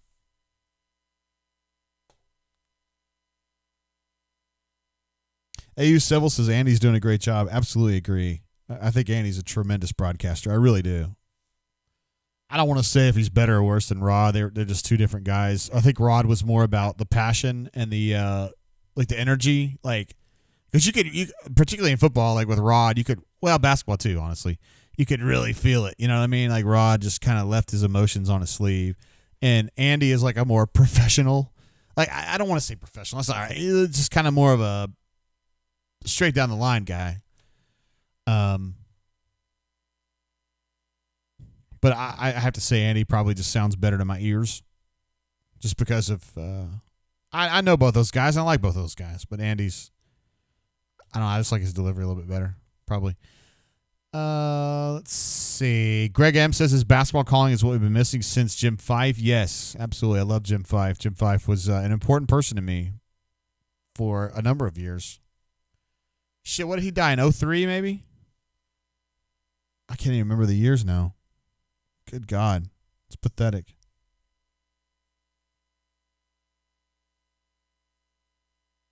When did he pass away? He passed away May 15th, 2003. My God. That's 17 years ago.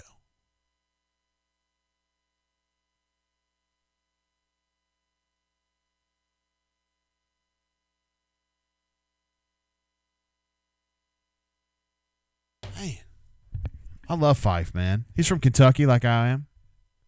He loved basketball like I do. He's kind of like an old school, like broadcaster. Like, you know, little drinking, little shit talking. Yeah. I mean, Rod wasn't that way. Rod wasn't that way at all, and Andy's not that way at all, but Jim was. If you said to Jim Fife, hey, man, I got a fifth of Calumet Farm tenure. You want to crack this bitch open? He'd be like, hell yeah, what time? And with Rod and Andy, I probably wouldn't run that by them.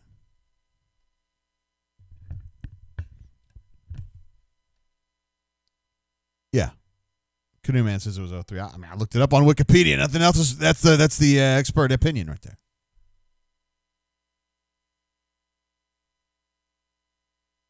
Canoe Man says Andy would never have the great single calls that Rod had, though. Yeah, because Rod had that ability to take his raw emotion and just let it flow out in his calls, right? Which is something that Andy's kind of learning to do because Andy's so technical.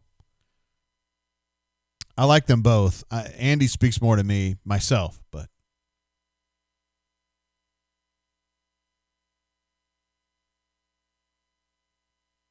But Rod was a very cool cat, too.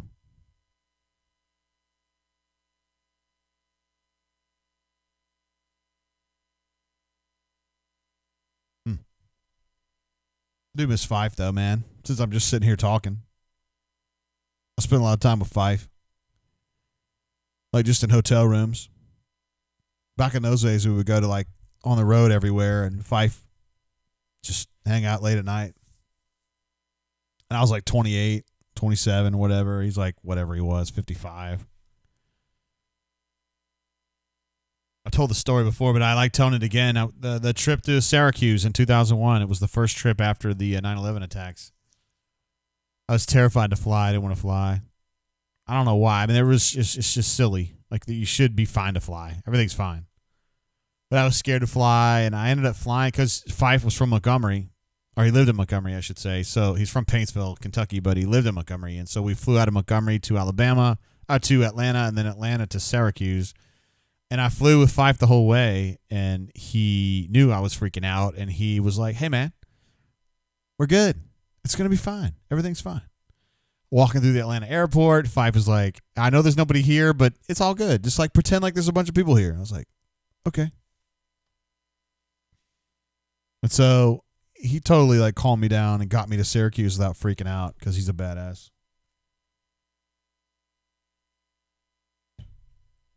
I didn't actually hang out with him in Syracuse when we were on that trip, but getting there, man, I was freaking out.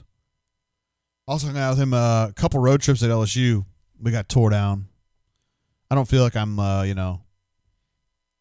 libeling the dead, but he definitely, everybody got tore down with Fife, and that dude knew how to party. Canoe Man says he's quoting me, just spent a lot of time with Fife. Well, just in hotel rooms. You know what I mean? I mean, it was like, hanging out, drinking, 2 a.m., talking about this, that, and the other thing. I didn't have that relationship with Rod. I don't have that relationship with Andy either. It's just kind of different, It's changed a lot. All right, 7 hours and 48 minutes.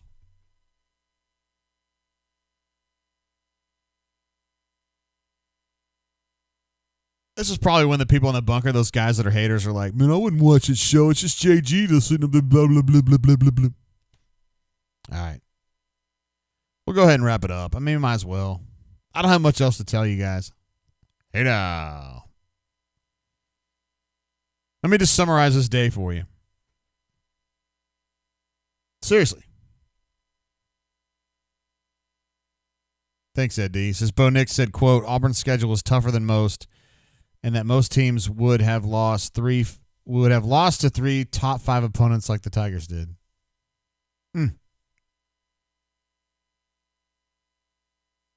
Canoe Man says they're different guys than Jim. Yeah, they are. They are. I feel like Andy is closer to Jim than Rod was. But again, Rod was so good at like letting his emotions flow through his calls. Like the night. Yeah, AU Civil says night. Yeah, that's kind of like that's a Rod call, and it was coming from the heart. Like I was actually coming from Rod being like, night, night, biatch. You know what I mean? And he wouldn't say biatch, obviously, but appreciate you, Ed D, for transcribing some of that stuff. Now, what are we going to do as a staff for this game next week, huh? These games next week. We've got 2 games on Saturday. The time is still TBA on the Mississippi State game. And then we got Auburn-Memphis basketball, 8 p.m., in Atlanta. We have to get creative with that one. May have to put Christian on football and let B-Matt focus on basketball or something. I don't know what we're going to do. Yeah, I mean, I ain't giving up on basketball. I don't care if this team has issues.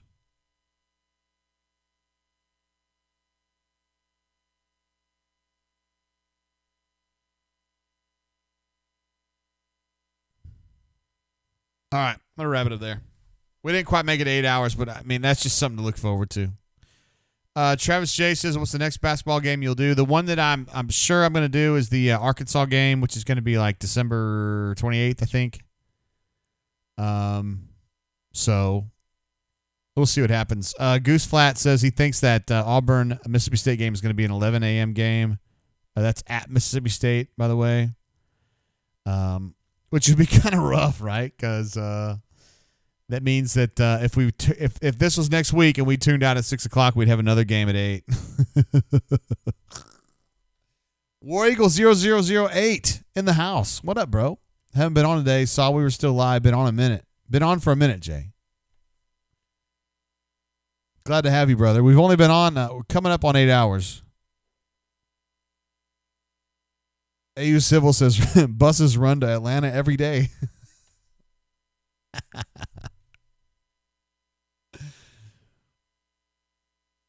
Oh, man. Stutzman, who's a badass on the bunker, obviously, says, hi, friends, is Gus still employed? To which Canoe Man says he had a 6-4 season, which is pretty solid. And so why would he not be employed? Pocket Watch says, isn't it December 30th? It could be. Let me see. It could very easily be that. I'm sorry. I knew it was at the end of December. I usually think it's like it's always January in my mind, but this time it wasn't. All right, so December 30th. Very good call. It's a Wednesday. The time is TBA. I'm calling the commissioner. I'm bitching about this. It's an outrage.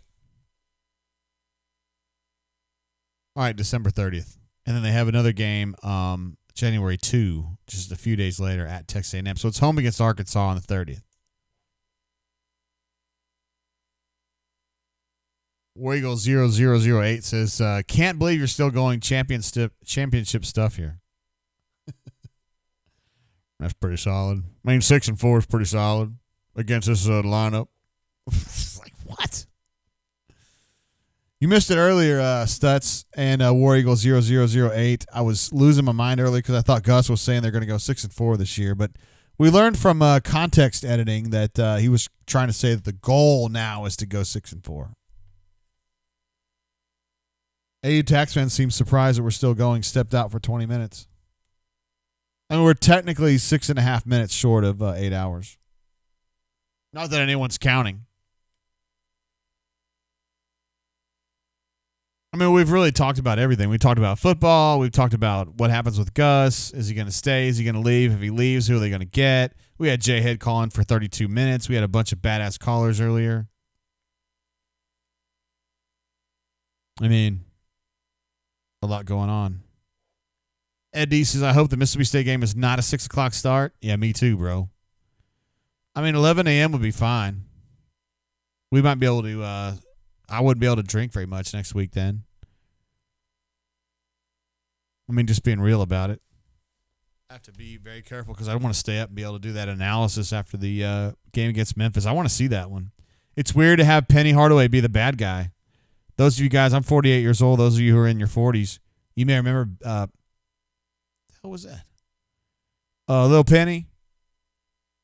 I mean, I was a big Penny Hardaway fan back in the day. Although there's no greater Penny fan than Justin Hokanson. Don't let him tell you any different.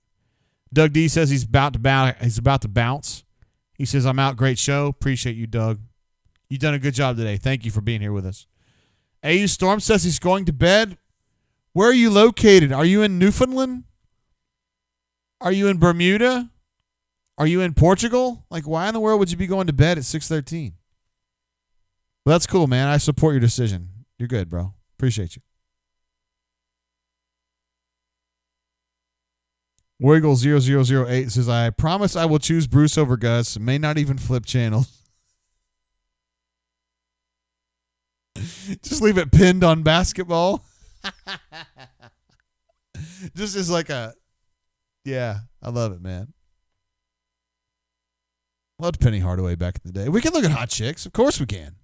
Since you guys want to do it, I'll do it. I mean, I think it's sexist and misogynistic, but we'll do it since you guys want to do it. I mean, my God. All right, fine, guys. We'll do it. Hold on. I got to change the side. Oh, don't you do that. All right, there we go. Let me make this smaller. I just want you guys to know I'm still here. All right, this is, let's see. This girl on the right, that's Jesse James something or other. And my main man, Hornatius, hooked me up with this chick earlier. I think she's very short. Anecdotal evidence suggests she's very short, so I'm probably not down with that. This guy in the middle, obviously, the golf girl, she's cute. And then Jill Arrington on the left is just, Hall of Famer. I mean, I think we all would agree with that, right? Oh, yeah, that's the girl from Big Brother. My wife, I'm sorry, my mom was watching Big Brother, and this chick was on. And I was like, man, that girl's really hot. I think her name is Christmas, believe it or not. That's somebody that Hornatius came up with. I don't know the story on that girl. I don't know the story on that girl either. I don't know the story on that girl. That looks like a Friday Night Lights situation there. And that should be Bonnie, if anybody. Sorry, guys. Here I go. I'm going back through it. I'm sorry. I did it again. I'm not 100% sure on that girl. I don't know. I don't necessarily know who that is. You guys don't care about that. This is one Alpha Tiger pointed out. That's Lisa Booth from Fox News. I just never seen her looking like she does in real life. Looks like Jay Lee there at the bottom, though, with a hat on. It's kind of weird. There's a bunch of conservative talking girls. Looks like Lisa Booth on the right there. No complaints here. Nope. Must have been a conversation we were having during the quarantine. Aunt Becky. We love Aunt Becky. She's in prison right now, but that's no big deal. It's not a big deal at all, really. We can overlook that. Can't we, guys? Of course we can. We got a new super chat coming through from Caddy Wumpus. My main man. No message. But I'm still going to give you an air horn, bro. What up, bro? Canoe Man says Bonnie gets it done. Wait, what?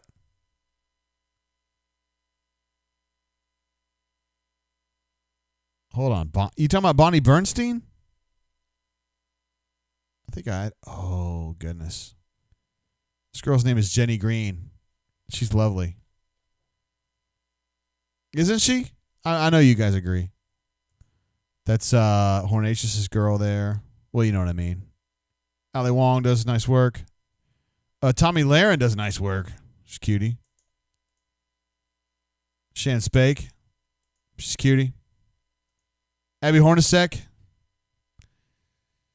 Yeah, I'm not sure about that one because I would think of her dad all the time. Ross Gold. Unbelievable.